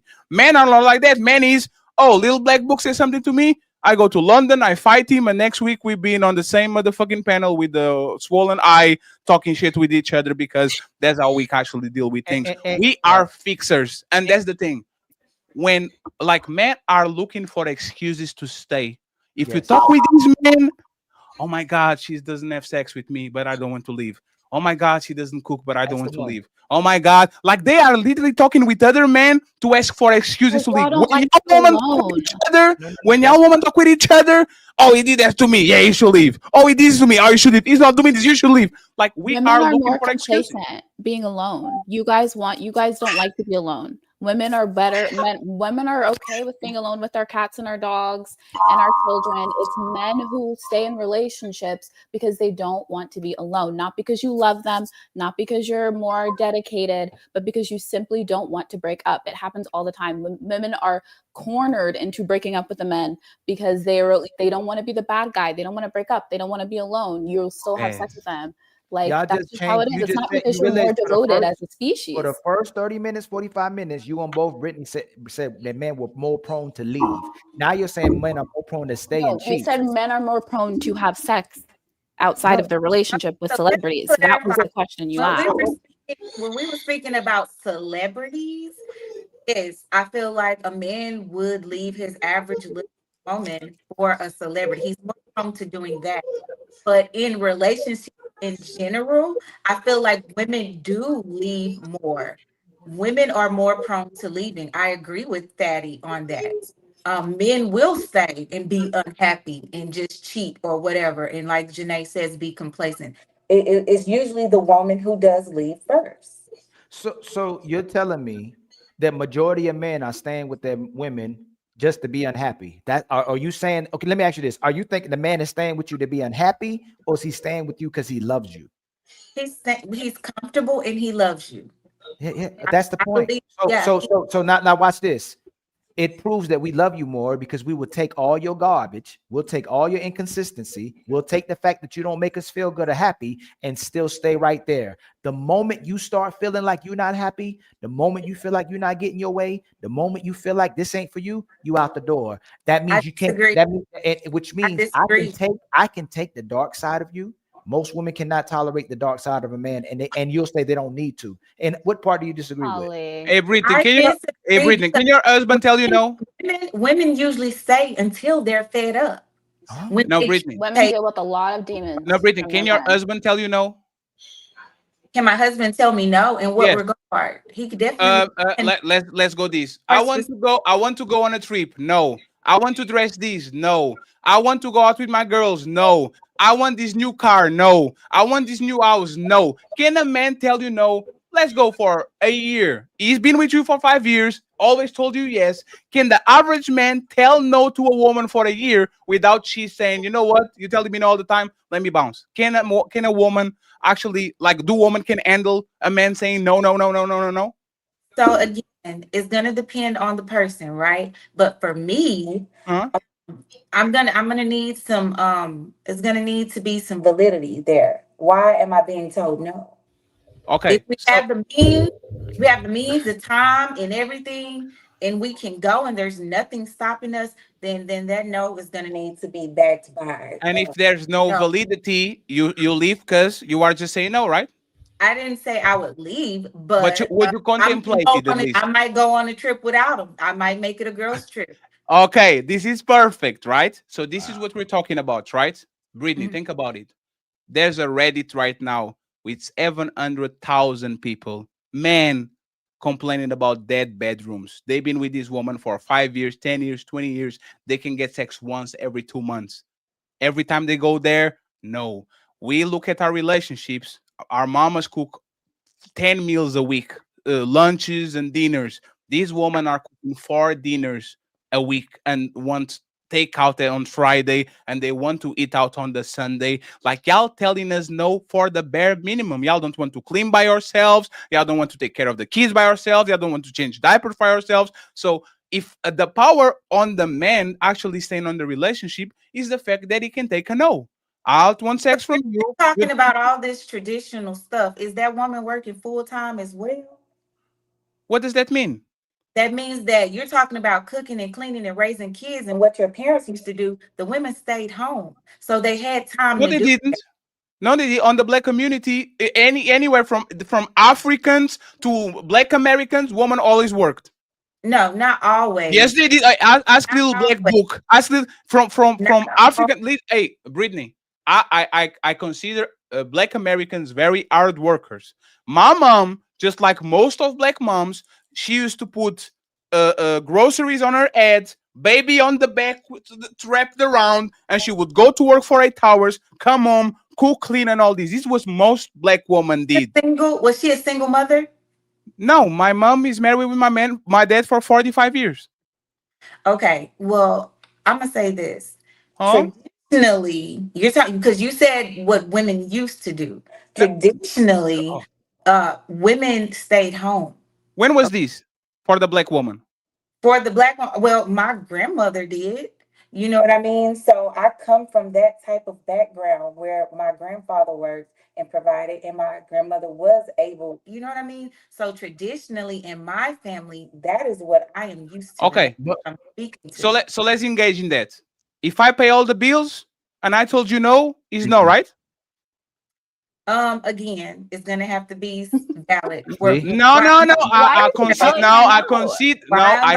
So no. Brittany, I'm sorry, but I conceded to you. You try to deflect and say, "Are these men paying all the bills?" But and you're now not gonna tell me no for no reason. No, Brittany, Brittany, I'm paying the rent.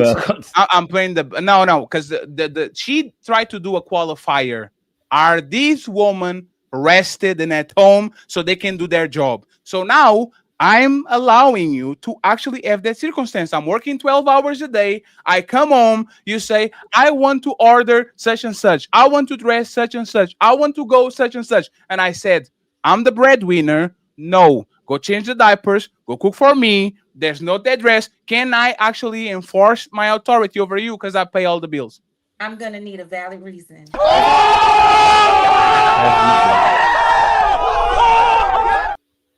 Ladies and gentlemen, if you are not provider, she's going to ask you why. If you are a provider, she's going to ask you why. So it's not about you providing. It's about her not wanting to comply to you, because no matter what you do, if she doesn't agree with you, there was never a chance she will say, okay. She will always say, why? This is what we're talking about. No matter There's what nothing wrong with conditions that. I give you, how good I am, if you don't agree with me, you are always going to actually There's want nothing the wrong with that, why. Patty. But I want to have sex with you 4 times a week, and you are not that. Oh, let me give you a PowerPoint explanation of why you're not getting We what can you're have getting. sex if it's we And can there's have nothing wrong sex with that. we can have sex 7 times a week. I don't care. But Right and now, if I tell you Hey, Brittany, hold on. Brittany, flip it. No, Brittany, flip it. Let's say we agreed that I'll be staying at home and I'm not going to be working. Oh, well, stop. God damn it. I'm staying at home. You full time worker. You handle all the finances, and I say, hey, I want to go to a trip, and you say no. Should that be accepted, or you should take us on our trip? not without a valid reason, I still owe you a valid reason why we can't go. Like, it's a conversation. We need to delegate. Yeah. Why do you owe Marriage me is a not valid like reason? a democracy. Why do I owe? Because we're partners. Right. See, y'all put so much emphasis on finances. It should be about partnership. You did, not us. No. The reason why we don't believe it is because the women can't accept. The reason why we having this There are conversation. some women. There are some. No. Most women, if your relationship it doesn't entitle you saying yes majority of the time, that relationship will end.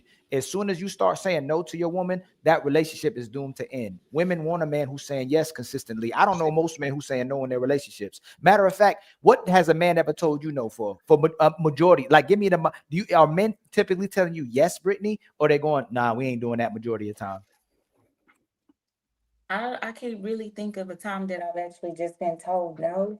Are you guys not having like conversations? Hold on, Janae. I'm in still your Janae. Hold relationship, on, or are hold you on, just Janae. telling Janae. her So what you to said do? so. Hold on, Janae. So hold on. You saying that men are putting women through all these things?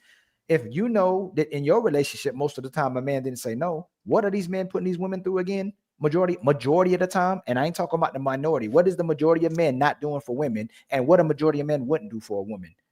I think if you're being a good woman to that man, he's gonna be more prone to telling you yes. But there's even when you are not a good woman to us, we tell you yes, so you can become a good woman. Like if I'm not having sex, like women do this, right? Oh, I want a new car. Oh, you don't give me the car, no sex. I will try to treat you good so you can give me sex. This is what happens. We look at yes Has as that happened to you? no, That's because the I'm not married. I manipulation. always had the power. But I guarantee you, as soon as I get into a marriage, which is most married people, they're going to tell you there was a part on their marriage where the woman was not putting it out like that, and they had to solve the situation, right? So what I'm saying, Janae, is this, right? Listen to what they're saying. If no matter if the husband is good or bad, he will always have to cater to the woman. That's what we do. If I have resources, let's imagine this, right? The man, and this is sellers. Everybody that is a seller knows about this.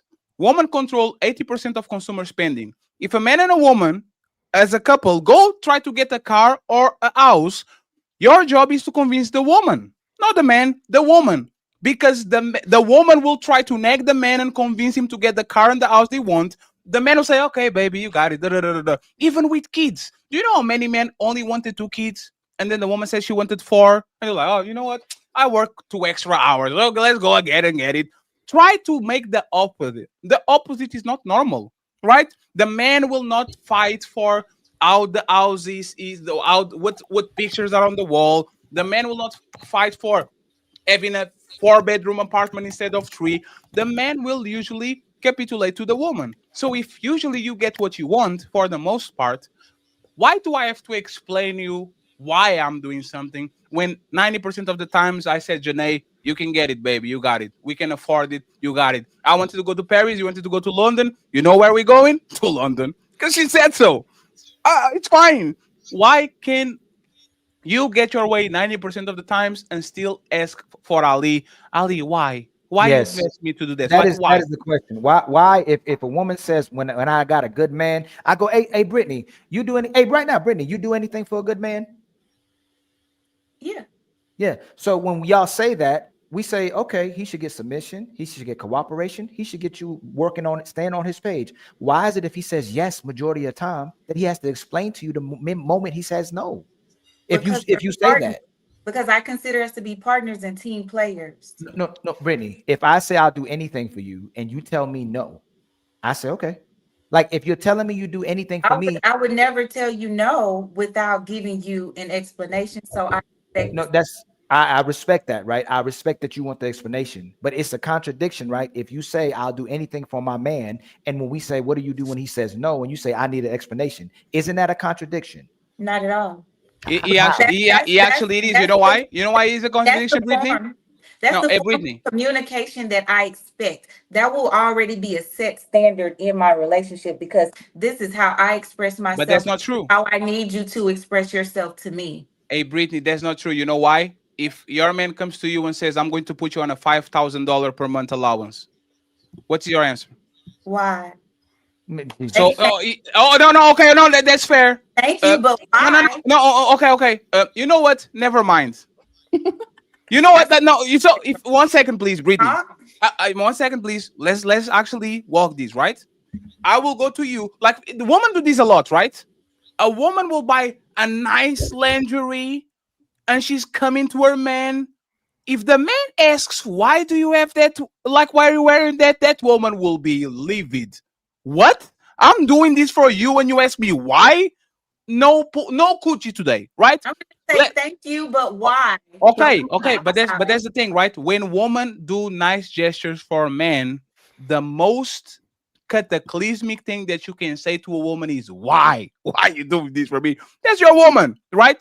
So I will come to you with a $5,000 allowance. You are going to ask why, and I'm going to retract that and says, you know what? Never mind.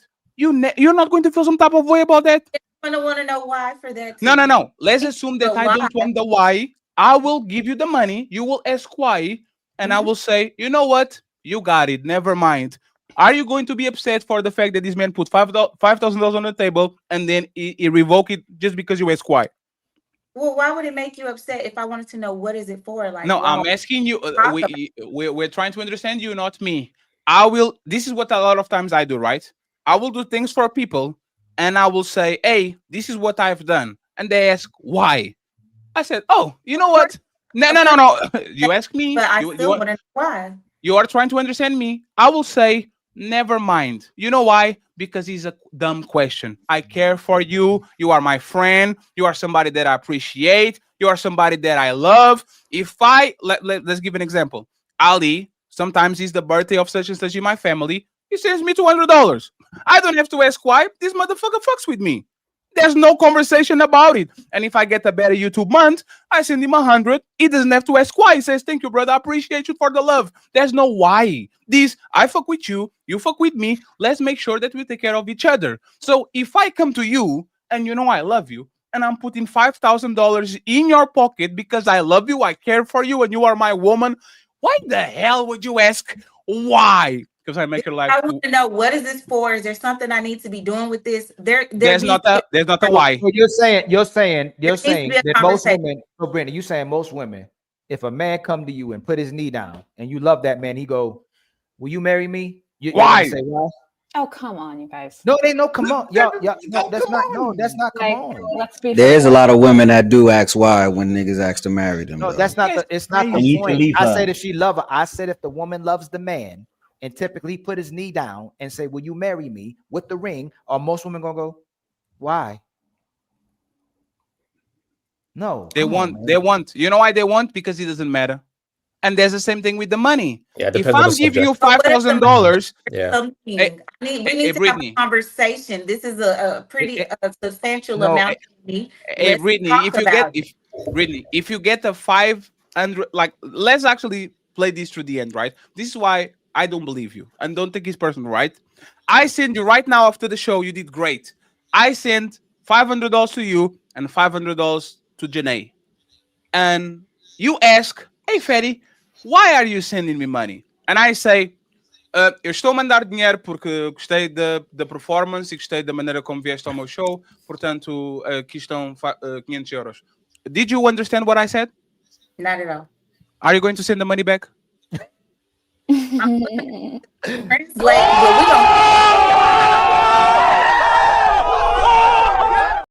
It doesn't matter. I literally talking to you in Portuguese. You and Janae are still going to keep the money. It doesn't matter. I You send guys you the are money. But she moving still the asked why. goalposts. We're Yeah. talking No, but there's the about like point. It doesn't matter. The reply doesn't Do Really you matter. interested, bro. come back next week? Can we have a conversation about this money so I can know that I'm utilizing it correctly?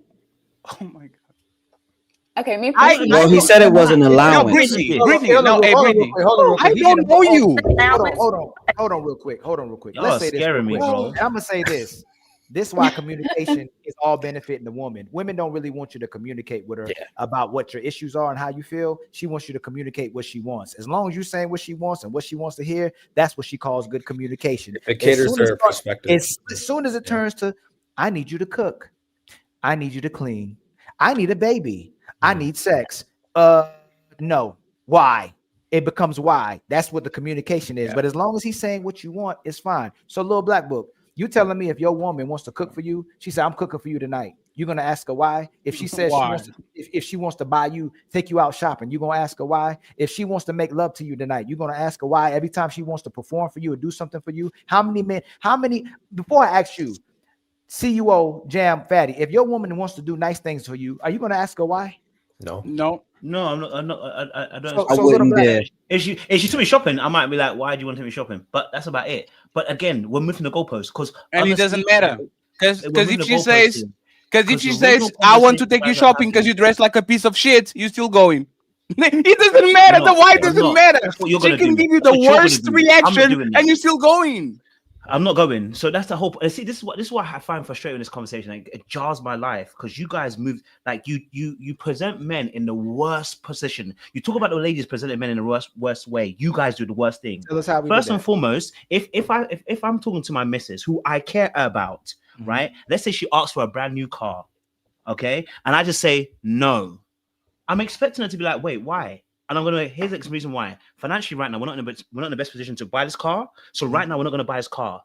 We can look at alternatives, maybe if it works cheaper, or let's look at this again in a few months' time. That's just what good leaders do. When you're at work, your leader does the exact same thing to you. So when I hear this conversation and you're blatantly, intentionally, it's why I find it frustrating with you two, intentionally put a whole story and a hold on, Fatty. Why would a woman ask why? You know why she would ask why? Hey, Ali. Human being. So hold on, Fatty. hold on. No, it's not the point to him. Let him land. For the last hour and frustrating the life out of me. If someone says no to something compared to yes, look, sis Brittany, I think you would say yes. If someone's yes, I know that you wouldn't ask why. And I'm not going to ask why. Most of us are not going to ask why. But the thing that she was talking about was the truth. Is when someone says no, we all ask why. If your missus says you're not getting sex, you're telling me just going to be like, yeah, we're not going to have sex. I'm just going to accept it as it is. You're not going to ask no question, babe. What's going on? What's happening with you? Why are we not having sex? You're not going to ask that question. You're just going to be like, oh, it's cool. Come on, say no. man. And when we did, wait, hold on. The whole premise of what your conversation was first starting off with the no. And I'm saying to you that as a normal human being, it's not contrived to think that the person would ask why. And then as soon as she said why, you then shifted the goalpost and then moved it into another place. And I was like, it's dumb. You present men like Neanderthals, and that's why we look stupid because you two make them look stupid. You make us look dumb. Ali, like no, you can keep up. I just want to point this to the crowd. You know what he did? He didn't say no. He delayed. He said not right now. No, woman. Again, no is different than not right now. If I say we are not going to Paris right now, but next year I got you, that's fine. Try to tell a woman, I'm not buying you a car. I'm not taking you into vacation. That's a no. It's not a delay because you know what most men will do? Hey, baby, not today because I have a headache, but tomorrow I got you. You get the full service. No man is crying and complaining. Tomorrow I get home and it's time to do. Right? The problem is when the woman clearly says you no. And this is what you do, little black book. Hey, I'll let you do the land, right? This is what you do, little black book. You do two false equivalencies, you put next to each other, and then you pretend that what I said to my woman is the same thing she said to me. Respectfully, once again, most men will be okay with saying, hey, baby, can you cook for me? Not today, please order out, but I guarantee you next week, I'm cooking your favorite on Monday. You get the extra on a Wednesday. Most men are going to be very happy with that. The problem, once again, a little black book is, When you start to say no to woman, and there's a definitive answer, like you do to your kids, no candy, no playing games after 12 after lunch, no, you have to sleep at 10. Woman will resent you. First, they will start to talk with their friends and communicate what are the things that you are not doing. And if you don't fix that shit, if these no's don't turn into yes, they are going to leave you to find somebody that will, because there's a bunch of suckers on our DMs ready to say yes, yes, yes, yes, yes, yes, yes, yes, yes. So this is what we're saying, Little Black Book. Can you agree with us, please? It's not I don't agree with you. a delayed. I wanna make it It's clear, not I a do not delayed agree with you. answer. No. It's a definitive no. I can get okay. So let me make it very clear. I'll give an example. I remember I had a girlfriend at a point in time. She said she wanted to go swimming. I said no, I don't want to go swimming. It's not for me. I don't like swimming because I can't swim. I don't want to do. I don't want to do it. She's not going to swim by herself. I just can't swim. It's a simple thing. I never learned it. I can't swim. She went to swim by herself. Cool, done. Did it turn into a thing? Did she now leave me? Did she now cheat on me? How because is I it said no? comparable? You will die. Hold on. I'm giving an example of a no. You said it wanted to compare. You literally is going to die if you go swimming. No, I can still go swimming. I can still go to swimming. It's not like I can't go to the swimming.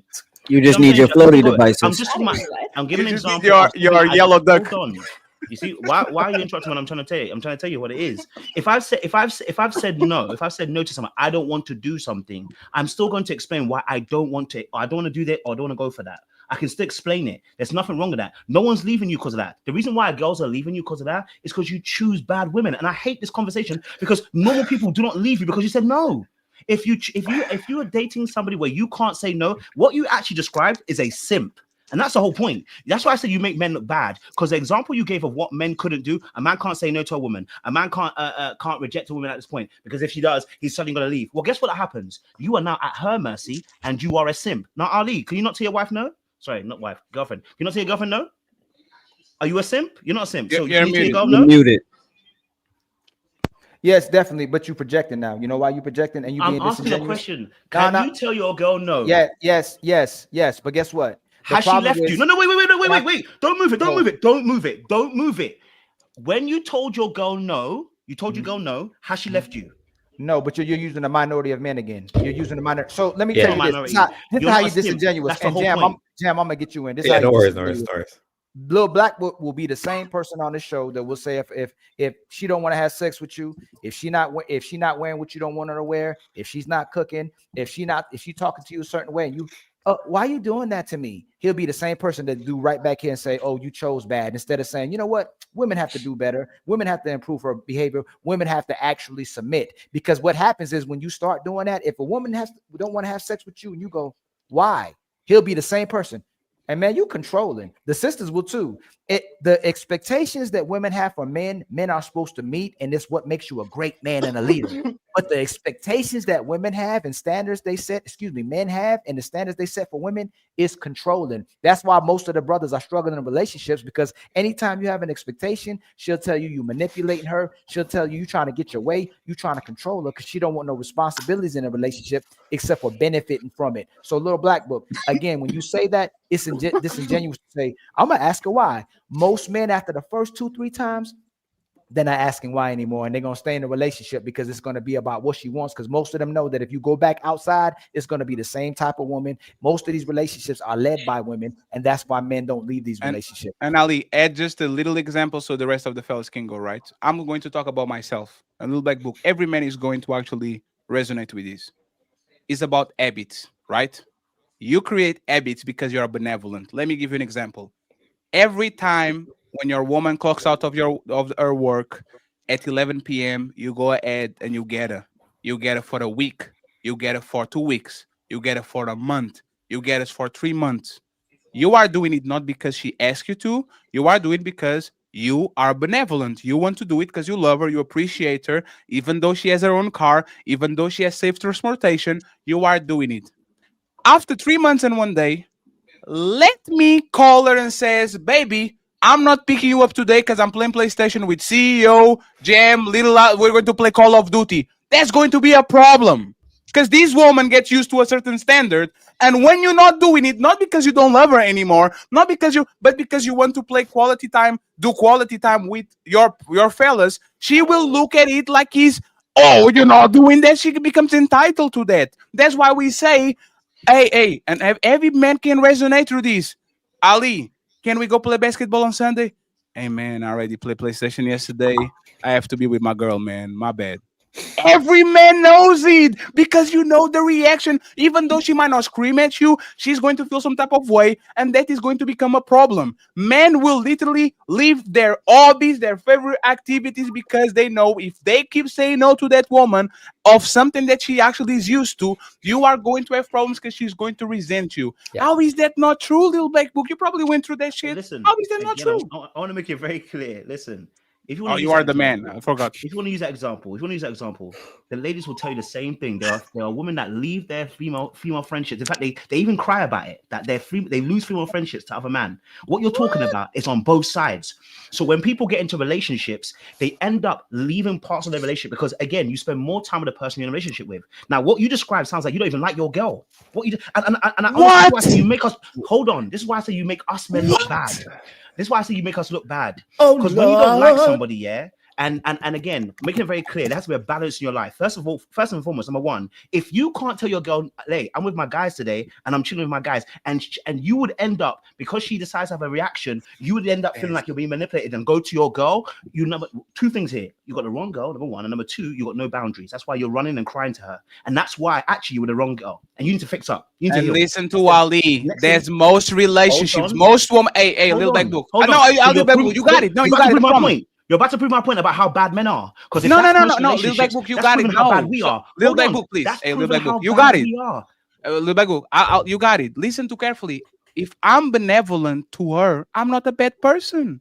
I love you. I want you to do like me. I don't go like imagine the dynamics, right? I spend my whole day working and all that. At 11 p.m., I have to dress myself back again, go inside of a car, get to you, find some parking, go upstairs, say hello to your coworkers, bring you like that. Nobody likes that, not man or woman. You are disrupting my day. So if I do that and I develop credit, it's not that I'm a bad man. I'm an awesome man because I don't want to go shopping with you and hold your bags, but I still go. I don't want to go pick you up every day, but I still go. I don't want you to watch Housewives of Atlanta season 7, but I stay on the couch with you because you need some company, and I still binge watch it with you because I love you. I want to watch the last Avengers movie, but because you didn't watch it, I will wait until you can watch it with me so we can actually do together. That's the problem. Men become benevolent to women. They say yes, yes, yes, yes, yes, yes, yes, because they love them. And as soon as I take that out and I say, hey, Janae, I appreciate you, but I'm going to watch the Avengers movie with Ali because we've been planning this shit for a year. I want to see who Doctor Strange is. Most women on Janae position are going to flip the fuck out because they don't understand credit. They don't understand if my man does 9 things for me, it's okay for him to say no on the 10th and let him go and have fun and watch the Avengers. I would watch it with Britney. They will feel some type of way and they will weaponize the shit against you. Do you disagree with that, Lil Black Book? I absolutely disagree with that. That's It's nonsense what you just That's said. wild. Nonsense. And let me tell you why it's nonsense. Get Let me tell you why it's home. nonsense. Hey, Hold on. no. Let me tell you why it's nonsense. No. Let me Hey, tell I you love why you, it's my brother. nonsense. Hey, I love you, my brother. I know he's late. Get home. Let your woman get home excited to watch Keep Up with the Kardashians season 7 episode 8 and tell her that you watch that shit before she gets home. Oh my god, you have no idea. Let her be excited to watch something with you and you said, baby, I was bored and I'll watch it before you got here, and see the amount of drama you're going to get because you watched that shit before her. Ask Britney, ask Janae. Come on, man. The drama's gonna come from. Let me tell you what you just said is hogwash. Why would you watch it without her? You just know agree. she- No. That's not Exactly. the point. Dumb. That's What you're not the point. saying. That's not It's the no, point. it is the point. That's why I said you're making Okay, us look go ahead. dumb. Go ahead, It's Land. making Go us look ahead, dumb Land. because you agreed to a perspective. Listen, hold on. You agreed to watch something with her. Then you decided to flip the script and not go and do it and watch something else by yourself. You have broken the agreement. So if she's gonna get upset, why would she not get upset? You agreed No, I to didn't. something. No, I didn't. I think we got away from No, the I angle. didn't. We had no agreement. Oh, Just because I did it all the time, she was expecting that we're still going to do it. And That's what not what you happened just was said. that, oh my god. So expectations. You agreed. Oh no, What hey, the- Little Black Book. So this Watch is it no, with her. okay. So I'm going to put you on the spot. I married my woman. She always had sex with me. She never denied me sex while we were boyfriend and girlfriend. If I try to get sex, Does she have a righteous expected to say, nah, not today, or because she never denied me sex before we get married, she has to keep doing that shit until the day she dies? What? I'll repeat it again. I created an expectation by watching Housewives of Atlanta with Janae. We watched season 1, season 2, season 3, season 4, season 5.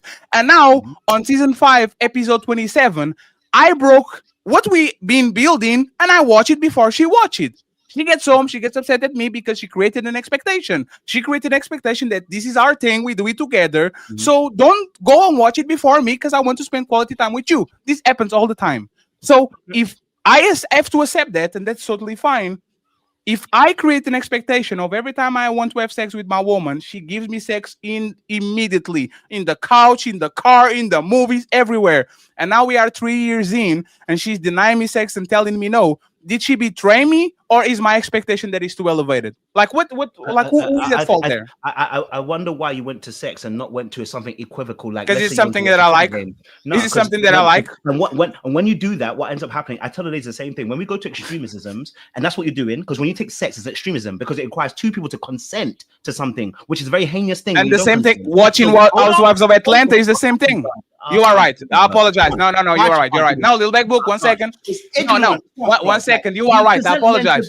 I'm apologizing. No, you're right. I interrupted you. I interrupted you. Sorry, please.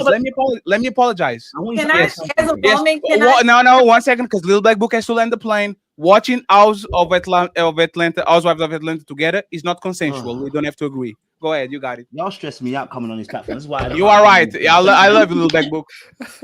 Don't be stressed, bro. Whenever it's stressful because whenever you're presenting things, it's a fear mongering what you're presenting. So then what you do is that you end up taking an extreme like sex and then comparing it to watching a TV show. Let's go with cooking. Why didn't you compare it to watching a football game? Let's go with cooking immediately. Let's go with cooking. Okay, so use your example. She always cook for me from Monday to Friday, always. Now it's Friday. I get home expecting my cooked meal because we did this shit for 3 years, and now you're saying I don't feel like it. I'm tired. Should I Should I accept that and say, you know what, baby, you develop a level of credit with me, and you be cooking for me for 3 years, so let's order out? Or should I say, nah, because we always been doing this together and you didn't do it this time? What is the reaction I should give to this woman? Oh, the more secure response would be able to understand that she has good credit in the bank. But if you got upset and you decided to get upset in that moment, I would also understand. That's the answer. You'd also understand because she's been doing it for free. You see? It's pretty balanced. It's pretty balanced. How was that? I should be mad at hey. No, it's not about being mad. You think you are the woman defender, you are not. What you guys do, you also have to be very careful the language you use. Here you said about angry and her being upset. Two different words here. So let's go with angry. Let's go both with angry. I take words very carefully because when you do let's go both with angry then. People's head. So let's say both of them are angry. It would have been understandable why your girl would be angry about the fact that you decided to watch Kardashians without her. Since you guys, this is something that you guys do. It's an unwritten rule that you both agreed to, right? You've broken the pattern. It would be understandable, right? What is manipulative if she then says, you're not getting coochie tonight? Then I would say to you, you got to be very careful. You're now in a manipulative relationship with somebody. The same way, if you were to say to her, I'm not paying no bills this month, that would be very manipulative of you, the same thing to do. So what I'm saying to you is that in that response of you being annoyed and frustrated, the fact that she didn't cook today after cooking for 3 years straight, I would understand why you'd be like, wait, what's going on? No, and I'm annoyed. Yes, because I was expecting there to be food because there has been for 3 years. It's a normal human Ali, I got you, Ali, I promise. Hey, little black book, you know why you are wrong? And this is why we actually care about women and you are wishy-washy. If Ilkan Ali woman cooked for him for 3 years straight and she didn't cook for him in one Friday, and this man called me all angry, oh my God, Fatty, she didn't cook for me, I'll say, shut the fuck up and go back to your woman and order some shit. Are you stupid? Are you dumb? This woman developed so much credit with you. She took care of you. She always, and you are tripping because one time she didn't do what you were expecting. I would be repulsed by a man that doesn't understand credit, even though his woman did all the right things for a year, and all of a sudden, because she doesn't want, now you are with the pennies on the bunch and you don't want to do stuff. We are not the same. I guarantee you, Ali would do the same thing. And most men that actually care for their woman, they understand the notion of credit. You do 5 days for me, I do 1 day for you. I do 5 days for you, you 1 day for me. The fact that you are telling that is expectable that that man gets mad at that woman is ridiculous, because once again, if me doing something 300 days and not doing something 1 day makes all the 300 actions that I did good disappeared, no friendship, no relationship would last. Because that's what we call, what have you done for me lately? And that's how women live. Men usually don't live like that. It's my turn. It's my turn. No. It's my turn. Can I have my turn? I'll shut up. And Janae, it's gonna be your turn. I'll shut up. This is how we've cornered who the problem is. Do y'all realize that this is how communication happens in the household, by fighting for what women wants versus what a man wants? You should, like, if I get in a relationship with a woman who's not cooking and not being loving and being a good partner, Brittany in Little Black Book earlier said that the woman should be kinder, she should be loving and be a good partner. So if I wouldn't get sex in the beginning, she should be giving me sex. These conversations we having in are always about a woman saying no. It's not about a man saying no. All these conversations and the parts where we're butting heads is women repeatedly saying no to something they're supposed to do inside of a relationship, and will justify why they won't do it. Whether it's you don't love me anymore, you don't respect me, you change me, you change. It's that time of the month. I just don't feel like it. Where a man has to take out the trash, a man has to pay the bills, a man has to protect you, a man has to fold the clothes on his day, he has to clean. Everything y'all agree to, the good man and good leader is supposed to keep his word. But whenever you feel convenient where you don't have to do nothing, you get to say no, and you get to justify it based on your feelings and how you feel that day. All these relationships are struggling. It's more so because you have brothers like Little Black Book that are pick and choose when you could say yes or no either, while these demanding men be better, get more money, be more ambitious, be Superman, make sure you're doing what the sister's asking you, and pretend to say, oh, a man's allowed to say no when he wants to say no. When that'll qualify you as a bad leader and a bad man once you start saying no to your woman, because you're supposed to please your woman. What man on this panel don't want to please his woman? The problem is when your woman's supposed to reciprocate and please you and submit and cooperate with you when you're doing all these things for her. So again, we corner this conversation every single time, and just think about it in your normal lives. The problem with most relationships is the fact that the woman says no, not the man. And when the woman says no, she don't have to explain it. She still gets the benefit of the man. When the man says no, why? And I agree with that. Do it, and if you don't do it, and when you don't do it, and you got it, Brittany, and when you don't do it, you're not getting sex. When you don't do it, you're going to get my shoulder. When you don't do it, I ain't spending no time with you. I'm ignoring you. When you don't do it, you're not getting your favorite meal. Where when a man, when he doesn't do it, if he makes you make him mad, he's still trying to bust it down at the end of the night. He still wants that. He still wants his woman. He still wants to cuddle with his woman, and he still wants to cater with his woman. He was just mad with you in that moment. And shout out to Todd Lexi for the $100.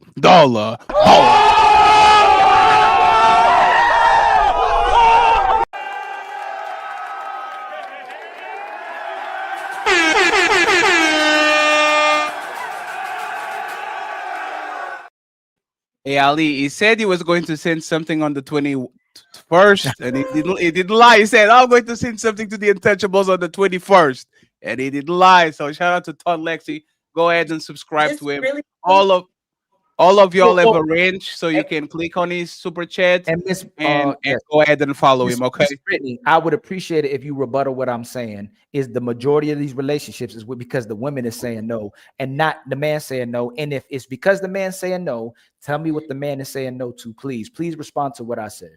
I don't have a rebuttal. I just have I just wanted to say that earlier when you asked me about a man telling me no, and I would expect an explanation, I also told you that if I said no, I truly would owe him an explanation as well. So you said that I think you said hinted towards me saying that I wouldn't explain, but I would give him an explanation as well. Because Thaddy, you mentioned earlier, with our kids, you tell your kids no, you give your kids a definite no. But as an adult and as your partner, we need to delegate this no. No, we don't. Yeah, we do. No, we don't. You want me to give you an example? The house is on fire. and you say, "Baby, I want to stay with you."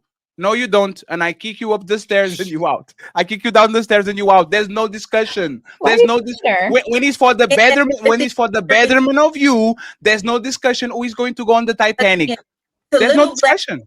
The little black book's point again with the extremes. We got to stop with the extreme.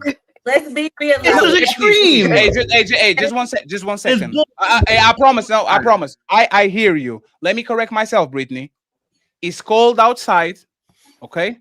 I have a beanie and a hoodie. You are in your dress. I will take my beanie, put it on your head. I will take my jacket and put it on you. There's no discussion. There's no discussion. You are not going to ask me why. There's no need for you to ask me why. We go outside and we eat.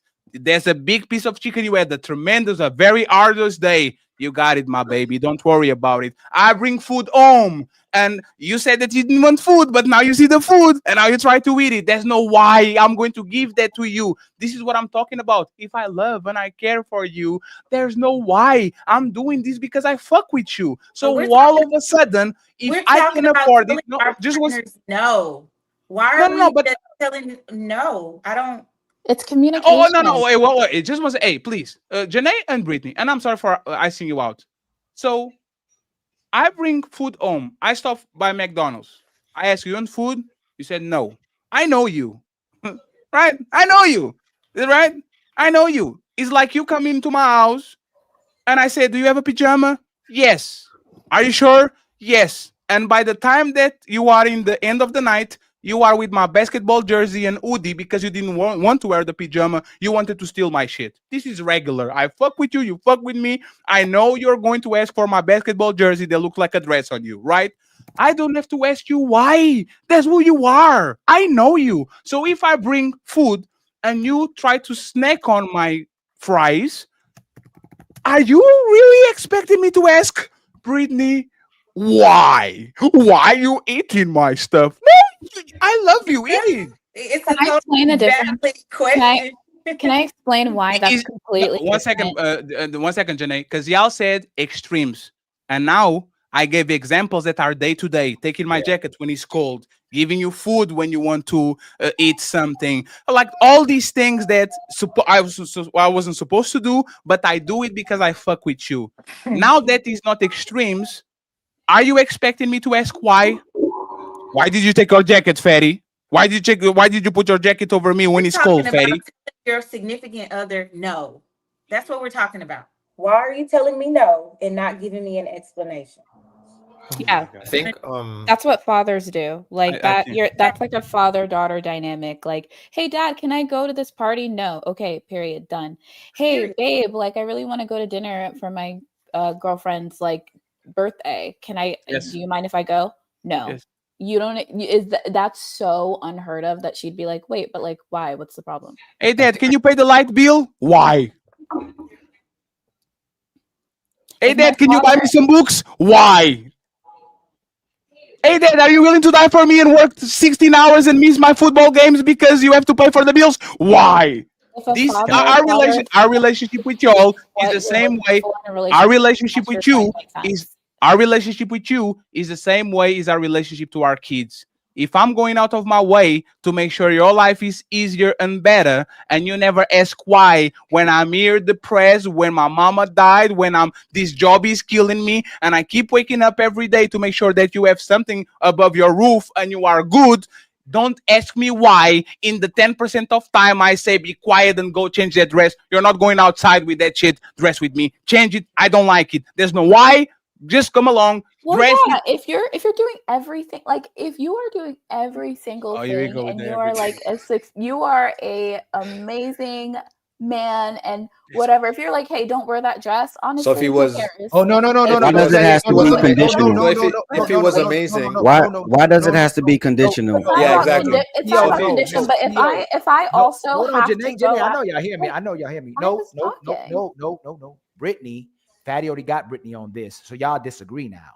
Brittany says she still needs the explanation. You say you should do it. So y'all are in disagreement. And no, this is I didn't finish my point. Let me so you don't really know if he does everything he's supposed to do it, should you said you shouldn't ask why. You just said you shouldn't ask I why. didn't say you shouldn't ask why. No, I she said said that. Wait, She you said still that asking why? she wouldn't ask why. Right, yes, She no. I wouldn't ask said why. I didn't even finish what I said. Okay, I okay, so literally let's see didn't where you finish go. the statement. Let I her was saying, if you are doing every single thing, paying all the bills, whatever, and you're like, hey, don't wear that dress. Okay, fine, whatever. I'll put on a different dress. So it's But conditional. if I'm asking you, can I go and do something? Like, I think like there's so many instances where you can like make this work. Like, if what I'm wearing is making you uncomfortable, Can I then ask you a sure. question? But yeah, Why was it conditional there with the dress part? conditional on his like success. You mean? Yeah, you said if he's doing everything. Yes, and if he's doing hair everything. stuff, why is that? Why that's essentially conditional? Why is it that way for that dress? Because I feel like if the man is like really providing for you and like he's doing everything for you, like if you're not having to go to work and do all this stuff, then I do feel like he does in some ways have more agency and like say, especially if he's like, I don't know, I just feel like it's different. But if So I don't know, I feel like it's different. Janae, I'm gonna have to disagree with you right there. There we go. Oh, here we go. There you. we Thank go. Go right there. I'm joking. Go ahead. You're my person, and I chose you. Good job, Jam. I have a level of respect for you. There's no condition to it because you wouldn't be my person in the first place if I didn't respect you on a certain level. So no conditions involved. If the outfit I'm wearing is making you uncomfortable, I'm gonna go change. What? Hey, Did you just say? Wait. No, Brittany. No, Brittany. You said that you're still going to ask. Now And you Janae, changed that's it. what you get for changing your answer. She just changed her answer. She changed her answer too. No, I think So, Jam, Andrea- Luke, Jam, don't get it. No, Sorry. no. Izo, she changed her. She no. changed her answer. The 1 second, Brittany. The first person to bring money was Brittany. Brittany said, "Is he the full provider?" And we started to have a conversation about when did black women actually were stay-at-home moms, right? And Ali caught that. Ali, excellent catch. If you are saying that if I'm doing my job, you are not going to ask me questions, you are contradicting what you said before. Because before you said you are not going to ask questions. Wait a minute, Janae said that. She said No, you said that. No, I did not say that. I'm always gonna know. I need to know why, whether you're the head of household. So you're going to ask it. I'm sorry. So you're going to ask why, even if he's doing I'm all. Gonna ask why because we're partners at the end. So it's conditional. So it's conditional.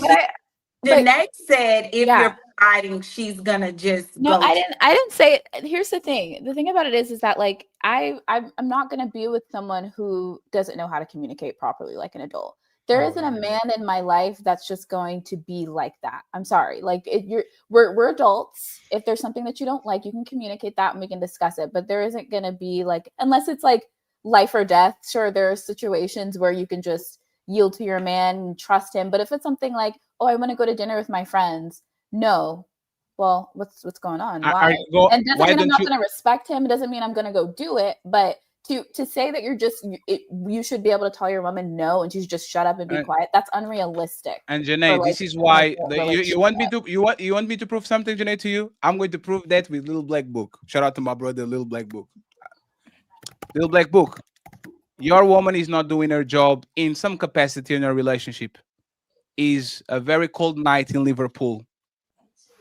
Are you going to not giving her your jacket because she's not doing her job? Or are you still going to be a man and says, you know what, this is what I need to do. This is how my parents raised me. Let me take my jacket and give it to her, even though she's not doing the job that I think she should do. What do you do, Little Black Book?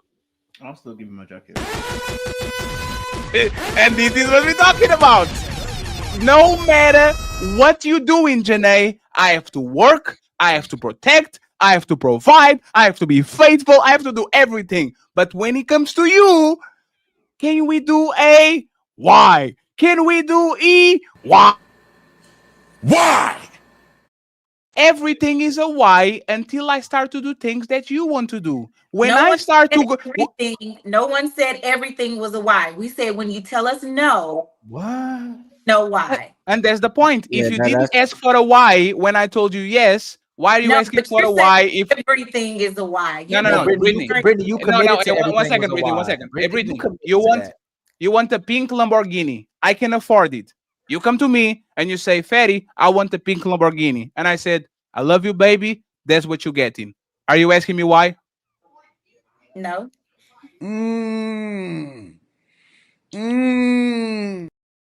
How does that Now, prove? one second. But Now, if you one tell second, me please. no, No, one I'm second, gonna Brittany. know why. Now, I'm still Jeff Bezos, right? You come to me and you say, I want a pink Lamborghini. I say no. Are you asking why? Yes. It's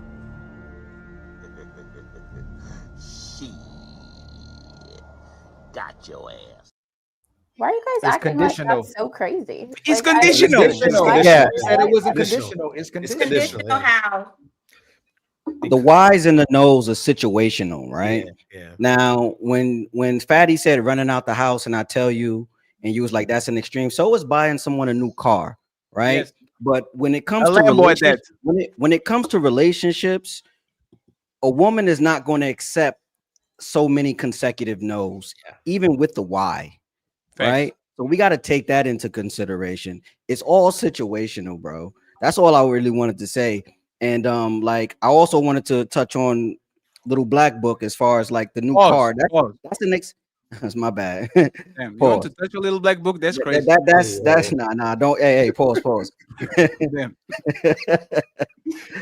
Nah, but like buying someone a brand new car and having to explain why you not going to get this new car, that's kind of extreme too. Because you a house and a car is the number 1 and 2 most largest purchases you're going to purchase in your life. So, but as far as relationships, too many no's, that relationship is not going to last, because in some form or fashion, she's going to feel like you're no longer providing for her. You're not providing the life that she wants to live. So it should be a balance of the no's and the explanation. Sometimes when a man say no, that's just it. It don't need no explanation. But if we can't go to Paris, let's explain why, or let's explain when we can go. You understand what I'm saying? And CEO, what Yeah. should a man stop doing for his woman that he's supposed to be doing just because he don't feel like it? What should a man stop doing for his woman just because he don't feel like it? What should a man stop doing that he's supposed to do for his woman? Anything that'll be strenuous on the body after a long day's work. No, listen to me again. Okay. You and your woman committed to a relationship, right? Just like Little Black Book said, even if his woman's acting up, he's going to put this coat on her back no matter what happens. What should a man stop doing that he's supposed to do for his woman just because he doesn't feel like it? I think that's one of those loaded questions, because It is a loaded. If we stop doing something, is it out of petty, or is it that we just really can't do it? Let's go with reward system. It's a misunderstanding, right? It's a misunderstanding. This is what I mean. When you get up in the morning, right? It don't mean you feel like getting up in the morning and go to work every single day, right? Right. Are you going to stop doing that? No, not at all. Because I have to do that. If you're out in the street, you ain't feeling good. Somebody approaching your woman and they putting your life under threat. Are you gonna not intervene because you don't? I have to defend her. That's my point. So that's when Little Black Book said that he still put that jacket over his woman. If he want to have sex and his woman doesn't feel like it, Little Black Book, she still have sex with her man. Oh wow. Yeah, like mirror it. I think Ali, you gotta mirror it though. Like mirror it. It is a mirror. Listen, brother. You're looking scary. Listen, there are core. Scary. I told you they're gonna make men out the predators. They're gonna make men out to be. You doing that? I keep telling you, men doing want that. sex. The three main things men want from their women, and what's two of them you can't even get no more. They want their woman to maintain their house. They want peace and no problems, and they want intimacy from their woman. That's what men sign up for. If you don't want your man, when the woman is not giving her man sex inside of a relationship, that's being unfaithful. Just like a man, when he steps out the house, he's being unfaithful. He cheats on his woman. If you don't want him to be polygamous or cheat on you, then you need to give your man sex. That's being unfaithful when you're not giving him sex. If we're telling men they always have to be it's a form of abuse. We tell them, man, they have to be protectors and providers, and that's what sisters are asking for. And that this is what feminism did, where I'm demanding that men still support me, still do everything that's traditional, but I get to do for myself. I don't need you. If the woman don't feel like having sex with her man, and that's her duty in the relationship, should she still have sex with her man? Sometimes. That's Within touchy. a marriage. That's within a touchy. marriage, Sometimes yes, sometimes no, sometimes maybe.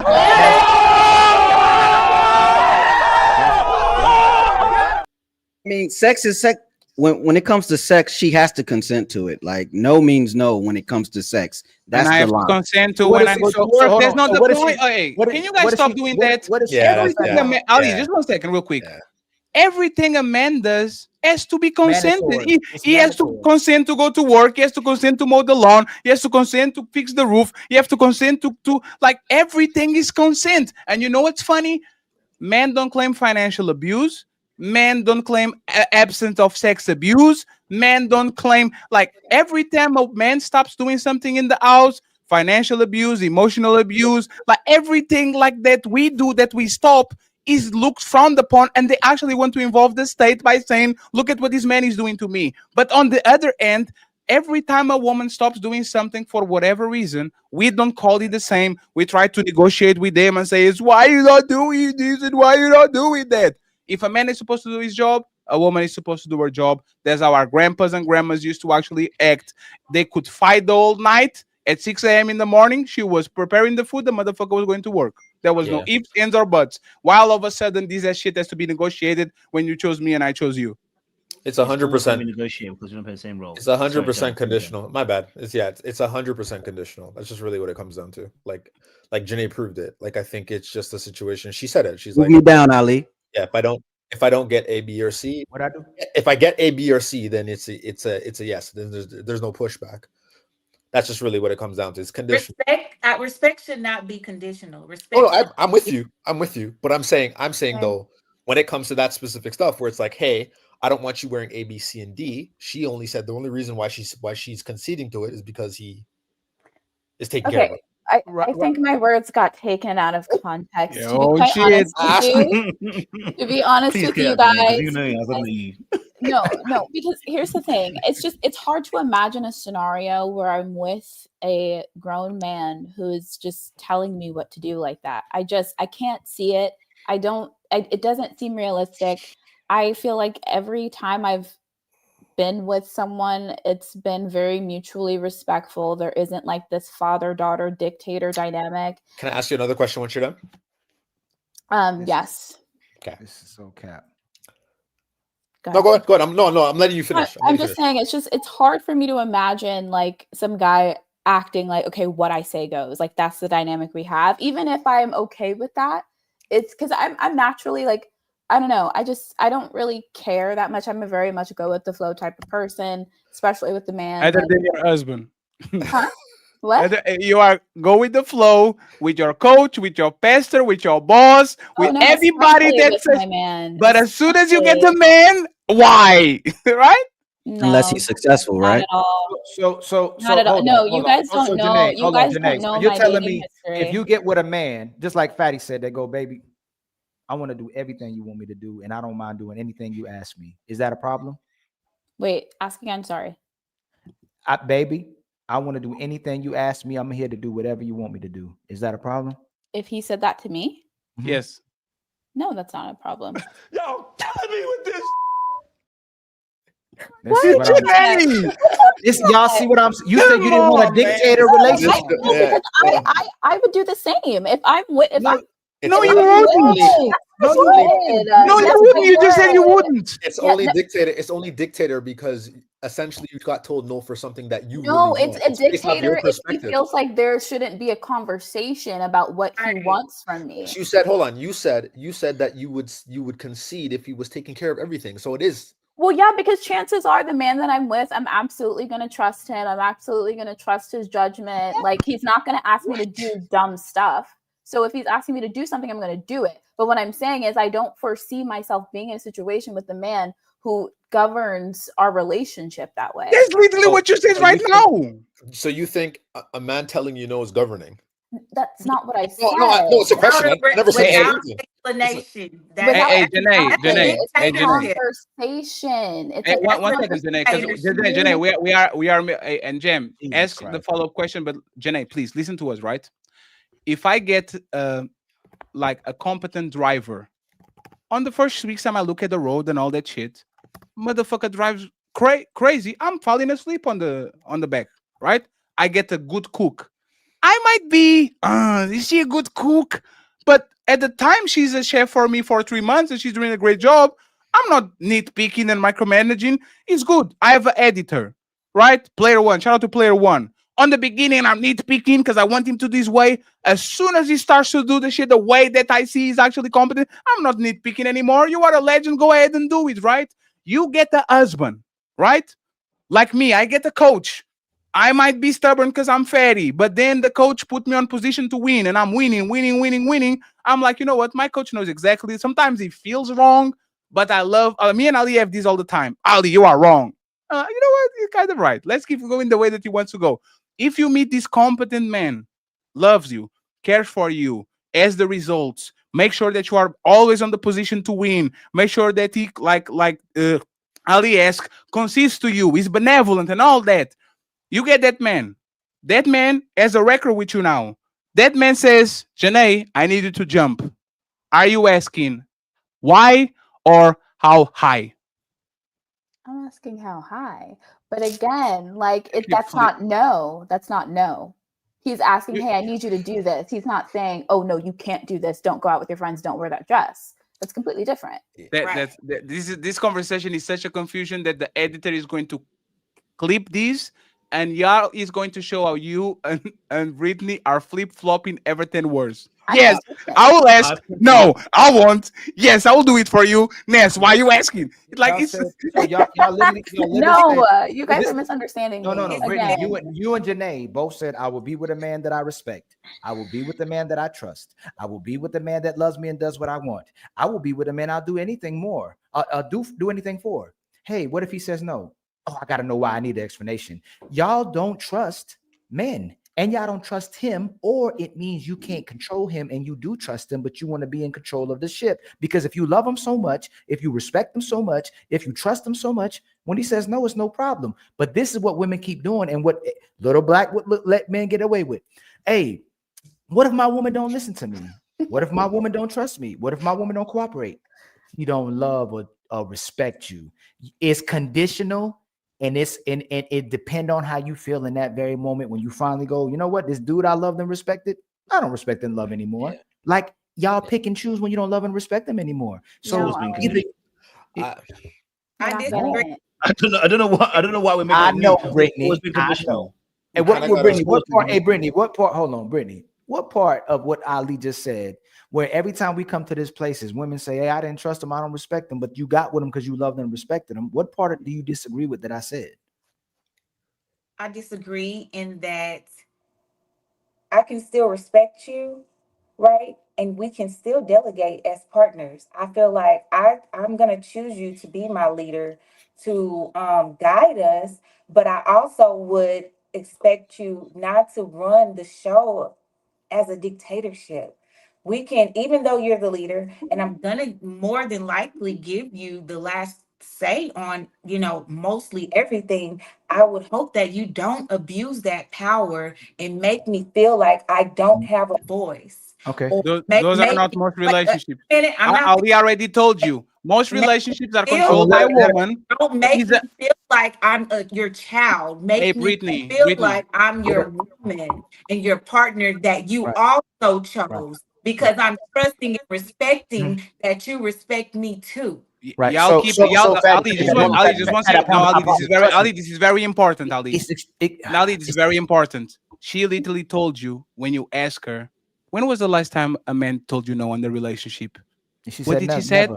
Never. Can you recall? Like, so give me that. I'm talking about. This is a monster that you're making up because men don't say no. Give me that alley-oop. The fact that you told me that too, and I bet Janae can tell me that, little black book is not going to jump in the conversation and go, hey, Brittany, you're being extreme. Most men aren't dictators. Most men don't try to control their women. Most men don't try to run their women. Let me finish. Most men try to do anything that makes their woman happy. Most men are with their women so they don't have to be with other women because they truly care about this woman, and you bring the emotions out of them. When you start going to talk about men who are being dictators, or if you went real left, which you don't, I respect the fact you're not all the way left. Like you're like what I say most women who are good women or potential to good woman that we can work with. I think that's what you demonstrate. You don't go all the way left. Men are abusers, cheaters, and violent and all these things, right?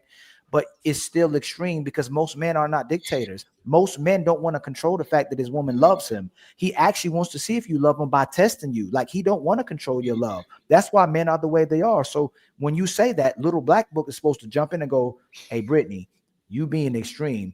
And that's a loaded question, or that's a loaded statement, because most men are not dictators. So But that's she's that. famous now.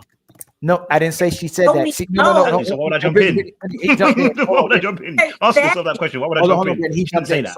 So I never said she said that. You kept qualifying what was extreme and what wasn't. And when she said that, you should have jumped in and said that's extreme because most men are dictators. That's what I said. No one said that. Fatty, to your point, explain why. Ali, let me just say this. Fatty said that you tell your children no without explanation. And I agree. You talk to children that way. You don't talk to your partner that way and expect the best from them. I'm sorry. I don't mind being told no, but again, like I said earlier, make it a valid no, and let's have a conversation about what is the conversation about? Like Little Black Book said, I can respect a not now, maybe later or something, but give me something. Don't just tell me no. I'm a child. You just did it again. You said nobody told you no, and now you have coming back to the conversation, bringing moments where men tell you no. When you say men don't tell you no, hey Janae, how often? Hey Janae, when I say, wait a minute, I didn't say. I've been told no before, but with an explanation. It was Ali. There's the checkmate. Ali, there's the checkmate. Hey Brittany, we love you over here. I want you to come back, right? But we are into game, right? Me and Ali talk about this all the time. Women don't want to talk with you because they want to understand you. They want to take the game to overtime, second overtime, third overtime. So the man says, you know what? Okay, let's go to Paris. Okay. It's not to get understanding. Remember, this is what happens probably why you're saying a man doesn't say no to me. The man will say, no, I don't want to go shopping because I'm tired. And you want to actually have the conversation. So by the time you got to the third overtime, this motherfucker wants to go home because he has a game in Milwaukee tomorrow. So you know what he said? Okay, fine. Let's go to the store. Let's get some candy. This is why women want to conversate with us. It's not because they are good communicators. It's because they know as a fact that they will tire that man. They're going to get the concession by exhaustion. So if I know you and I know, because I used to do that to my dad, right? You know what I used to do with my dad? Hey, Dad, can we get some pizza? No. Hey, Dad, can we get some pizza? No. Why? No. Why? No. Why? No. Okay, let's get some pizza. Shut up, fatty. Let's get some pizza. You be quiet. Women do exactly the same. You are going to walk around on the supermarket with those Cheerios box on your hand saying, why, Dad? Why can't I get some Cheerios? And by the time we're done, the Cheerios is on the car wheel because we are going to say, I'm not a dictator. I love my wife. I love my kid. Let's get him some Cheerios and let's move on. This is why y'all want to talk. It's not because y'all want understanding. Y'all want to corrupt us and exhaust us. That's why. And that's the problem. Feel that way. That's why I think some of you are dictators. That's why I think some of you are dictators. You see, that's why the Bible says dwell with women. Oh, not the Bible. Hold on. Let me tell you why. Oh, Lord. You talk to your woman as if you're talking to another man, and that's your problem. You don't get it. You're talking to a woman and speaking to a man. You are called to be a leader. The reason why I can't do what she does, like this is my honest belief. I do believe that women are conditioned when they follow you. It's not a beef. I'm not even mad at it. I don't, because again, I look at women as I look at myself with God. There's times where God tells me to go left and He doesn't give me no explanation, and I'm telling them I'm going right. So I already know that sometimes if someone's going to follow me, they're going to have times and situations where they're not going to agree with me, and they're not going to also follow me. They're not going to always do exactly as I say. It's normal human being behavior. But here's a key thing. Right? Here's a key thing that I tell men a lot of times, and I think a lot of times that you guys need to be aware of. Sometimes the way you say something and deliver something is more important than what you actually said. You are saying, we've been saying it from the beginning for the last 2 hours. The fact you've missed it tells me that you don't understand it. Right? Delivery is as important as the content that you're delivering. Because if you say shut up versus can you be quiet, it's the same thing. You want the same result, but the way you're saying it, the person cannot receive it. And you think that you can just do whatever you want and say it however you want, and the person's supposed to receive it. That's why you let Cooley come on here and tell people to shut up and they're dumb and they're dorks, and you let them run all over the muck. And when someone wants to talk back to him, you allowed it because you had your own agenda. Stop both of them. Hold on, you didn't. We Oh my, Lil Black Book, we stop Cooley all the time. Man, They did moderate. That's evenly. crazy. They definitely moderated evenly. A couple of times Hey, you let it I go remember 'cause you're being on on the show. key. I remember I'm being not on the gonna- kitchen. Yo, chill out. Let's have one mic, please. Exactly. I Fatty hit remember that being. button Hey, Ali, 15,000 I was on the times. kitchen. Ali was running the show. I was in the kitchen watching the phone through my phone, and every time Cooley interrupt Raphael, Ali would say, "Well, hey, yo, one mic. Hey, yo, one mic. Cooley, let him finish, man. Cooley, let him finish, man." And now you lying and say that he didn't do that shit. There's a couple of times where you let Cooley. Oh, whether you you let him or not, changed it. Cooley was running his mouth and you let him get with it. Now Big that's Rick got him. No. Big Rick, no. Big Rick. Before, no, Little Black, you can't do that. You can't do that. Little Black, you can't do that. I ain't gonna lie to you. But my point is that there is a way to say something to someone to make them receive it. Do you understand what I'm saying to you? Which is what I'm saying to you. If now, for instance, it's the only whether show I'm where the women or host not, let them right? people do like that. Like this is the only panel where hosts will let the people talk over them. Little Black Book, you being disingenuous. This is the only That's panel true. on YouTube where the host will give up the mic so nobody will say, "Oh, Ali and Fatty talk." We give up the When mic. you come on my platform, you was taking 3 or 4 minutes talking anyhow you were talking. Don't tell me that nonsense, bro. You come into my Because platform, we were carrying the show. get off of it. Because we were carrying the show. You told me we're mad. When I'm on TikTok and you do what you're Shout doing, out to the Untouchables. I feel like Untouchables, baby. on my I feel platform, like we blood. lost. Yeah, actually, hey, Little Black, but you one of our favorite people to come on here. You actually getting your feelings when me and Fatty love you working with us. You be like, man, they're picking on me. Like we love you when you come on our show. I don't do that. Yes, you do. You was like, you was like, man, they come on my show. Of a conversation. You be sweating when we come on your show. You start sweating, man. Which way these guys? I was sweating because you chat nonsense, and half the thing that you're talking about is not about balanced relationships. You fearmonger men, and then you steer them wrongly. That's my problem. You're not educating men. About is educating men to have a healthy relationship. Hold on. Listen. The way that you're conditioning men is condition them in fear. Hey, Fatty, I am not saying. They're just being honest. Fatty, this is good. Hold on. No. Let me finish my point. I'm going to bring you in. I'll let you talk. I'm going to bring you in. I'm going to promise you I'm going to let you in because my prawns are about to go on the fire in a minute. Look, let me just say this now, yeah? Look, all I'm saying to you is there has to be some level of balance. So whenever we're talking about these situations relationship-wise, right? When you're talking to somebody and I'm talking to a woman, I understand because I dwell with women. I understand them. When I'm going to say something that might be a little bit more harder, I can tell Ali, shut the heck up. And Ali can tell me, shut the heck up. And we're going to be boys after, and we're going to move past it, right? And then we're going to come back again. You don't do the same thing with women. It doesn't run the same way. Since I already know that and I have that knowledge, I know that I don't maneuver with women in the same way I maneuver with men. So if we're going to start saying, okay, look, go and change the thing right then, look, and we have to be very careful because contextually, there's different things happening here. That's why I use a car as an example. And people do buy new cars. New car don't have to be necessarily a new car. You're buying a new car for your house. It could be a second-hand car, whichever it is. And when you're going to do something, if I'm going to buy a car, I can be democratic at that point and say, hey, babe, this is the car we want to go and buy. I can be democratic. Now, if the house is burning, like you gave an extreme example, then I can be autocratic at that point or authoritarian because there's an extreme emergency happening. The boat is sinking. Babe, get out the boat. The boat is sinking. I can be authoritarian at that point. What about the jacket? No, Fatty. What about the cold in the jacket? No. That's a good example. That's a good example. When we say about the jacket, if I say to you, babe, listen, go and grab your jacket now. It's cold outside. Go and get the jacket. Do you know what's going to happen?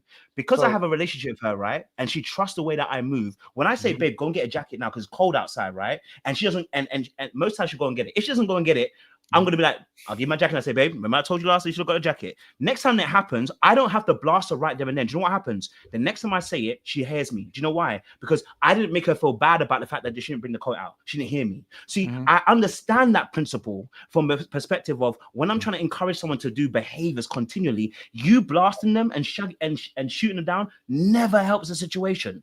And we have to understand that you as a man now.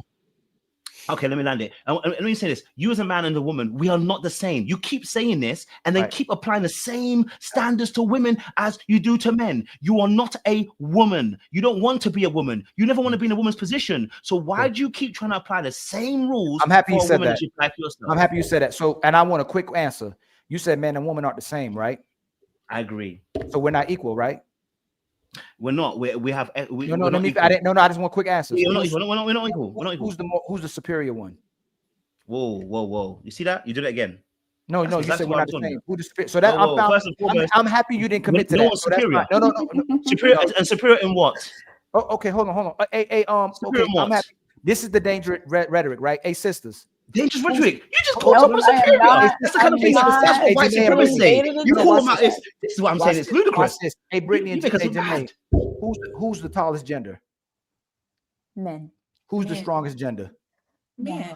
Who's the biggest gender? Men. Who uses their psychology, their mental mind, their intellect to make the world easier for women? I mean, for people. Who does the most creation to help the world easier for people? I'm not answering Men. that. Oh, that's fine. You don't, but I'm happy Janae did, right? Do you see what he just did?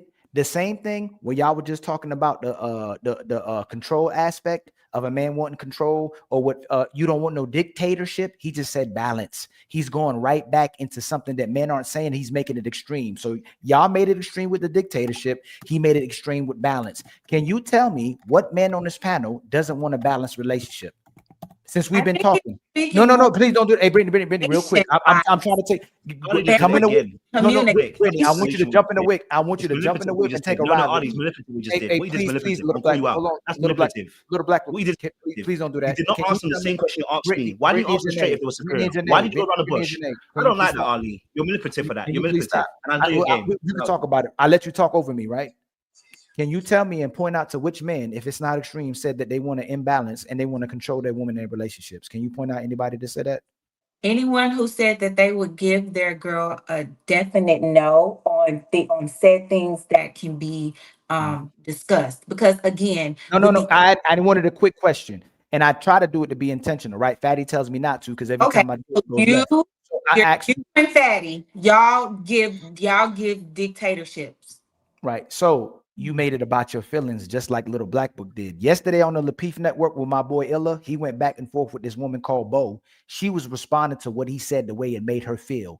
Nobody said here that they want to control you. Nobody said here that they're your dictator. You're responding to how it makes you feel when a man just wants something balanced. Most of the people in our chat, most of the men on these panel, and I would love to say all, but I can't say all, want a balanced relationship with their woman, and they're just asking for reciprocation, and they're asking to be valued. Soon as a man has an expectation of you, soon as he wants you to love him properly, soon as he wants you to cater to him the way he caters to you, oh, you a dictator, you controlling, it's unbalanced. Can you tell me, so you tell me if it's so balanced, tell me what Little Black Book said that women should do to be loving towards their men. Wait, Ali, Can you answer, please, Janae. I answer all y'all questions. You're gonna shift it again on you, boy. You're gonna shift it again. I'm not even gonna get on you. So I'm I'm actually asking, agreeing with you. I feel like none of you guys on this panel are giving dictatorship. I don't believe that that is what you are trying to say. I also don't believe that most men want to be dictators. But what I will say is that the behavior that you're promoting is giving that. That doesn't mean that men are dictators or you're a dictator, but what you are literally saying, the actions that you are promoting is not conducive to a balanced relationship. Here we go again. You're saying so you're doing it again. So if a woman says, if a woman wants to dictate, if a man, I want my man to be monogamous. I don't want my man in the strip club. That's not dictating him. That's can I finish? This is how y'all say y'all play with words, and this is disingenuous. This is dictating. I'm gonna dictate what my man is doing. Can I land? I don't want him going out. I don't want him with his homeboys all the time. I don't want him cheating. I don't want him lying. I don't want him unfaithful. That is dictating. That you have control. No, yes, it is. Can I ask a question? It's her personal standard, and she can decide to be with him or she can not. Y'all are professional. Y'all are professional. This is professional gas. Like this is not. That's mental illness. This is what. Hold on. Let me get big screen real quick. This is professionally manipulating and gaslighting men when you think that because you're not. Oh, that's your standards and expectations, and he has to meet it as if he doesn't. He doesn't have to meet it. You can move on. You can move on. Can I finish? And this is why our sisters are going through what they're going through. This is anything. What y'all demonstrate is unbalanced because whenever he wants something from you, hey, if you don't get what you want from me, move on. But you tell men to be good leaders. You tell men to be balanced. I keep saying men to do anything. I move how I. Janae, did you talk over? Y'all haven't talked over a Little Black Book once. You're talking about who you disagree. Ollie, I feel like you're gaslighting the panel Janae, right I'm now. not gaslighting because nobody up here is being a dictator. Okay. You keep making it about your feelings when men are saying, "Hey, we need women to be balanced. We need men to show love to their This men." nigga gaslighting y'all. Don't let him gaslight your And sisters. little Don't black let him Mark, gaslight y'all. that's how he gets on the women's angle. He takes an angle like this where women support his rhetoric, but they really don't move like that. And once you get a guy to do absolutely everything you want, which Janae and you said is a dictator, y'all don't like the guy. I did not say that is a dictator. Some of you are dictators. Little Black Book is more towards the type of guy that I would appreciate because And what's that? he seems like the type of guy that I could delegate with and have an actual partnership And what with. kind of guy is that? And trust his leadership. He seems like someone that I would trust to lead me. And I Tell would me why. trust, No, I would He's trust not his being a leader. final Brittany, word. can you tell me why? He is not being a leader if he has to negotiate with you every time he does a decision. I didn't say every time, Oh, okay, so let's go with most times. but it's the fact How that is he your leader if every time he does something he's going to go to Britney and says, "What do you think about this, baby? Do you want to do it? Do you want to do it?" Like, how is he a leader? he's a leader because he trusts us, our ability, our relationship to No. a conclusion. Brittany, that's not leadership. Sorry, Ali, I have to do it. That's not leadership. Hey, this is what the leader is: household over individuals. I don't care if it's good for Tommy, for Keisha, Karen, or Johnson. We're going to put the household over any individual inside of it. I will work 16 hours because it's good for the family. You are going to cook 7 times a week because it's good for the family. Tommy is not going to get a PlayStation 5 because it's good for the family. A leader has nothing to do with caping for woman and do you want to do this or you want to do this? This is what the leader is, right? And Little Black Book is a liar because motherfucker is first generation European just like me. Just because you Hey, don't no, one second, please. Just 1 second. I got you, Brittany. This man comes from an African environment. He comes from an African environment. On our environment, men go into the kitchen on celebration days or on when family's around is frowned upon. A woman is going to expel you out of the kitchen. There's no conversation. Get the fuck out of the kitchen. That's your domain. When we're talking with leaders, if Fatty Dad comes around and says, "Fatty, be quiet." There's no why. There's no when. I'll be quiet. He doesn't even have to tell me be quiet. He looks at me and I understand as a grown man that this man, I came from his balls. I have to shut the fuck up and do what I need to do. For whatever reason, in the household, if your kid is debating with my wife, y'all want me to squash that shit. As soon as the kid starts respecting the woman or asking why, you want me to come down and says, "Hey, little Brett, why are you talking like with your woman like that? Just be quiet. She told you to go to sleep, you go to sleep. I'm doing it for you." All of a sudden, I'm good to sleep with you. I'm good to be your boyfriend. I'm good to be your husband. I'm good to cohabitate with you. I'm good to split a mortgage with you. I'm good to give you access to my bank account. I'm good for traveling. I'm good for knowing your grandma and your cousin and all that. But I'm not good to say, "Get off my way and go sleep. Get off my way and go cook. Get off my way and go work." I am good for every single thing. But as soon as I prove to you that I'm good enough for you to sleep on the car while I'm driving, I still have to wake you up every time and say, "Oh, baby, where do you want to go? Left or right? What is your opinion?" There's no opinion. I already proved to you that I'm a good driver. Let me drive the car. Or better yet, I will literally weaponize this shit against you, just like y'all are weaponizing the word leader. I will let you drive from Boston to New York in an icy road at 4 a.m. in the morning. And when you crash that shit, don't come and tell me that you didn't see the deer. Don't come and tell me that the road was slippery. Either you let me lead or you get out of my fucking way. Why do you keep getting on the way of your man? Get the fuck out of the way. That's what Janae said. If you're going to blame him, if you're last question, if you're going to blame him no matter what, because that's what y'all do. Y'all always blame your ex-boyfriend for shit that he did. If you're going to blame him regardless for the end of the relationship, why don't you let him crash the car? Why do you want to put the hand on the wheel and says, "Let me drive"? Why? It's conditional. Why? So again, I'm so confused. Like I'm You are confused because you were not listening. Not listening. Janae, What is the confusion about what I said, Janae? the extremes. Yeah, like How is that an extreme? It's Hey, not little extreme. black book. No. Hey, little black It book, just- come over it here. just Hey, feels little like black book. this is not a Hey, real little black book. relationship. Hey, Like, little you're black not- book. Have we seen these type of relationships on first generation Europeans that come from African communities. Have we seen that? I won't deny that those relationships do exist. This is you know, it's funny. That's my relationship. Go to South America, you see it. Go to Africa, you see it. Go to Asia, you see it. Go to the Middle East. Those women are not saying why they are doing it. Everywhere in the world that relationships for whatever reason are working, the man usually gets the burden of performance. But with the burden of performance, you can tell this woman you have to do this.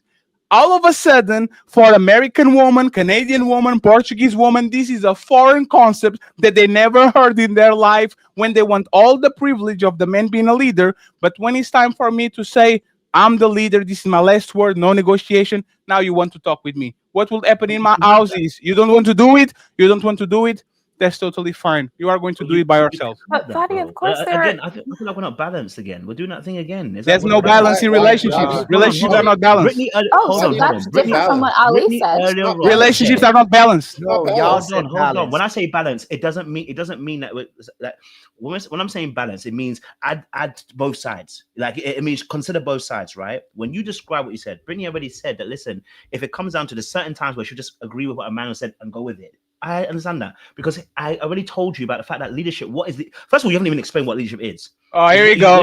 We don't know words now. Hold on. What is leadership? What is poop? Actually, the ability to influence, right? And if you know anything about business, there are several types of leadership. So what you need to understand about your relationship, what you describe is why I said you sound like a dictator. It's because way you're describing the thing, it becomes authoritarian. And I'm trying to tell you. Why don't you ask me?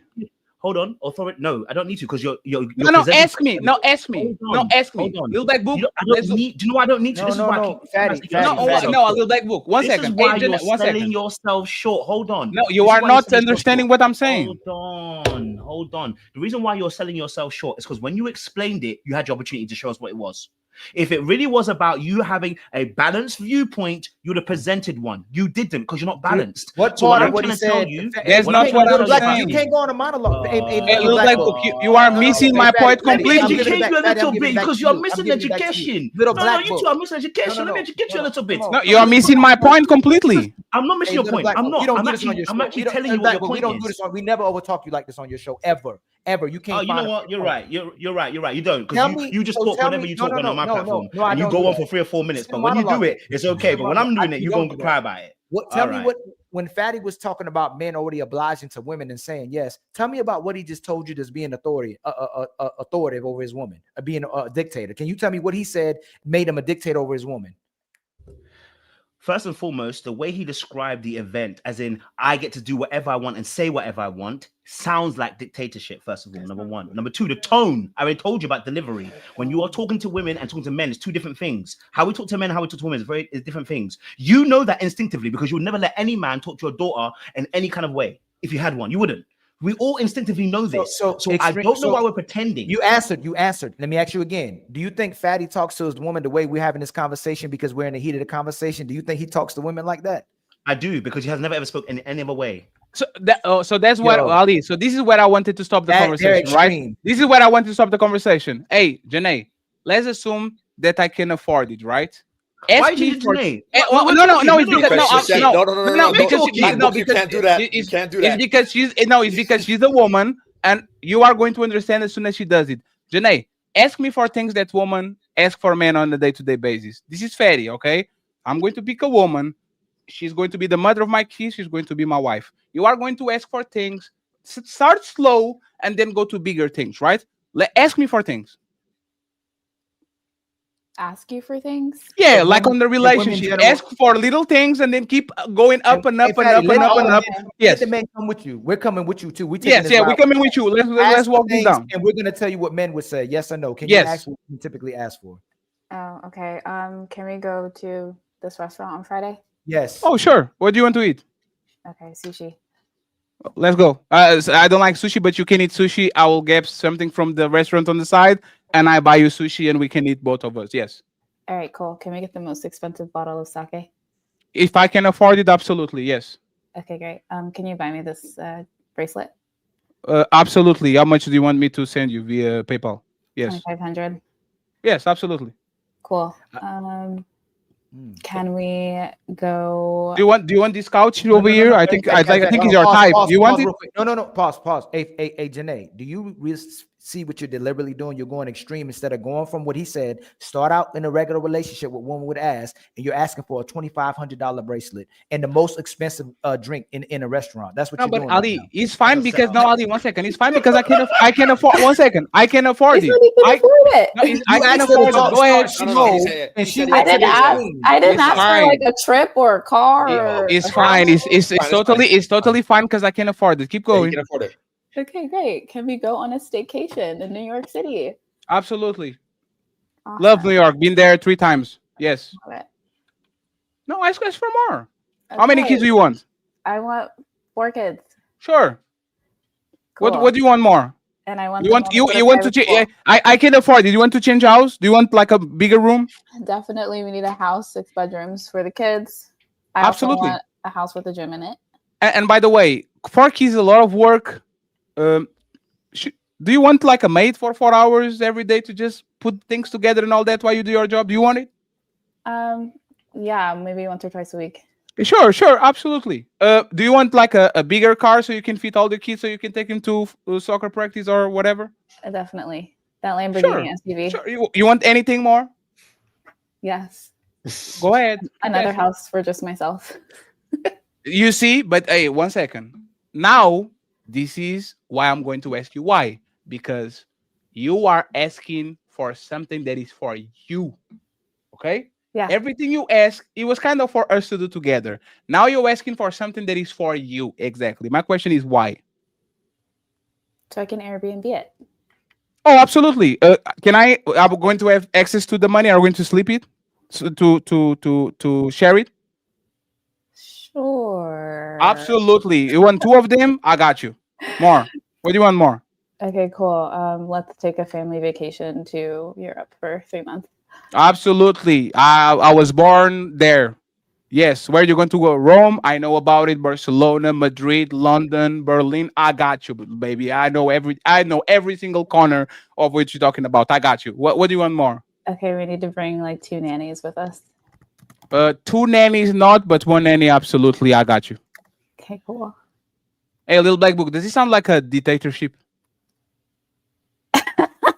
I'm sorry, like if men can afford it, they doing it. That's the point. You know what I'm going to say no? Oh, I want an open relationship. Man, wrong. I'm sorry. I can't be doing that. Hey, Fatty, I want to dress in a Fashion Nova see-through.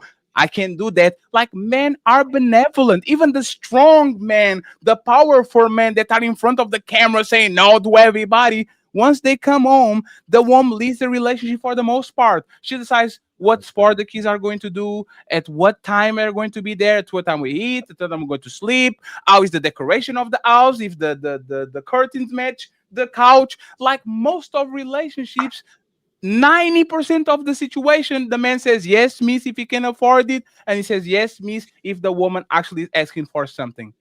Brittany and Janae, is this like, now that we got this out of the way, I will tell you, while we are in Rome and I pay for the trip,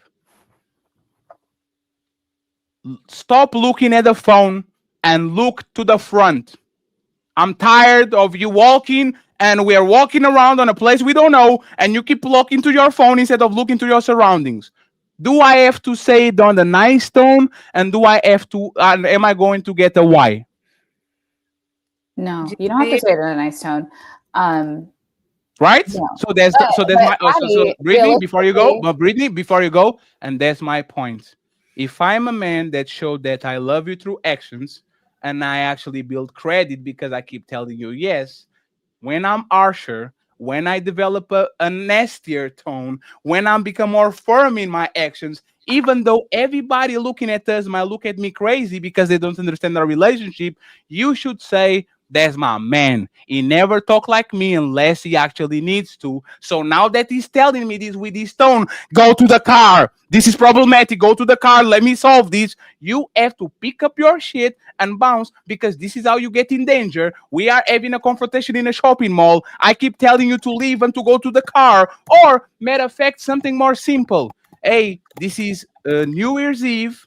You are dressing like this. You know this place is crowded. You know these kids are going to try to grab your ass, grab your titties, because this is what happens every New Year when you go to a crowded place. I'm not expecting my woman to try to fight me on that because I gave you a yes for the whole year. So now all of a sudden, I'm sorry, that $20 Temu dress, you are going to throw it away because I don't want you to be in danger to put yourself in a position where I have to fight somebody because you're doing too much. How is that a dictator? It's not. And what you're explaining is totally fair, but most men are not taking their women to Paris, because they can't afford it. He wants, like, no, they can't afford it. Janae, Jeff Bezos literally bought Venice, 60 million, to stop everybody in Venice to celebrate his wedding for one day. Do you think if CEO, actually, let me ask Little Black Book, you have a bajillion dollars. Janae asks you, baby, I want to stop Rome. It's going to cost $60 million so we can have the day of our life and we can get married. Are you doing that, Little Black Book? No. She says, this is my dream wedding. I always dream about this. And I can decide to say no if I don't want to. He capping. Why are you being a dictator? The yes man is on we got it. Hey, why are you being a dictator, Little Black Book? I can say no because when I look at it financially, I don't think this is a viable wedding. We should be spending $60 million. You are a billionaire. No, you are a billionaire. I didn't become a billionaire. Now you're being disingenuous. 1 second. No, I'm not. You're telling me what I'm going to Little say. Black Book, please. Little Black Book, don't do that to me, brother. Hey, don't do that to me. Let's rewind it for a second. If me, Fatty, if I spend $10,000 in a wedding, right? This is the equivalent of Jeff Bezos probably spend $1 billion in his wedding. It's proportional, right? Most women want a $10,000, $20,000 wedding. And I'm broke. Most men have a bunch of debt. Most men have to actually go to the bank and try to do it. So this is regular. Him spending $60,000 is the same thing as me spending probably $100, right? I would do that for my woman if it's $100. I actually would 10 times that, 100 times that. So I think Jeff Bezos with $300 and something billion, I think he will do it too. So if you are on that situation and she's asking you to spend 0.0002% of your network to give her the day of her life, something that she always dreamed about, and she's being kind, she's being nice, she's doing her job, she's sucking your dick, she's cooking, cleaning, being a good stepmother, mother, whatever, you're going to tell her no? Yes.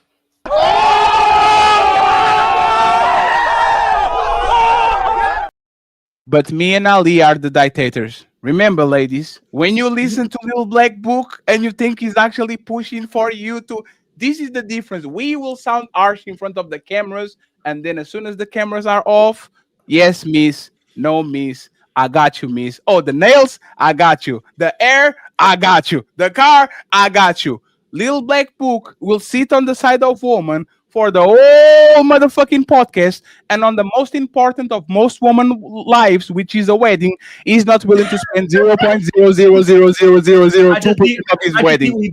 Little panda, right? You need to stop. Go. Let me first you. I told you to stop doing that. I've told you because what you're doing, you're leading men astray. Every time you describe what men are, you describe a simp. And then I actually get, if I decide that that's I'm supposed to be a simp for my woman.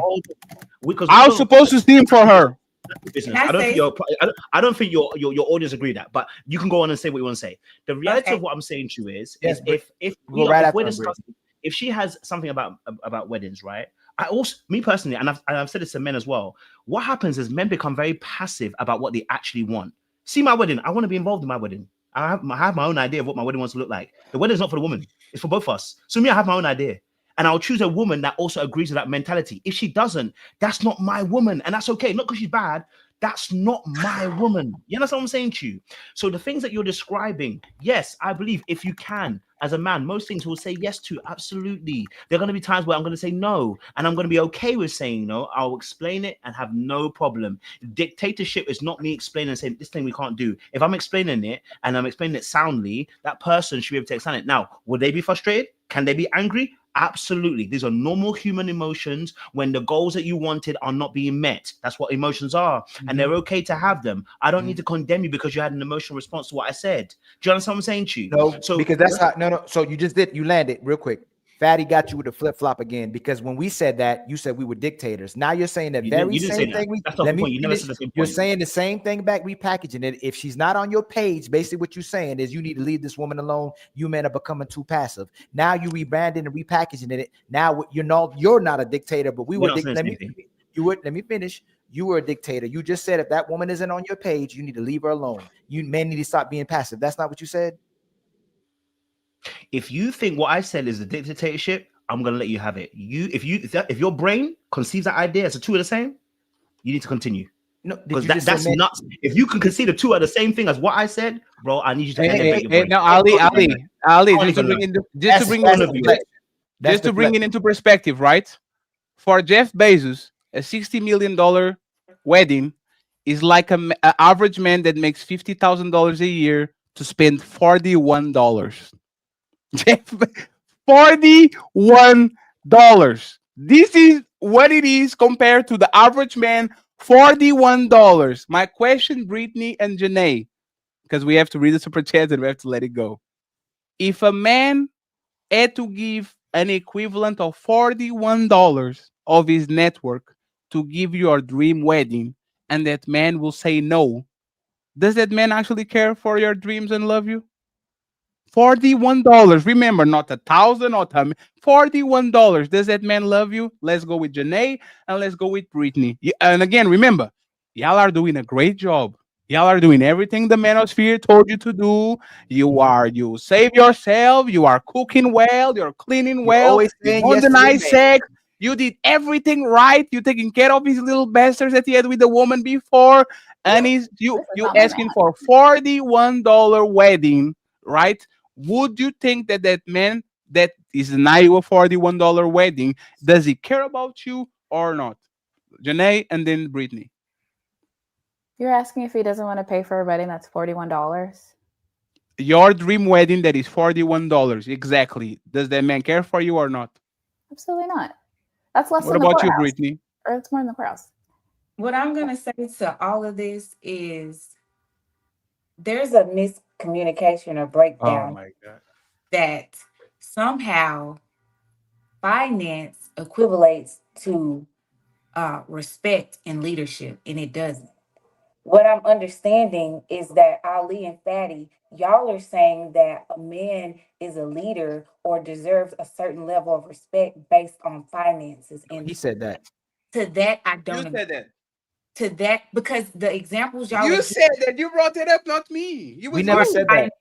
Brittany, we never. Hey, Brittany, we never. But Brittany, Ali is worse. She said that. Let her land, Fat. Let her land because it's feelings again. You said that. Go ahead. Let her land. Dollar giving are all financial. And earlier when I joined this panel, the question was, can a broke man be a leader? And I answered that, and I told y'all that yes, he very well can. It depends on the two individuals involved, the partnership, understanding that they have. So respect and leadership hasn't a thing to do with finances. And we if I chose you to be my man, then I automatically respect you and I trust you to be a leader, regardless of your financial state. And we agree. Little Black Book said that if the man didn't grow, if he didn't get more ambitious, he didn't get more money and level up, that you should leave him. That's what he said. So you're talking to Brittany. I'm not talking about that. No, ma'am, you can't. Brittany, you can't make it about what you feel. You can do it. That you keep doing that. You can't do that. Y'all keep making it about your feelings. Hey, one second, Brittany. Hey, just one second. Hey, just has anything to do with feelings. No, I'll give you the microphone, Brittany. Actually, based on finances. No, that's fair. So, Brittany, actually, let's put that to the test real quick. I don't like to do that, but let's put that to the like. I won't date a woman without a decent size ass. Sorry, can't do it. I'm sorry. Like, you can be Mother Teresa, have all the intangibles. If you are not my type, like sexually, I'm not being with you, right? Do you have requests for a man? What is the metric that is going to make a man, like, cut off a man of a serious relationship? 30,000. Is that okay for you?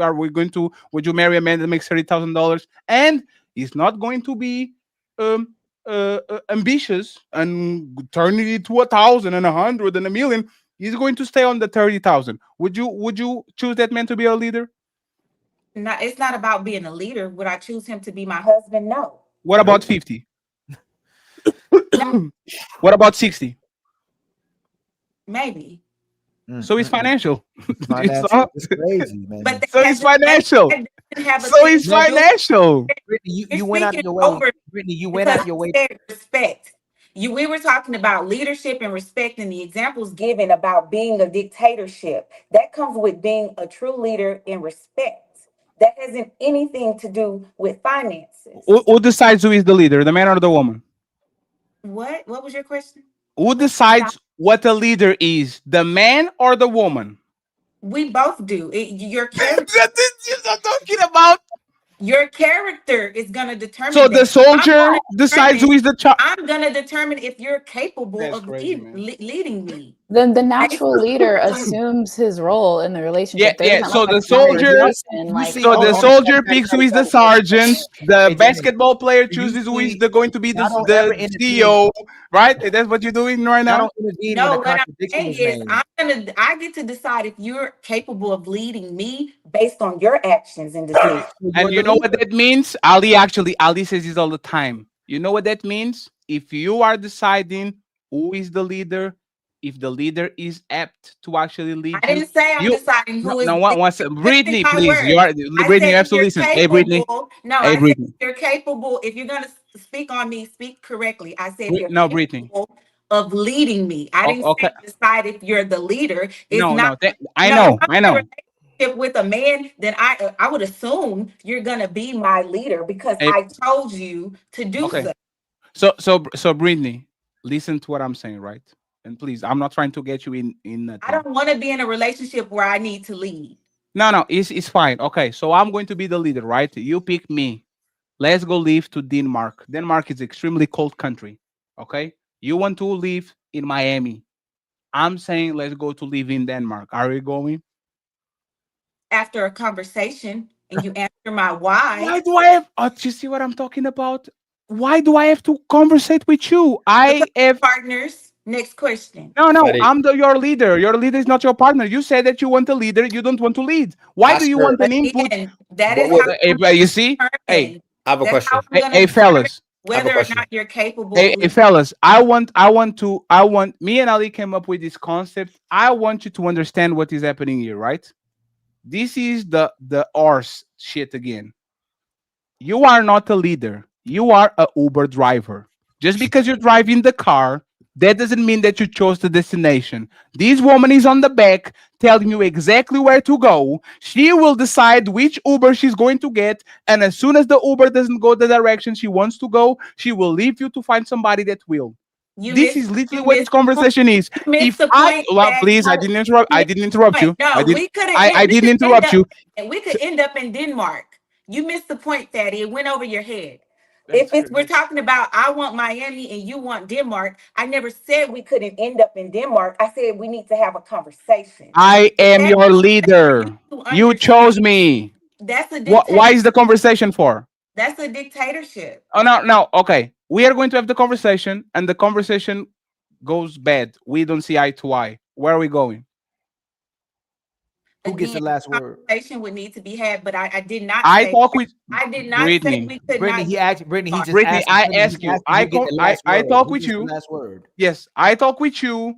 We don't see eye to eye because people disagree. Me and Ali doing a show, we don't agree in everything. But hey, sometimes he concedes to me, sometimes I concede to him. Let's assume this conversation goes bad.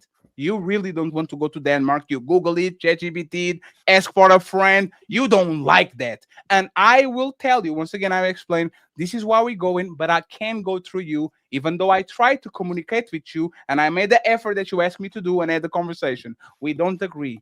Are we going to Denmark still? Compromisation. What? Compromise. Yeah. So you're going to Denmark, right? Maybe it depends on what we decide. No, what do you see? It depends on what we Y'all could say. y'all the We're leaders. going Y'all to the leaders. Denmark for 3 years, and then we'll do 3 years in No, Miami. I'm your leader. The compromise, the conclusion we reached after said conversation. I already told you we didn't see eye to eye. No, Brittany, I already told you we don't agree. We don't agree. We don't agree. We don't agree. I'm a good father, good husband. I'm doing everything. We need to go to Denmark tomorrow. I don't know when we're going to come back. There's no date. There's no 3 years. We going. Are you going with me? So then, Brittany, you don't believe men get final say? No, 1 second. Are you going with me? Okay. Are you going with me? In some cases, men do have the final. No, I'm asking you, Brittany. You pick me. I try to have the conversation with you. We didn't see eye to eye. Are you going with me? This is so hypothetical, it's hard to answer.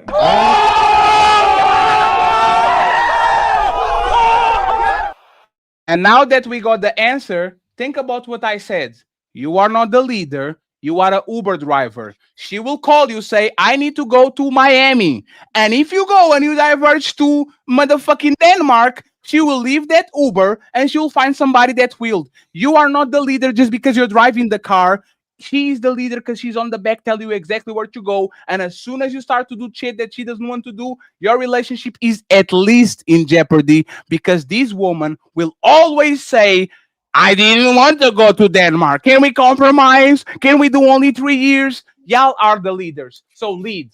Stop using us as a leader, just as a placeholder where I pay the bills and I protect you and all that shit. You be the leader. If you want to do shit your way, and every time I have to go to you is a negotiation, you lead. Drive the car. I will be on the back sleeping. You got this, Brittany. Let me go on the back for a 10-hour drive. And you know what's going to happen? If I let you lead, you resent me. If I lead and I don't consult you, you resent me. So why am I leading? Go ahead and lead yourself. You got it. And that's so let's say I let you lead 95% of the time, but this particular situation, we're having a difference of opinion. Then but that's not what you said, because you said every time I ask you and you don't agree, you say why. But it's irrelevant because you still made it hard for him. You still gonna pick your way or supposedly compromise when he just give you that scenario. So we know you're not gonna agree with that scenario as well too. Most women lead the relationships, and if the man don't concede to the woman, we're not gonna have relationships. If most men conducted their relationships to where they're happy and where their feelings are catered to, we wouldn't have relationships. So most of y'all are running these relationships. The problem is these relationships still end. So when you're leading the relationship, it still ends, and you don't let the man run the relationship, and when you do, it still ends. Then the women have to be problematic, because most of these relationships are run by men, is run by so-called betas, and is run by passive men that Little Black Book says. The problem is if you do what we say, then you do what Little Black Book does, or you say we're dictators, he'll say it's unbalanced. So we lose either way. Either we're passive or we're a dictator. And women and men, the men who support when you say what you say, even though you're extremely feminine, you're way more feminine than most women. Women still want the men who do what they want them to do. It's your way or the highway. Janae just said it. Hey, if I'm not good for you, go on to another woman, which means either you're doing it my way or it's the highway. And Brittany, you can refuse. Ali and Janae said it. I would hope that we would come to the conclusion that makes the most sense. Ali, Janae said it. Ali, Janae said it. Janae said this. Hey, Brittany. Hey, Brittany, you know what Janae said? Janae said this. Janae said this. When somebody asked her, I think it was Ali, would you be okay with the man doing everything you want? Janae said yes. She said it. Yes. But I would do the same. So, but that's the point. So, would you be okay with doing everything your man wants? I would be okay. No, you wouldn't. You said, "Oh my God, Ali, we need to close." I can't do this. No, what? How is that inconsistent with that? Brittany did the same thing. She said she'll do whatever her man wants. Then I say, "Hey, Brittany," I say, "No, you gotta explain it." I never said whatever. I said I would ask why. No, hey, Brittany, remember you said that, okay? I'm gonna find a clip when I rewind this, and you literally said I'll do what my man wants, because it depends on what we were talking about, what the subject was. No, and Brittany, that's what women keep saying is depends. Oh man, okay, Brittany, who gets the last word? It's conditional. If you say you want a man that leads you, you don't want a man you lead. Just that simple. What Fatty asked you, who gets the last word when y'all disagree? Y'all can't come to about a last word. That is so childish. And that's contradictory and it's disingenuous when you make that statement, which means it has to be about you. If I said, hey Brittany, if we had a big disagreement and I went along with you, would that be fine? Again, it's childish to consider who has the last word. That's real life. That's no. One second. One second. Does the leader has the final word? No. Hold on. No, she said it's childish to debate who has the final word. Who has the final word then, Brittany? A little black book. No, Brittany, hold on. A little black book. Is that extreme? In real life, is that not what's making relationships end? Is because somebody has to have the last word. They don't agree and they part ways. Is that extreme? What I'm saying, Yes. or is that No, realistic? So, Brittany, how are you saying that's the reality in life? Brittany, is somebody's not getting their way and they decide to leave the relationship, and it's typically the woman. So how they so? And now I'm asking you is this: what is so hard about answering that question when it's reality? Who gets the last word when both people disagree? If, excuse me. So let's do this way, because we always got to do it, not flip it. Hey, Janae, I'm gonna come back with you. Janae, if I say you're my leader and we get in a disagreement, who gets the last word? If I say you my leader, I feel like the leader gets the last word. right? So is that? And by the way, Ali, Brittany said, I don't want to be the leader, so she already conceded. And if I say I don't want to be the leader, that means if we disagree, you get the last word, correct? Yeah, I would say the same How, thing. so then isn't it contradictory when we are saying it's dictatorship if the man says no and the person needs an explanation if I'm the leader? If you're the leader, like you, if you're the leader. Oh, he got cooked. He froze. The internet. That's No, the internet. this is internet connection saying I can do this anymore. What makes sense? Wasn't on the roll. Hey, Brittany. Like, Brittany, what makes sense? can you answer that, Brittany? What makes sense? Okay, now Brittany, you said that you don't want to be the leader. So when you disagree with your husband, who has the final word since you don't want to be the leader? I don't care who has the final word. Girl, just Okay, so hey, Brittany, but this is what we're saying, right? Y'all want everything. I don't need the final word. I don't care about the final word. Yes, you can. Yes, you care. I'm for what makes sense. If Miami makes sense, then let's do Miami. If Woman don't make sense. Denmark makes the most sense, we're going to Denmark. And woman on the regular don't make sense. That's our point, kind of. Like one second. Brittany. One second, Brittany. This conversation showed that y'all don't make sense. Y'all will ask for something and then get something. No, one second, please. Y'all will ask for the leader, get a leader, and then complain because you don't have enough say so. And then you are going to get a simp and complain because he's a pushover and he doesn't put his foot down and you can get over him and get everything you want. Y'all don't make sense. So if you are asking for a leader and you are telling me, I don't want to be a leader, what you're saying, because that's what most women are saying right now, is I want a leader that leads my way. I want a leader that leads my way. I want a leader that if every time he tells me no, he has to come to me to explain to me and to convince me why that no is actually valuable. And if you are somebody that is putting this man in this position, but they still have to run the gameplay through you, you are actually the de facto leader. And this is why I say, and I'll say multiple times, we are not like these manosphere people. Women run relationships. Because the moment that woman get into the relationship, women are not satisfied with being the queen. Women want to take the king's crown. They want to corrupt him. They want to make sure that the king is doing their bidding. And there's no woman in this planet that gets into a relationship with a man that sooner or later doesn't start to try to convince the king to do what she wants to do. You are no different, and that's fine. I'm just saying, don't ask to be on the passenger seat. And then once we get to the destination, you say, can I drive? Can I put my hand on the wheel? Either you drive or I drive. It can be a situation where you're telling me to drive because you don't want to drive. And every time I miss an exit, you're blah, blah, blah, blah. Why didn't go the way that I want to go? Either you are with me or you get the buzz, or you get somebody that will, because there's a bunch of men on this planet that are willing to lick the bottom of your feet just to make sure that they don't lose you. That's what actually is problematic in this situation. Y'all get so used to not getting a no, which was what you said, not me. I'm not making this up. You said that you don't remember like how many times people told you no. And when you meet a man that actually is competent enough, is respectful enough, it treats you well enough, you are so desensitized to hear no that when I tell you no, that shit sounds like the end of the world. That shit sounds like oppression, when no is just a regular moment in the life of a man. No to sex today, no to home cook food, no to microwave food, no to going. Like, it's always a no for us. We have to deal with it. As soon as it become no for the woman, now you're looking for a man that will tell you yes. That's why I could never compete with a liar. Because every time I try to tell the truth to a woman, A liar will see me. Oh, do you saw how Brittany was talking with Fatty and Ali? You know how I'm going to get you, Brittany? Telling you everything that you want me to say. Oh yeah, that sucker shit. Oh yeah, Brittany. No, we have to share. Absolutely, I'm your leader, but I will always take you in consideration. And if you don't agree with me, you get the final say because it makes sense. And then it will fuck you. He'll put a kid on you. He will move in, and as soon as he gets you, he'll leave you for another dumb woman that will fall for his lies. Because men don't tell you no, not because they don't want you to tell you no. They tell you no because they're afraid of losing access to you. So once again, if you want men that tell you the truth, be ready for what comes with that. If you're not ready to men that tell you the truth and are leaders, go pick the losers and then cry and complain when you are 50 because the loser that was lying to you didn't come through with the promises that he gave to you. We have to wrap it up. Final thoughts, please. Well, show's over. Hope y'all enjoyed it. But nah, don't dip yet. We still got them final thoughts coming. Y'all really tore it up tonight, huh? But don't dip just yet. Let's hear them final words. Hey, that's it. Show's done. Now shut the fuck up and let the panelists speak.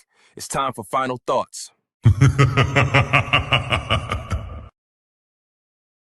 And friends, we're going to read the super chats too, so don't be scared, okay? Let's start with the ladies.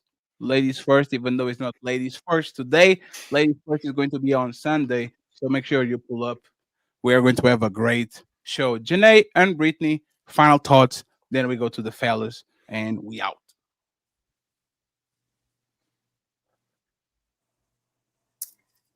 Okay.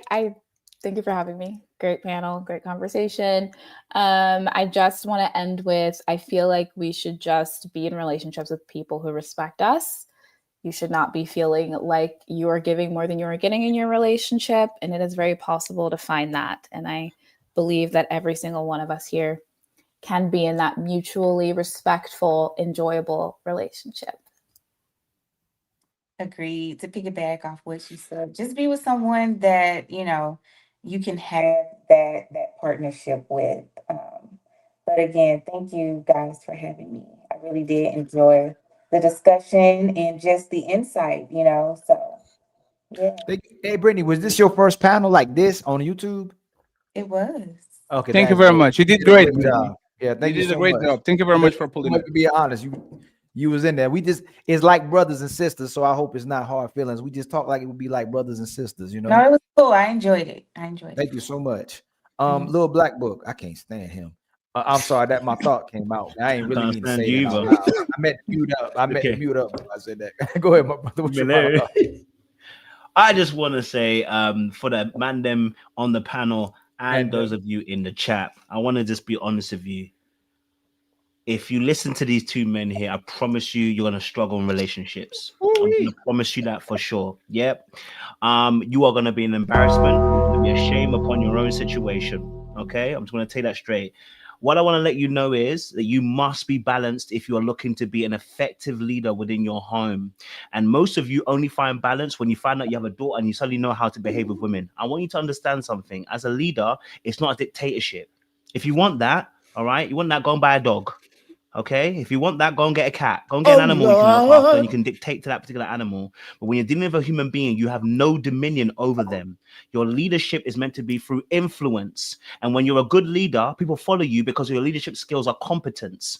You don't have to fight people and get them to demand them to do things because they actually want to follow you because they trust your leadership. So if you're looking to actually be in a relationship in the future, which many of you are running from because you believe that women are not that great and you're not that great either, but you keep looking at them as a problem instead of looking at yourself and how you show up and turn up to relationship. If you're somebody who doesn't hold yourself accountable, I'm going to ask you that today of all days, to start from today, before you talk about any woman and the woman in the market, the question to ask yourself is, are you fit for purpose yourself? I ask the same thing for men and for women, but I'm talking to the men specifically today. Are you fit for purpose? If you're not, my friends, sit down and shut up and go and do the work, because I'm sick and tired of you man them crying about the island.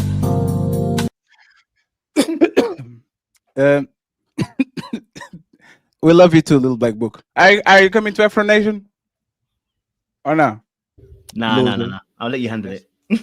That's crazy. You motherfucking loser. Wait, we love Little Black Book over here. It's just that you know what?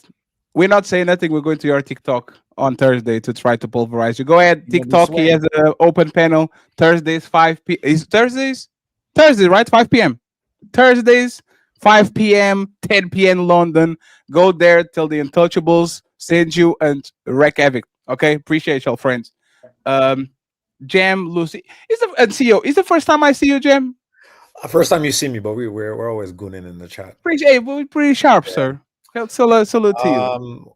We got away from the plot. I think overall the arching argument is that, and Book, you're nodding, but I don't agree with you. I think the biggest thing was the argument started with Fatty and Ali saying that majority of men, most women are going to.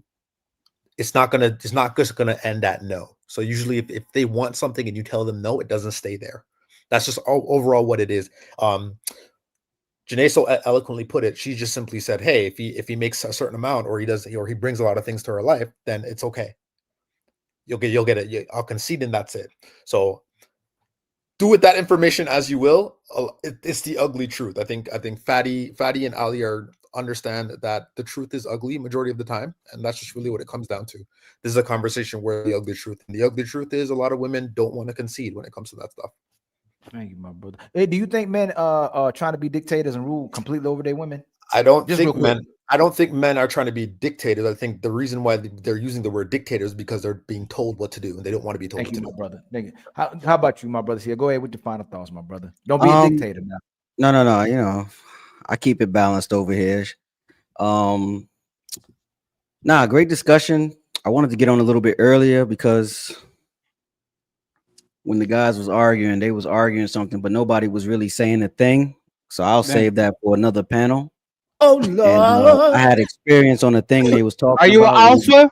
I'm an alpha. You better be quiet, CEO. Yeah. Nah, you know, when they was talking about that, they was speaking on something that's like, it was like, how can I say it? When I figure out how to say it, I'll say it, but I ain't gonna say it right now.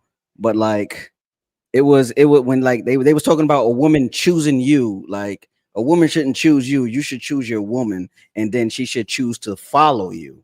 You feel what I'm saying? But like, they was talking on it like what's his name?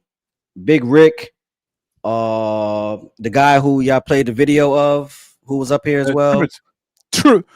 He was speaking around something. He didn't really get on it, but I wanted to get on that. I wanted to talk with him about that on the panel because he wouldn't say it, but I know what he wanted to say. But other than that, thanks for having me.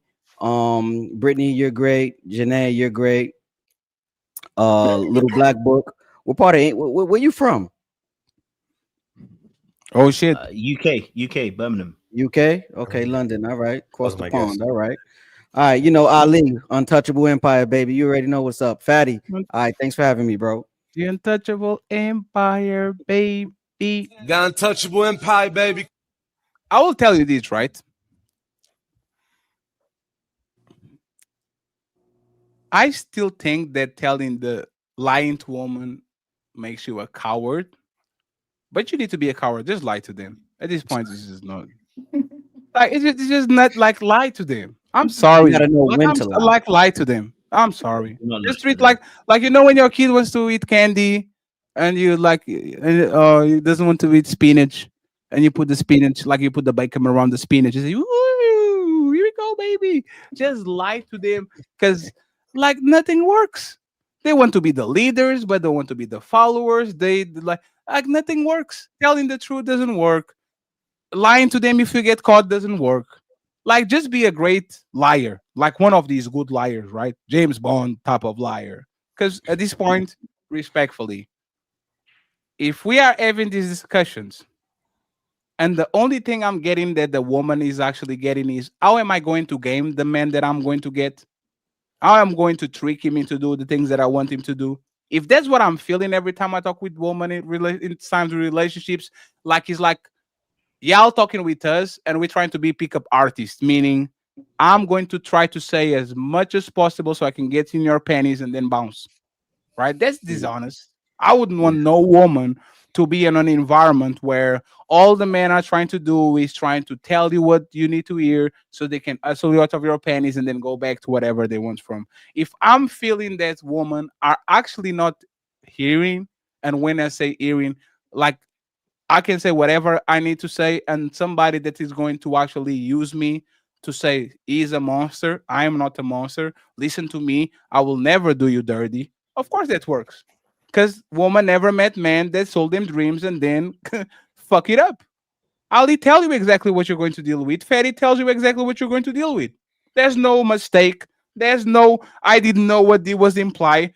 You rather me going back to me being 21 years old and tell you everything you need to. Of course, you're going to lead, baby, because this is a partnership, and we are going to stay together. And we like you want me to lie to you. So I was trying to bury the 21-year-old Fatty, but I think that motherfucker needs to get out of the. Like I'm going to dig him out because there's no way you keep talking to women like they're grown-ups and adults and be extremely reasonable and try to communicate and be honest, and you get penalized because there's a motherfucking sucker next to the side try to get you with lies, so you rather go with him than go with me. So be a coward, lie to woman, definitely works as long as you don't get caught.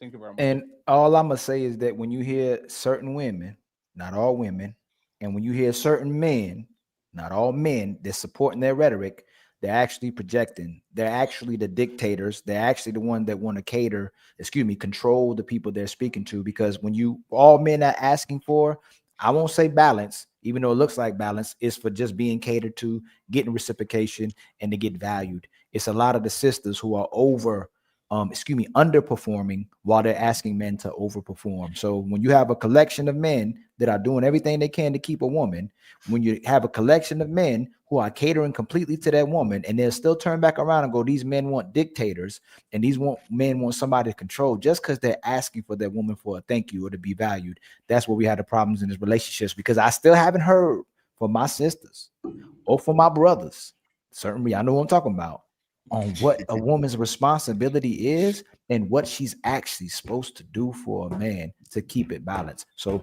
much love to everybody that came through. We love y'all. And we're going to read the super chats. We got to read the super chats. Little Black Book, we'll see you again on the dark side. What this button? Is it this button? No, I was just like Derek Jackson is not dead. His spirit lives on. See what I'm saying? He got caught, but his spirit lives on forever. Through the Little Black Book? No, not Little Black Book. Like Derek Jackson, like we thought we caught the final villain. Like he's the end. You caught Voldemort, the man you shouldn't say his name and all that shit. And once you thought there was a last villain, here comes another one, and another one, and another one. The day that lying to woman is not profitable, we will stop lying to you. And the conversation we had before, Ali, about do you incentivize the woman to date multiple men, while the man was bragging about, oh, she always wanted me. Oh, if you marry her and I'm around, I will send her back to you. There's money. But you said it a long time ago. You asked the brother, hey, if she wasn't good enough for you, why is she good enough for me? Yes, absolutely. And he couldn't say that. He said, oh, they were all marriageable women, and they decided to only fuck you when they could have other men that actually wanted to marry them. So this is the sad state of affairs when it comes to relationships. We are trying to understand what makes woman tick and what make woman choosing man, and everything we get, unfortunately, is yes, sell them a dream, keep doing what they complain about. They are going to give you coochie, they're going to give you kids. And if that's not worth, you go ahead and move on to the next one. Because you know what she's going to do? She's going to want you to sell the biggest motherfucking dream you can. So she can come around to the YouTube and saying, I didn't know you was like that. He told me you was faithful. Yeah. Of course, lady. Of course. Shout out to my boy Nino Nation for the $5 membership. Nino is live right now, so we're going over air. I appreciate you. We have again Nino with another $5 for the hamburger fund. Thank you very so much, Nino. I appreciate you. We have Monstar with $5. Thank you so much. We appreciate you, Monstar. My boy Darnell Hawkins in the building. Say salute. Much love and respect, little big bro. I appreciate you, my boy Darnell. The lovely red lipstick vibes with $5 and the Untouchable and lipstick emojis. Monstar coming back. Hamburger Fun pulling through, and the lovely Tabia sending $10. Thank you very much. We have two on. Let me see where this is because I missed it. It was Rose, right, Ali? I think it was Rose. Yeah, Rose. Damn, I And, was in the wrong conversation. Don't worry about it. So Rose sent us $10. So thank you very much, Rose. We appreciate you. Jay sent $5 via coffee. Said, "Love what you and Ali are doing. Thank you so much." And finally, my boy Batman with the $20 and just showing some support. and Miss Tabitha. Miss Tabitha. So thank you very much, Tabitha, again for the $10 ball she sent to both of us. Now we're going to go to the super chats, play some little music, and then we are out. By the way, friends, tomorrow there's a smoke show. Again, y'all be talking a lot. Oh my God, y'all be talking so much. Let's see if y'all pull up. We are very open and ready to get in the mud with y'all. Let's see if y'all have the same motherfucking smoke that you have when we see you. That's my childhood best friend right there. That's Free Will. Yeah. Shout out I just to- realized that's my childhood best friend, man. Shout out to Free Will is in the building. Thank you, brother. Brother. Thank you very much, Free Will. We appreciate you. Glad you found Ilkan Ali. And shout out to Ilkan Ali for the 6,000 subscribers. Let's motherfucking go.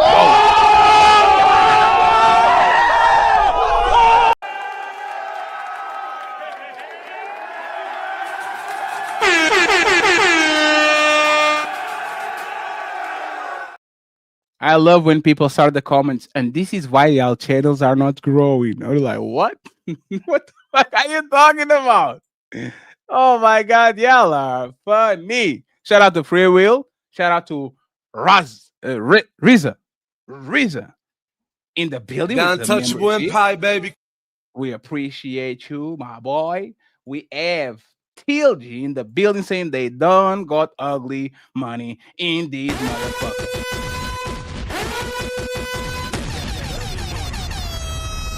Ugly money. Thank you very much, brother. Either man, very rich, but super chest like he's a poor person. Says $2. I got $2. $1.99. My boy Nino Nation back again with a membership. Shout out to my boy Nino. The Untouchable Empire, baby. We're going to send him to y'all. Okay. Either man comes back and says, "Did anybody understand Fatty?" I was going to be mean, but I'll let bygones be bygones. Either man. He says white people can't say the same thing.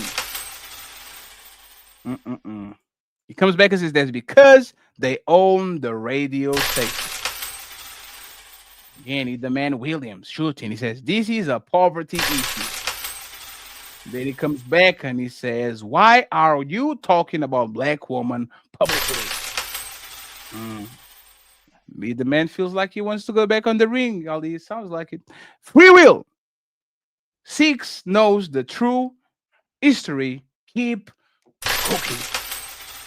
Thank you very much. We have 60 to go. The man Will says, "Tell him, Portuguese black man." Man. He comes back and he says, "Men be gossiping since the beginning of time." Oh man. Portuguese black man. Look at him. My boy Player One. Absolutely. The The Untouchable Empire, MVP. baby. With the 1 membership. I appreciate you. Free Will come back again and says, "I see Cooley point. It's about participation." And now we get to the patriarch. He says, "Martin Luther King chased harlots in a suit. Stop the victim talk. Oh man, hey.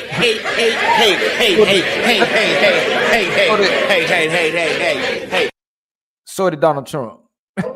No, no, he didn't. He's a patriot. He will Crazy, never boy. go for somebody that have an affair while this woman was pregnant. Ever. Dark entertainment. Untouchable empire, baby. With the membership. I appreciate you, Dark Relief. I appreciate you. We have Free Will in the building. Says she engaged in public perception reinforced by stereotypes and weaponized the stats. Thank you, Free Will. Appreciate you, my boy Freezer in the building. Untouchable empire, baby. It's one Untouchable membership. Remember again, 5 p.m. Smoke show. You're talking shit, telling that we're simping. You need to pull up and show us what you got. Free Will. 6 answer the question. He's putting pressure on Will. Celebrity Cirque saying peace and happiness to everyone. And we have 50 to go. We have Rob Earring saying there's a reason for pair bond. Thank you very much. We have Unk B streaming saying the problem is if you do that, your attention and time spread too far and no connection can be made with anyone. Let's not add sex to it. pH balance stank. That's crazy. He comes back and he says, no man who respects himself is going to spend money and time and be even 50% in the chick that he knows is dating another man. That's some loser shit. Slim in the building saying we need to go back to the 1950s where men are the head of the family. Family men vet the suitors for the girls in the family. It's like what Six said. I was in the car with my girl, and then another man came in and brought her some food, and that's when I knew it was time to do. It's time to do. I don't know about that, Six. Cake, I don't know, man. Love you, Six. I was trying to figure out that part of the story. I like, did you guys eat the food? Like, what the fuck is going on, man? Imagine you're on a date and another man comes in with food. I know I've been in a situation where somebody was trying to be with me and another man came out the blue up for some situation, and that was it. After that's all I had to see.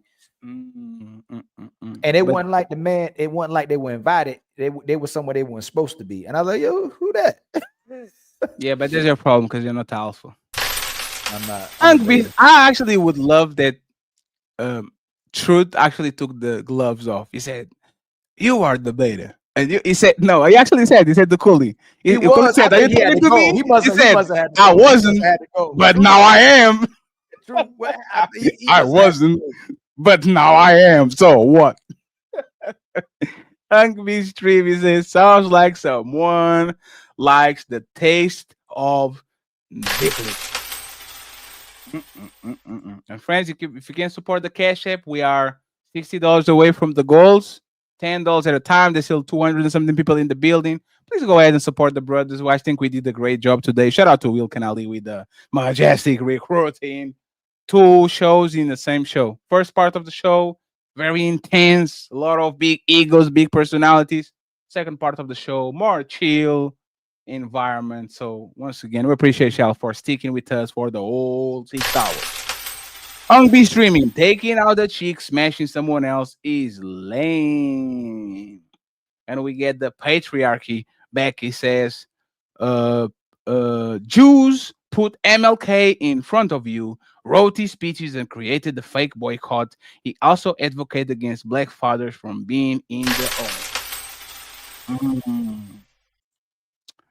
Thank you very much. We have TLG saying you don't acclimate to a woman program. She becomes part of yours. Conversing and dating are 2 different things. Thank you. We have Monk B streaming in the building. He says, serial daters rarely win. They end up single mom.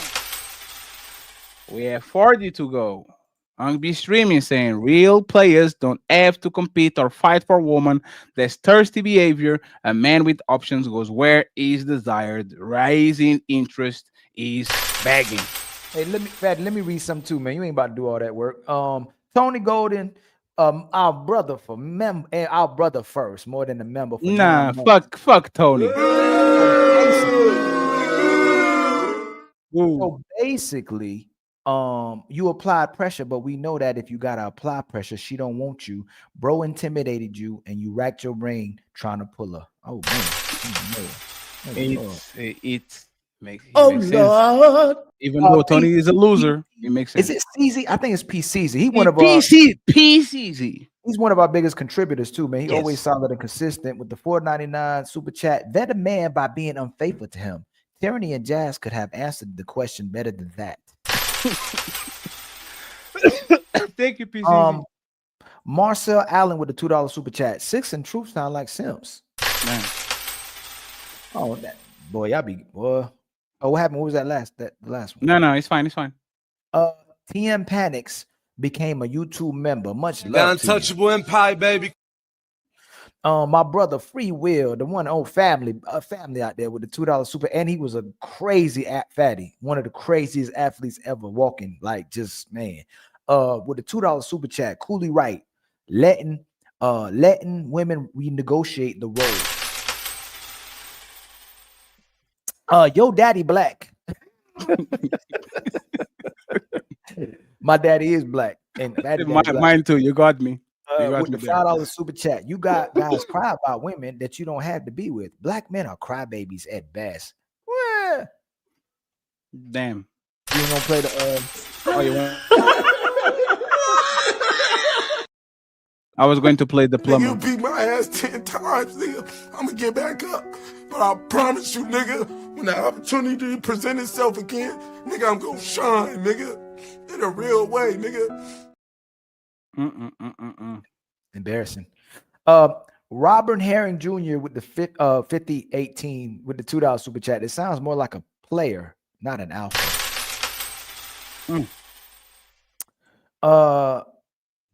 Unk B streaming is Red Pill Ranger. Oh, that's Red Pill Ranger, man. He don't want a solid brother. Sometimes, I don't know what we talking about. J-Lo can't keep a man. Been divorced 3 to 5 times. Kim can't keep. That was a great point that I wish we would have said. Kim can't keep a man. Nikki had to marry a ex offender. What the F is this dude True talking about? Yeah, that part. None of those women can keep a man, but most women can't keep a man. And he said that men still want to go after them. I think he's a very specific man that still wants to be Kim's 5th husband. Hey, Fatty. If brothers could get every woman that they interacted with, they'd keep all their women, man. Let's just keep it real. The women can't keep 1, 5, 10, 20 men, and they get worse when they get through. The more she goes through men, the more we know she's gonna be unwilling to be loyal, and she compromised herself. She don't know how to be loyal. She get Kim mental has problems. 4 divorces. Who do you think left the 4 times? J-Lo too.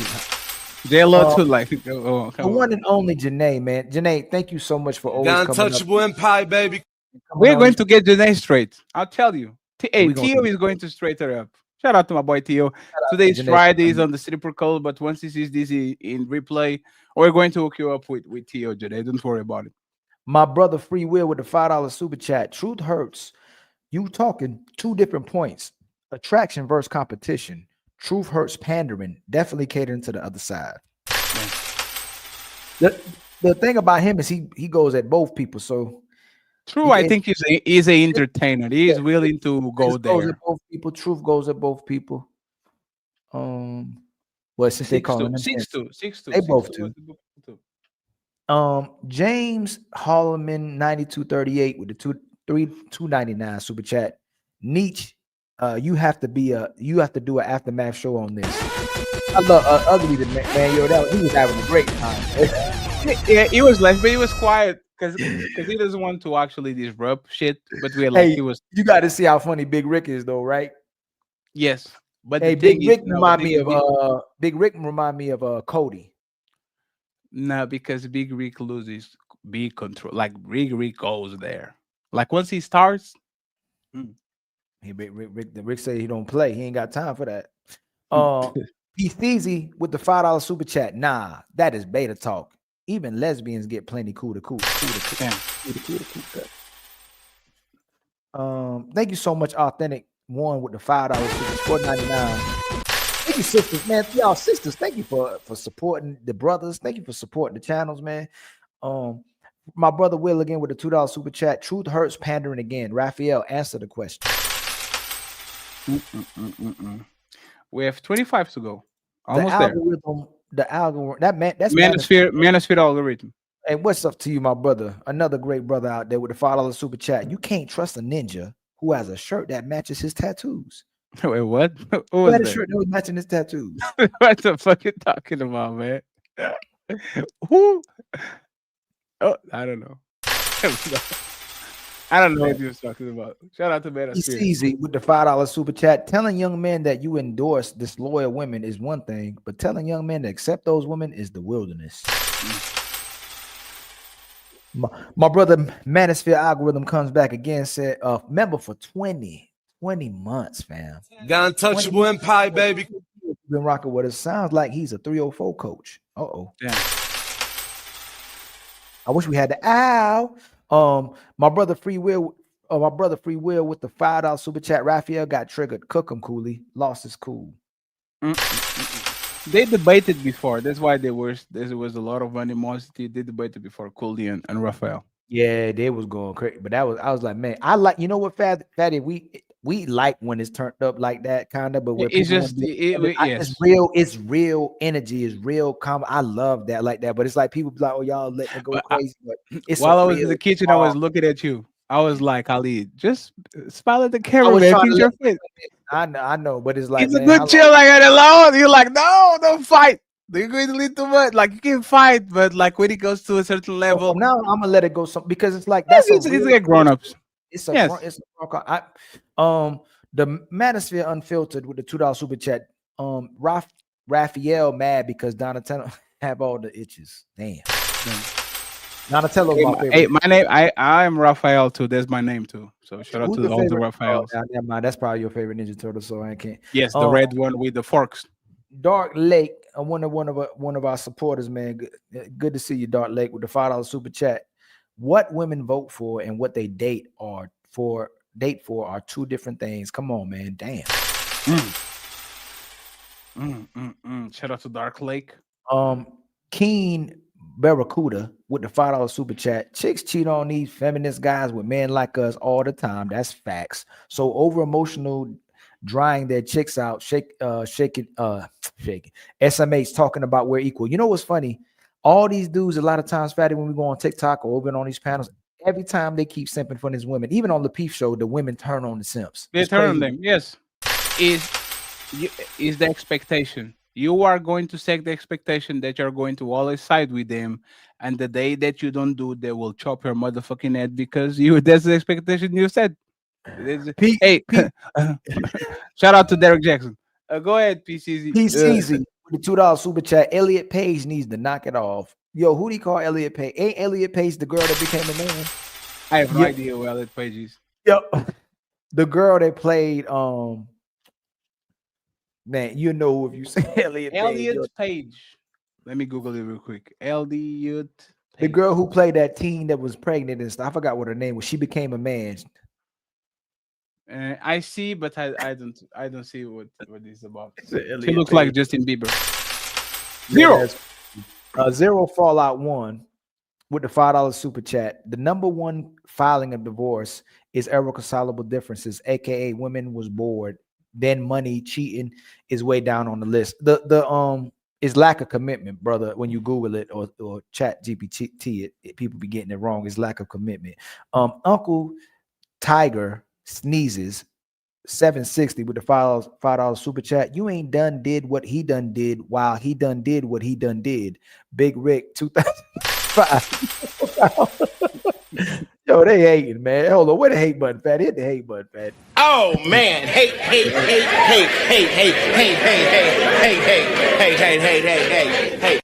Ah, man, they hate it. 15 to go. Tell G with the Tell G 1500 with a $5 super chat. Rick don't want to debate Cooley. Sound like he trying to bang. Get them gloves. Does Rick does debates or not? Nah, probably not. I don't know. We're going to leave him alone. If he repeats the same thing when he sees Cooley next time, we put him on the ring. Base, we have to bring Shadow Realm back because nah, Shadow Realm not coming I back. know Bro. I'm just being funny. Though. I'm being funny. There's no way I'll let these two do Shadow Realm for 20 minutes. They're going to say something that you can't stop this shit. I love when they both get up too. Man, they're like, nigga, what you want to idiot. Man, you know what? That's a dude. James Blair, absolutely. Oh, I can see the picture. That's Batista. It looks like Batista from the WWE. James Blair 463 with the $5 super chat. Great show, Ali and Fatty. Shouts out to Ugly Nietzsche. I couldn't from.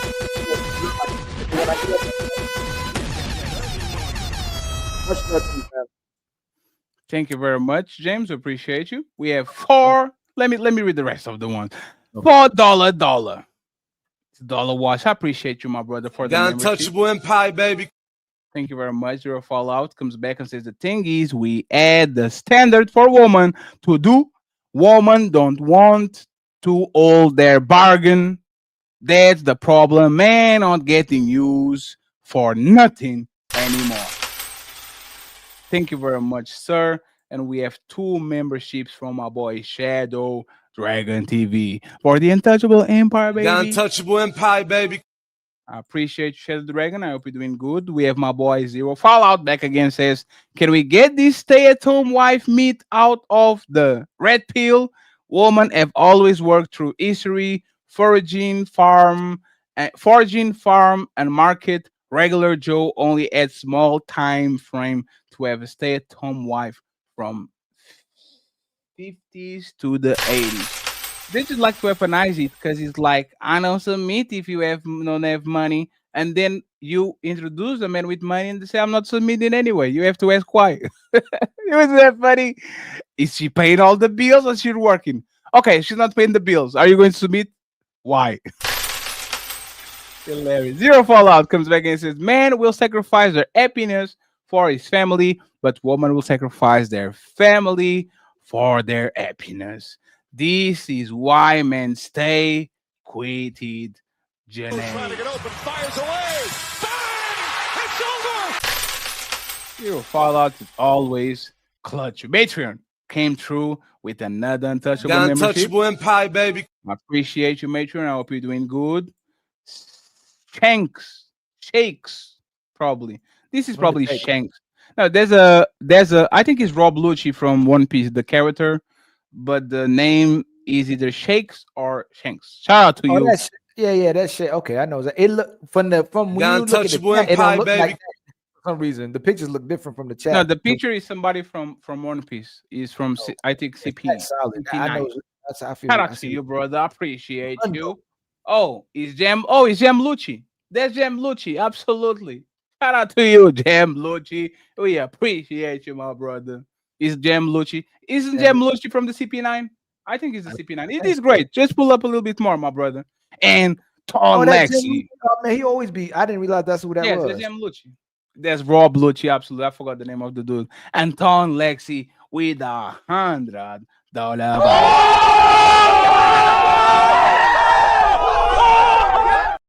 Once again, shout out to him. He said he was going to send something on 21st. And he did. He says for all the great panels and discussions. Thank you very much. The sponsor of the show, Ton Lexi, with $100. We have 3 to go. Zero Fallout. $5 says women used to know their duty, but now men like book. Let them wiggle out of it. Happy wife, happy life came from man like him. How as society improve. Man, everybody will fight back. Fight motherfucking back. Next one, Nino Nation is live right now. We're going to Nino Nation next. Untouchable Empire, baby. Thank you for sharing your YouTube money. And finally, OG Speed, the legend. He says, relationship ladies really don't care for a man unless he benefits her first. A Western mindset. Ladies refuse to be woman. Competition coming soon. Rob. What's that? That's Rob? Coming soon. I don't know what's going on. Hey, friends. We have the hottest show in this motherfucking side of YouTube. I don't care what the fuck you say. I don't care you crying, calling us simps, and all that. We are going to keep coming. We don't stick in a week. We're going to keep pushing. Sunday, we have a massive show again for y'all. I appreciate y'all. I appreciate y'all, and I appreciate my brother in arms, Ilkan Ali. He's doing the Lord works during the week. So we coming. And once again, friends, if you are new to these and you want to say something about it, pull up to the smoke shows. No more talking in the chat. No more talking in the comments. Every time y'all do that, we engage here and there because we are not afraid of going on the back and forth. But this is time.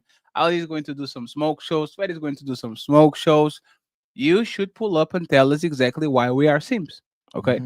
Or why we are KPing, or why. Pull up and show us exactly what you got. So You know, all them shows we were doing that came to these shows, like, oh man, we there now, you know?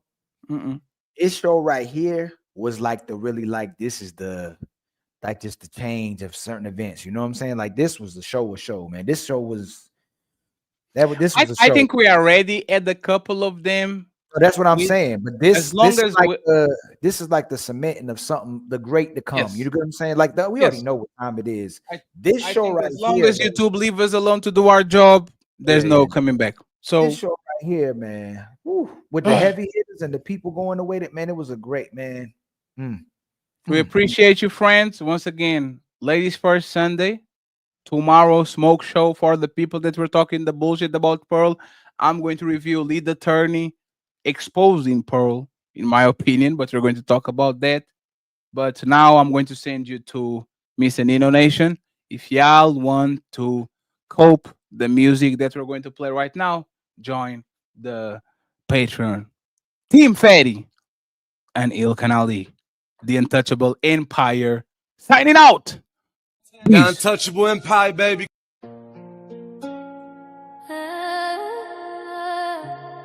Yeah.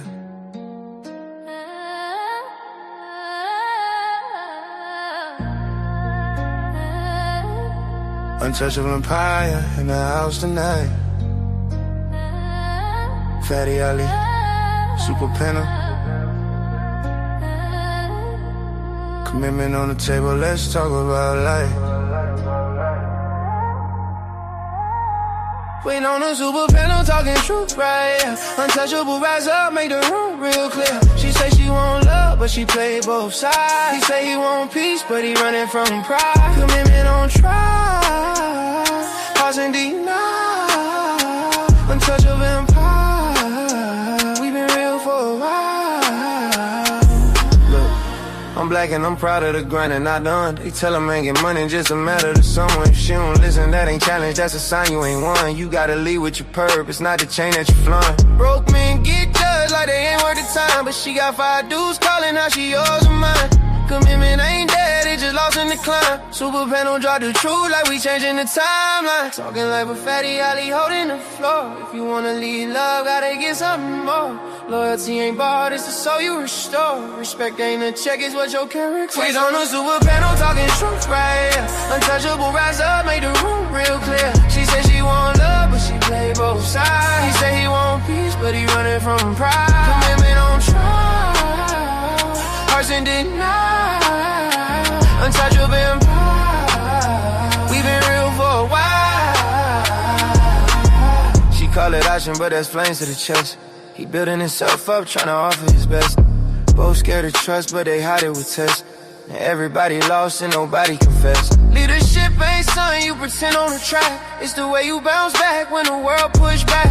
Love ain't all money, that's a natural fact. But a man with no vision, she ain't following that. Commitment ain't broken, it's buried in noise. Women want men, but they choosing the boys.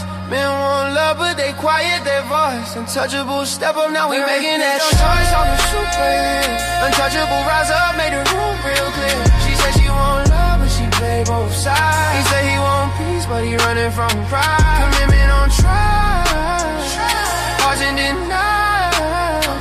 Untouchable empire, we been real for a while. Super Penna, Friday night. Fatty and Ali, untouchables for life. Commitment issues, we bring it to the light.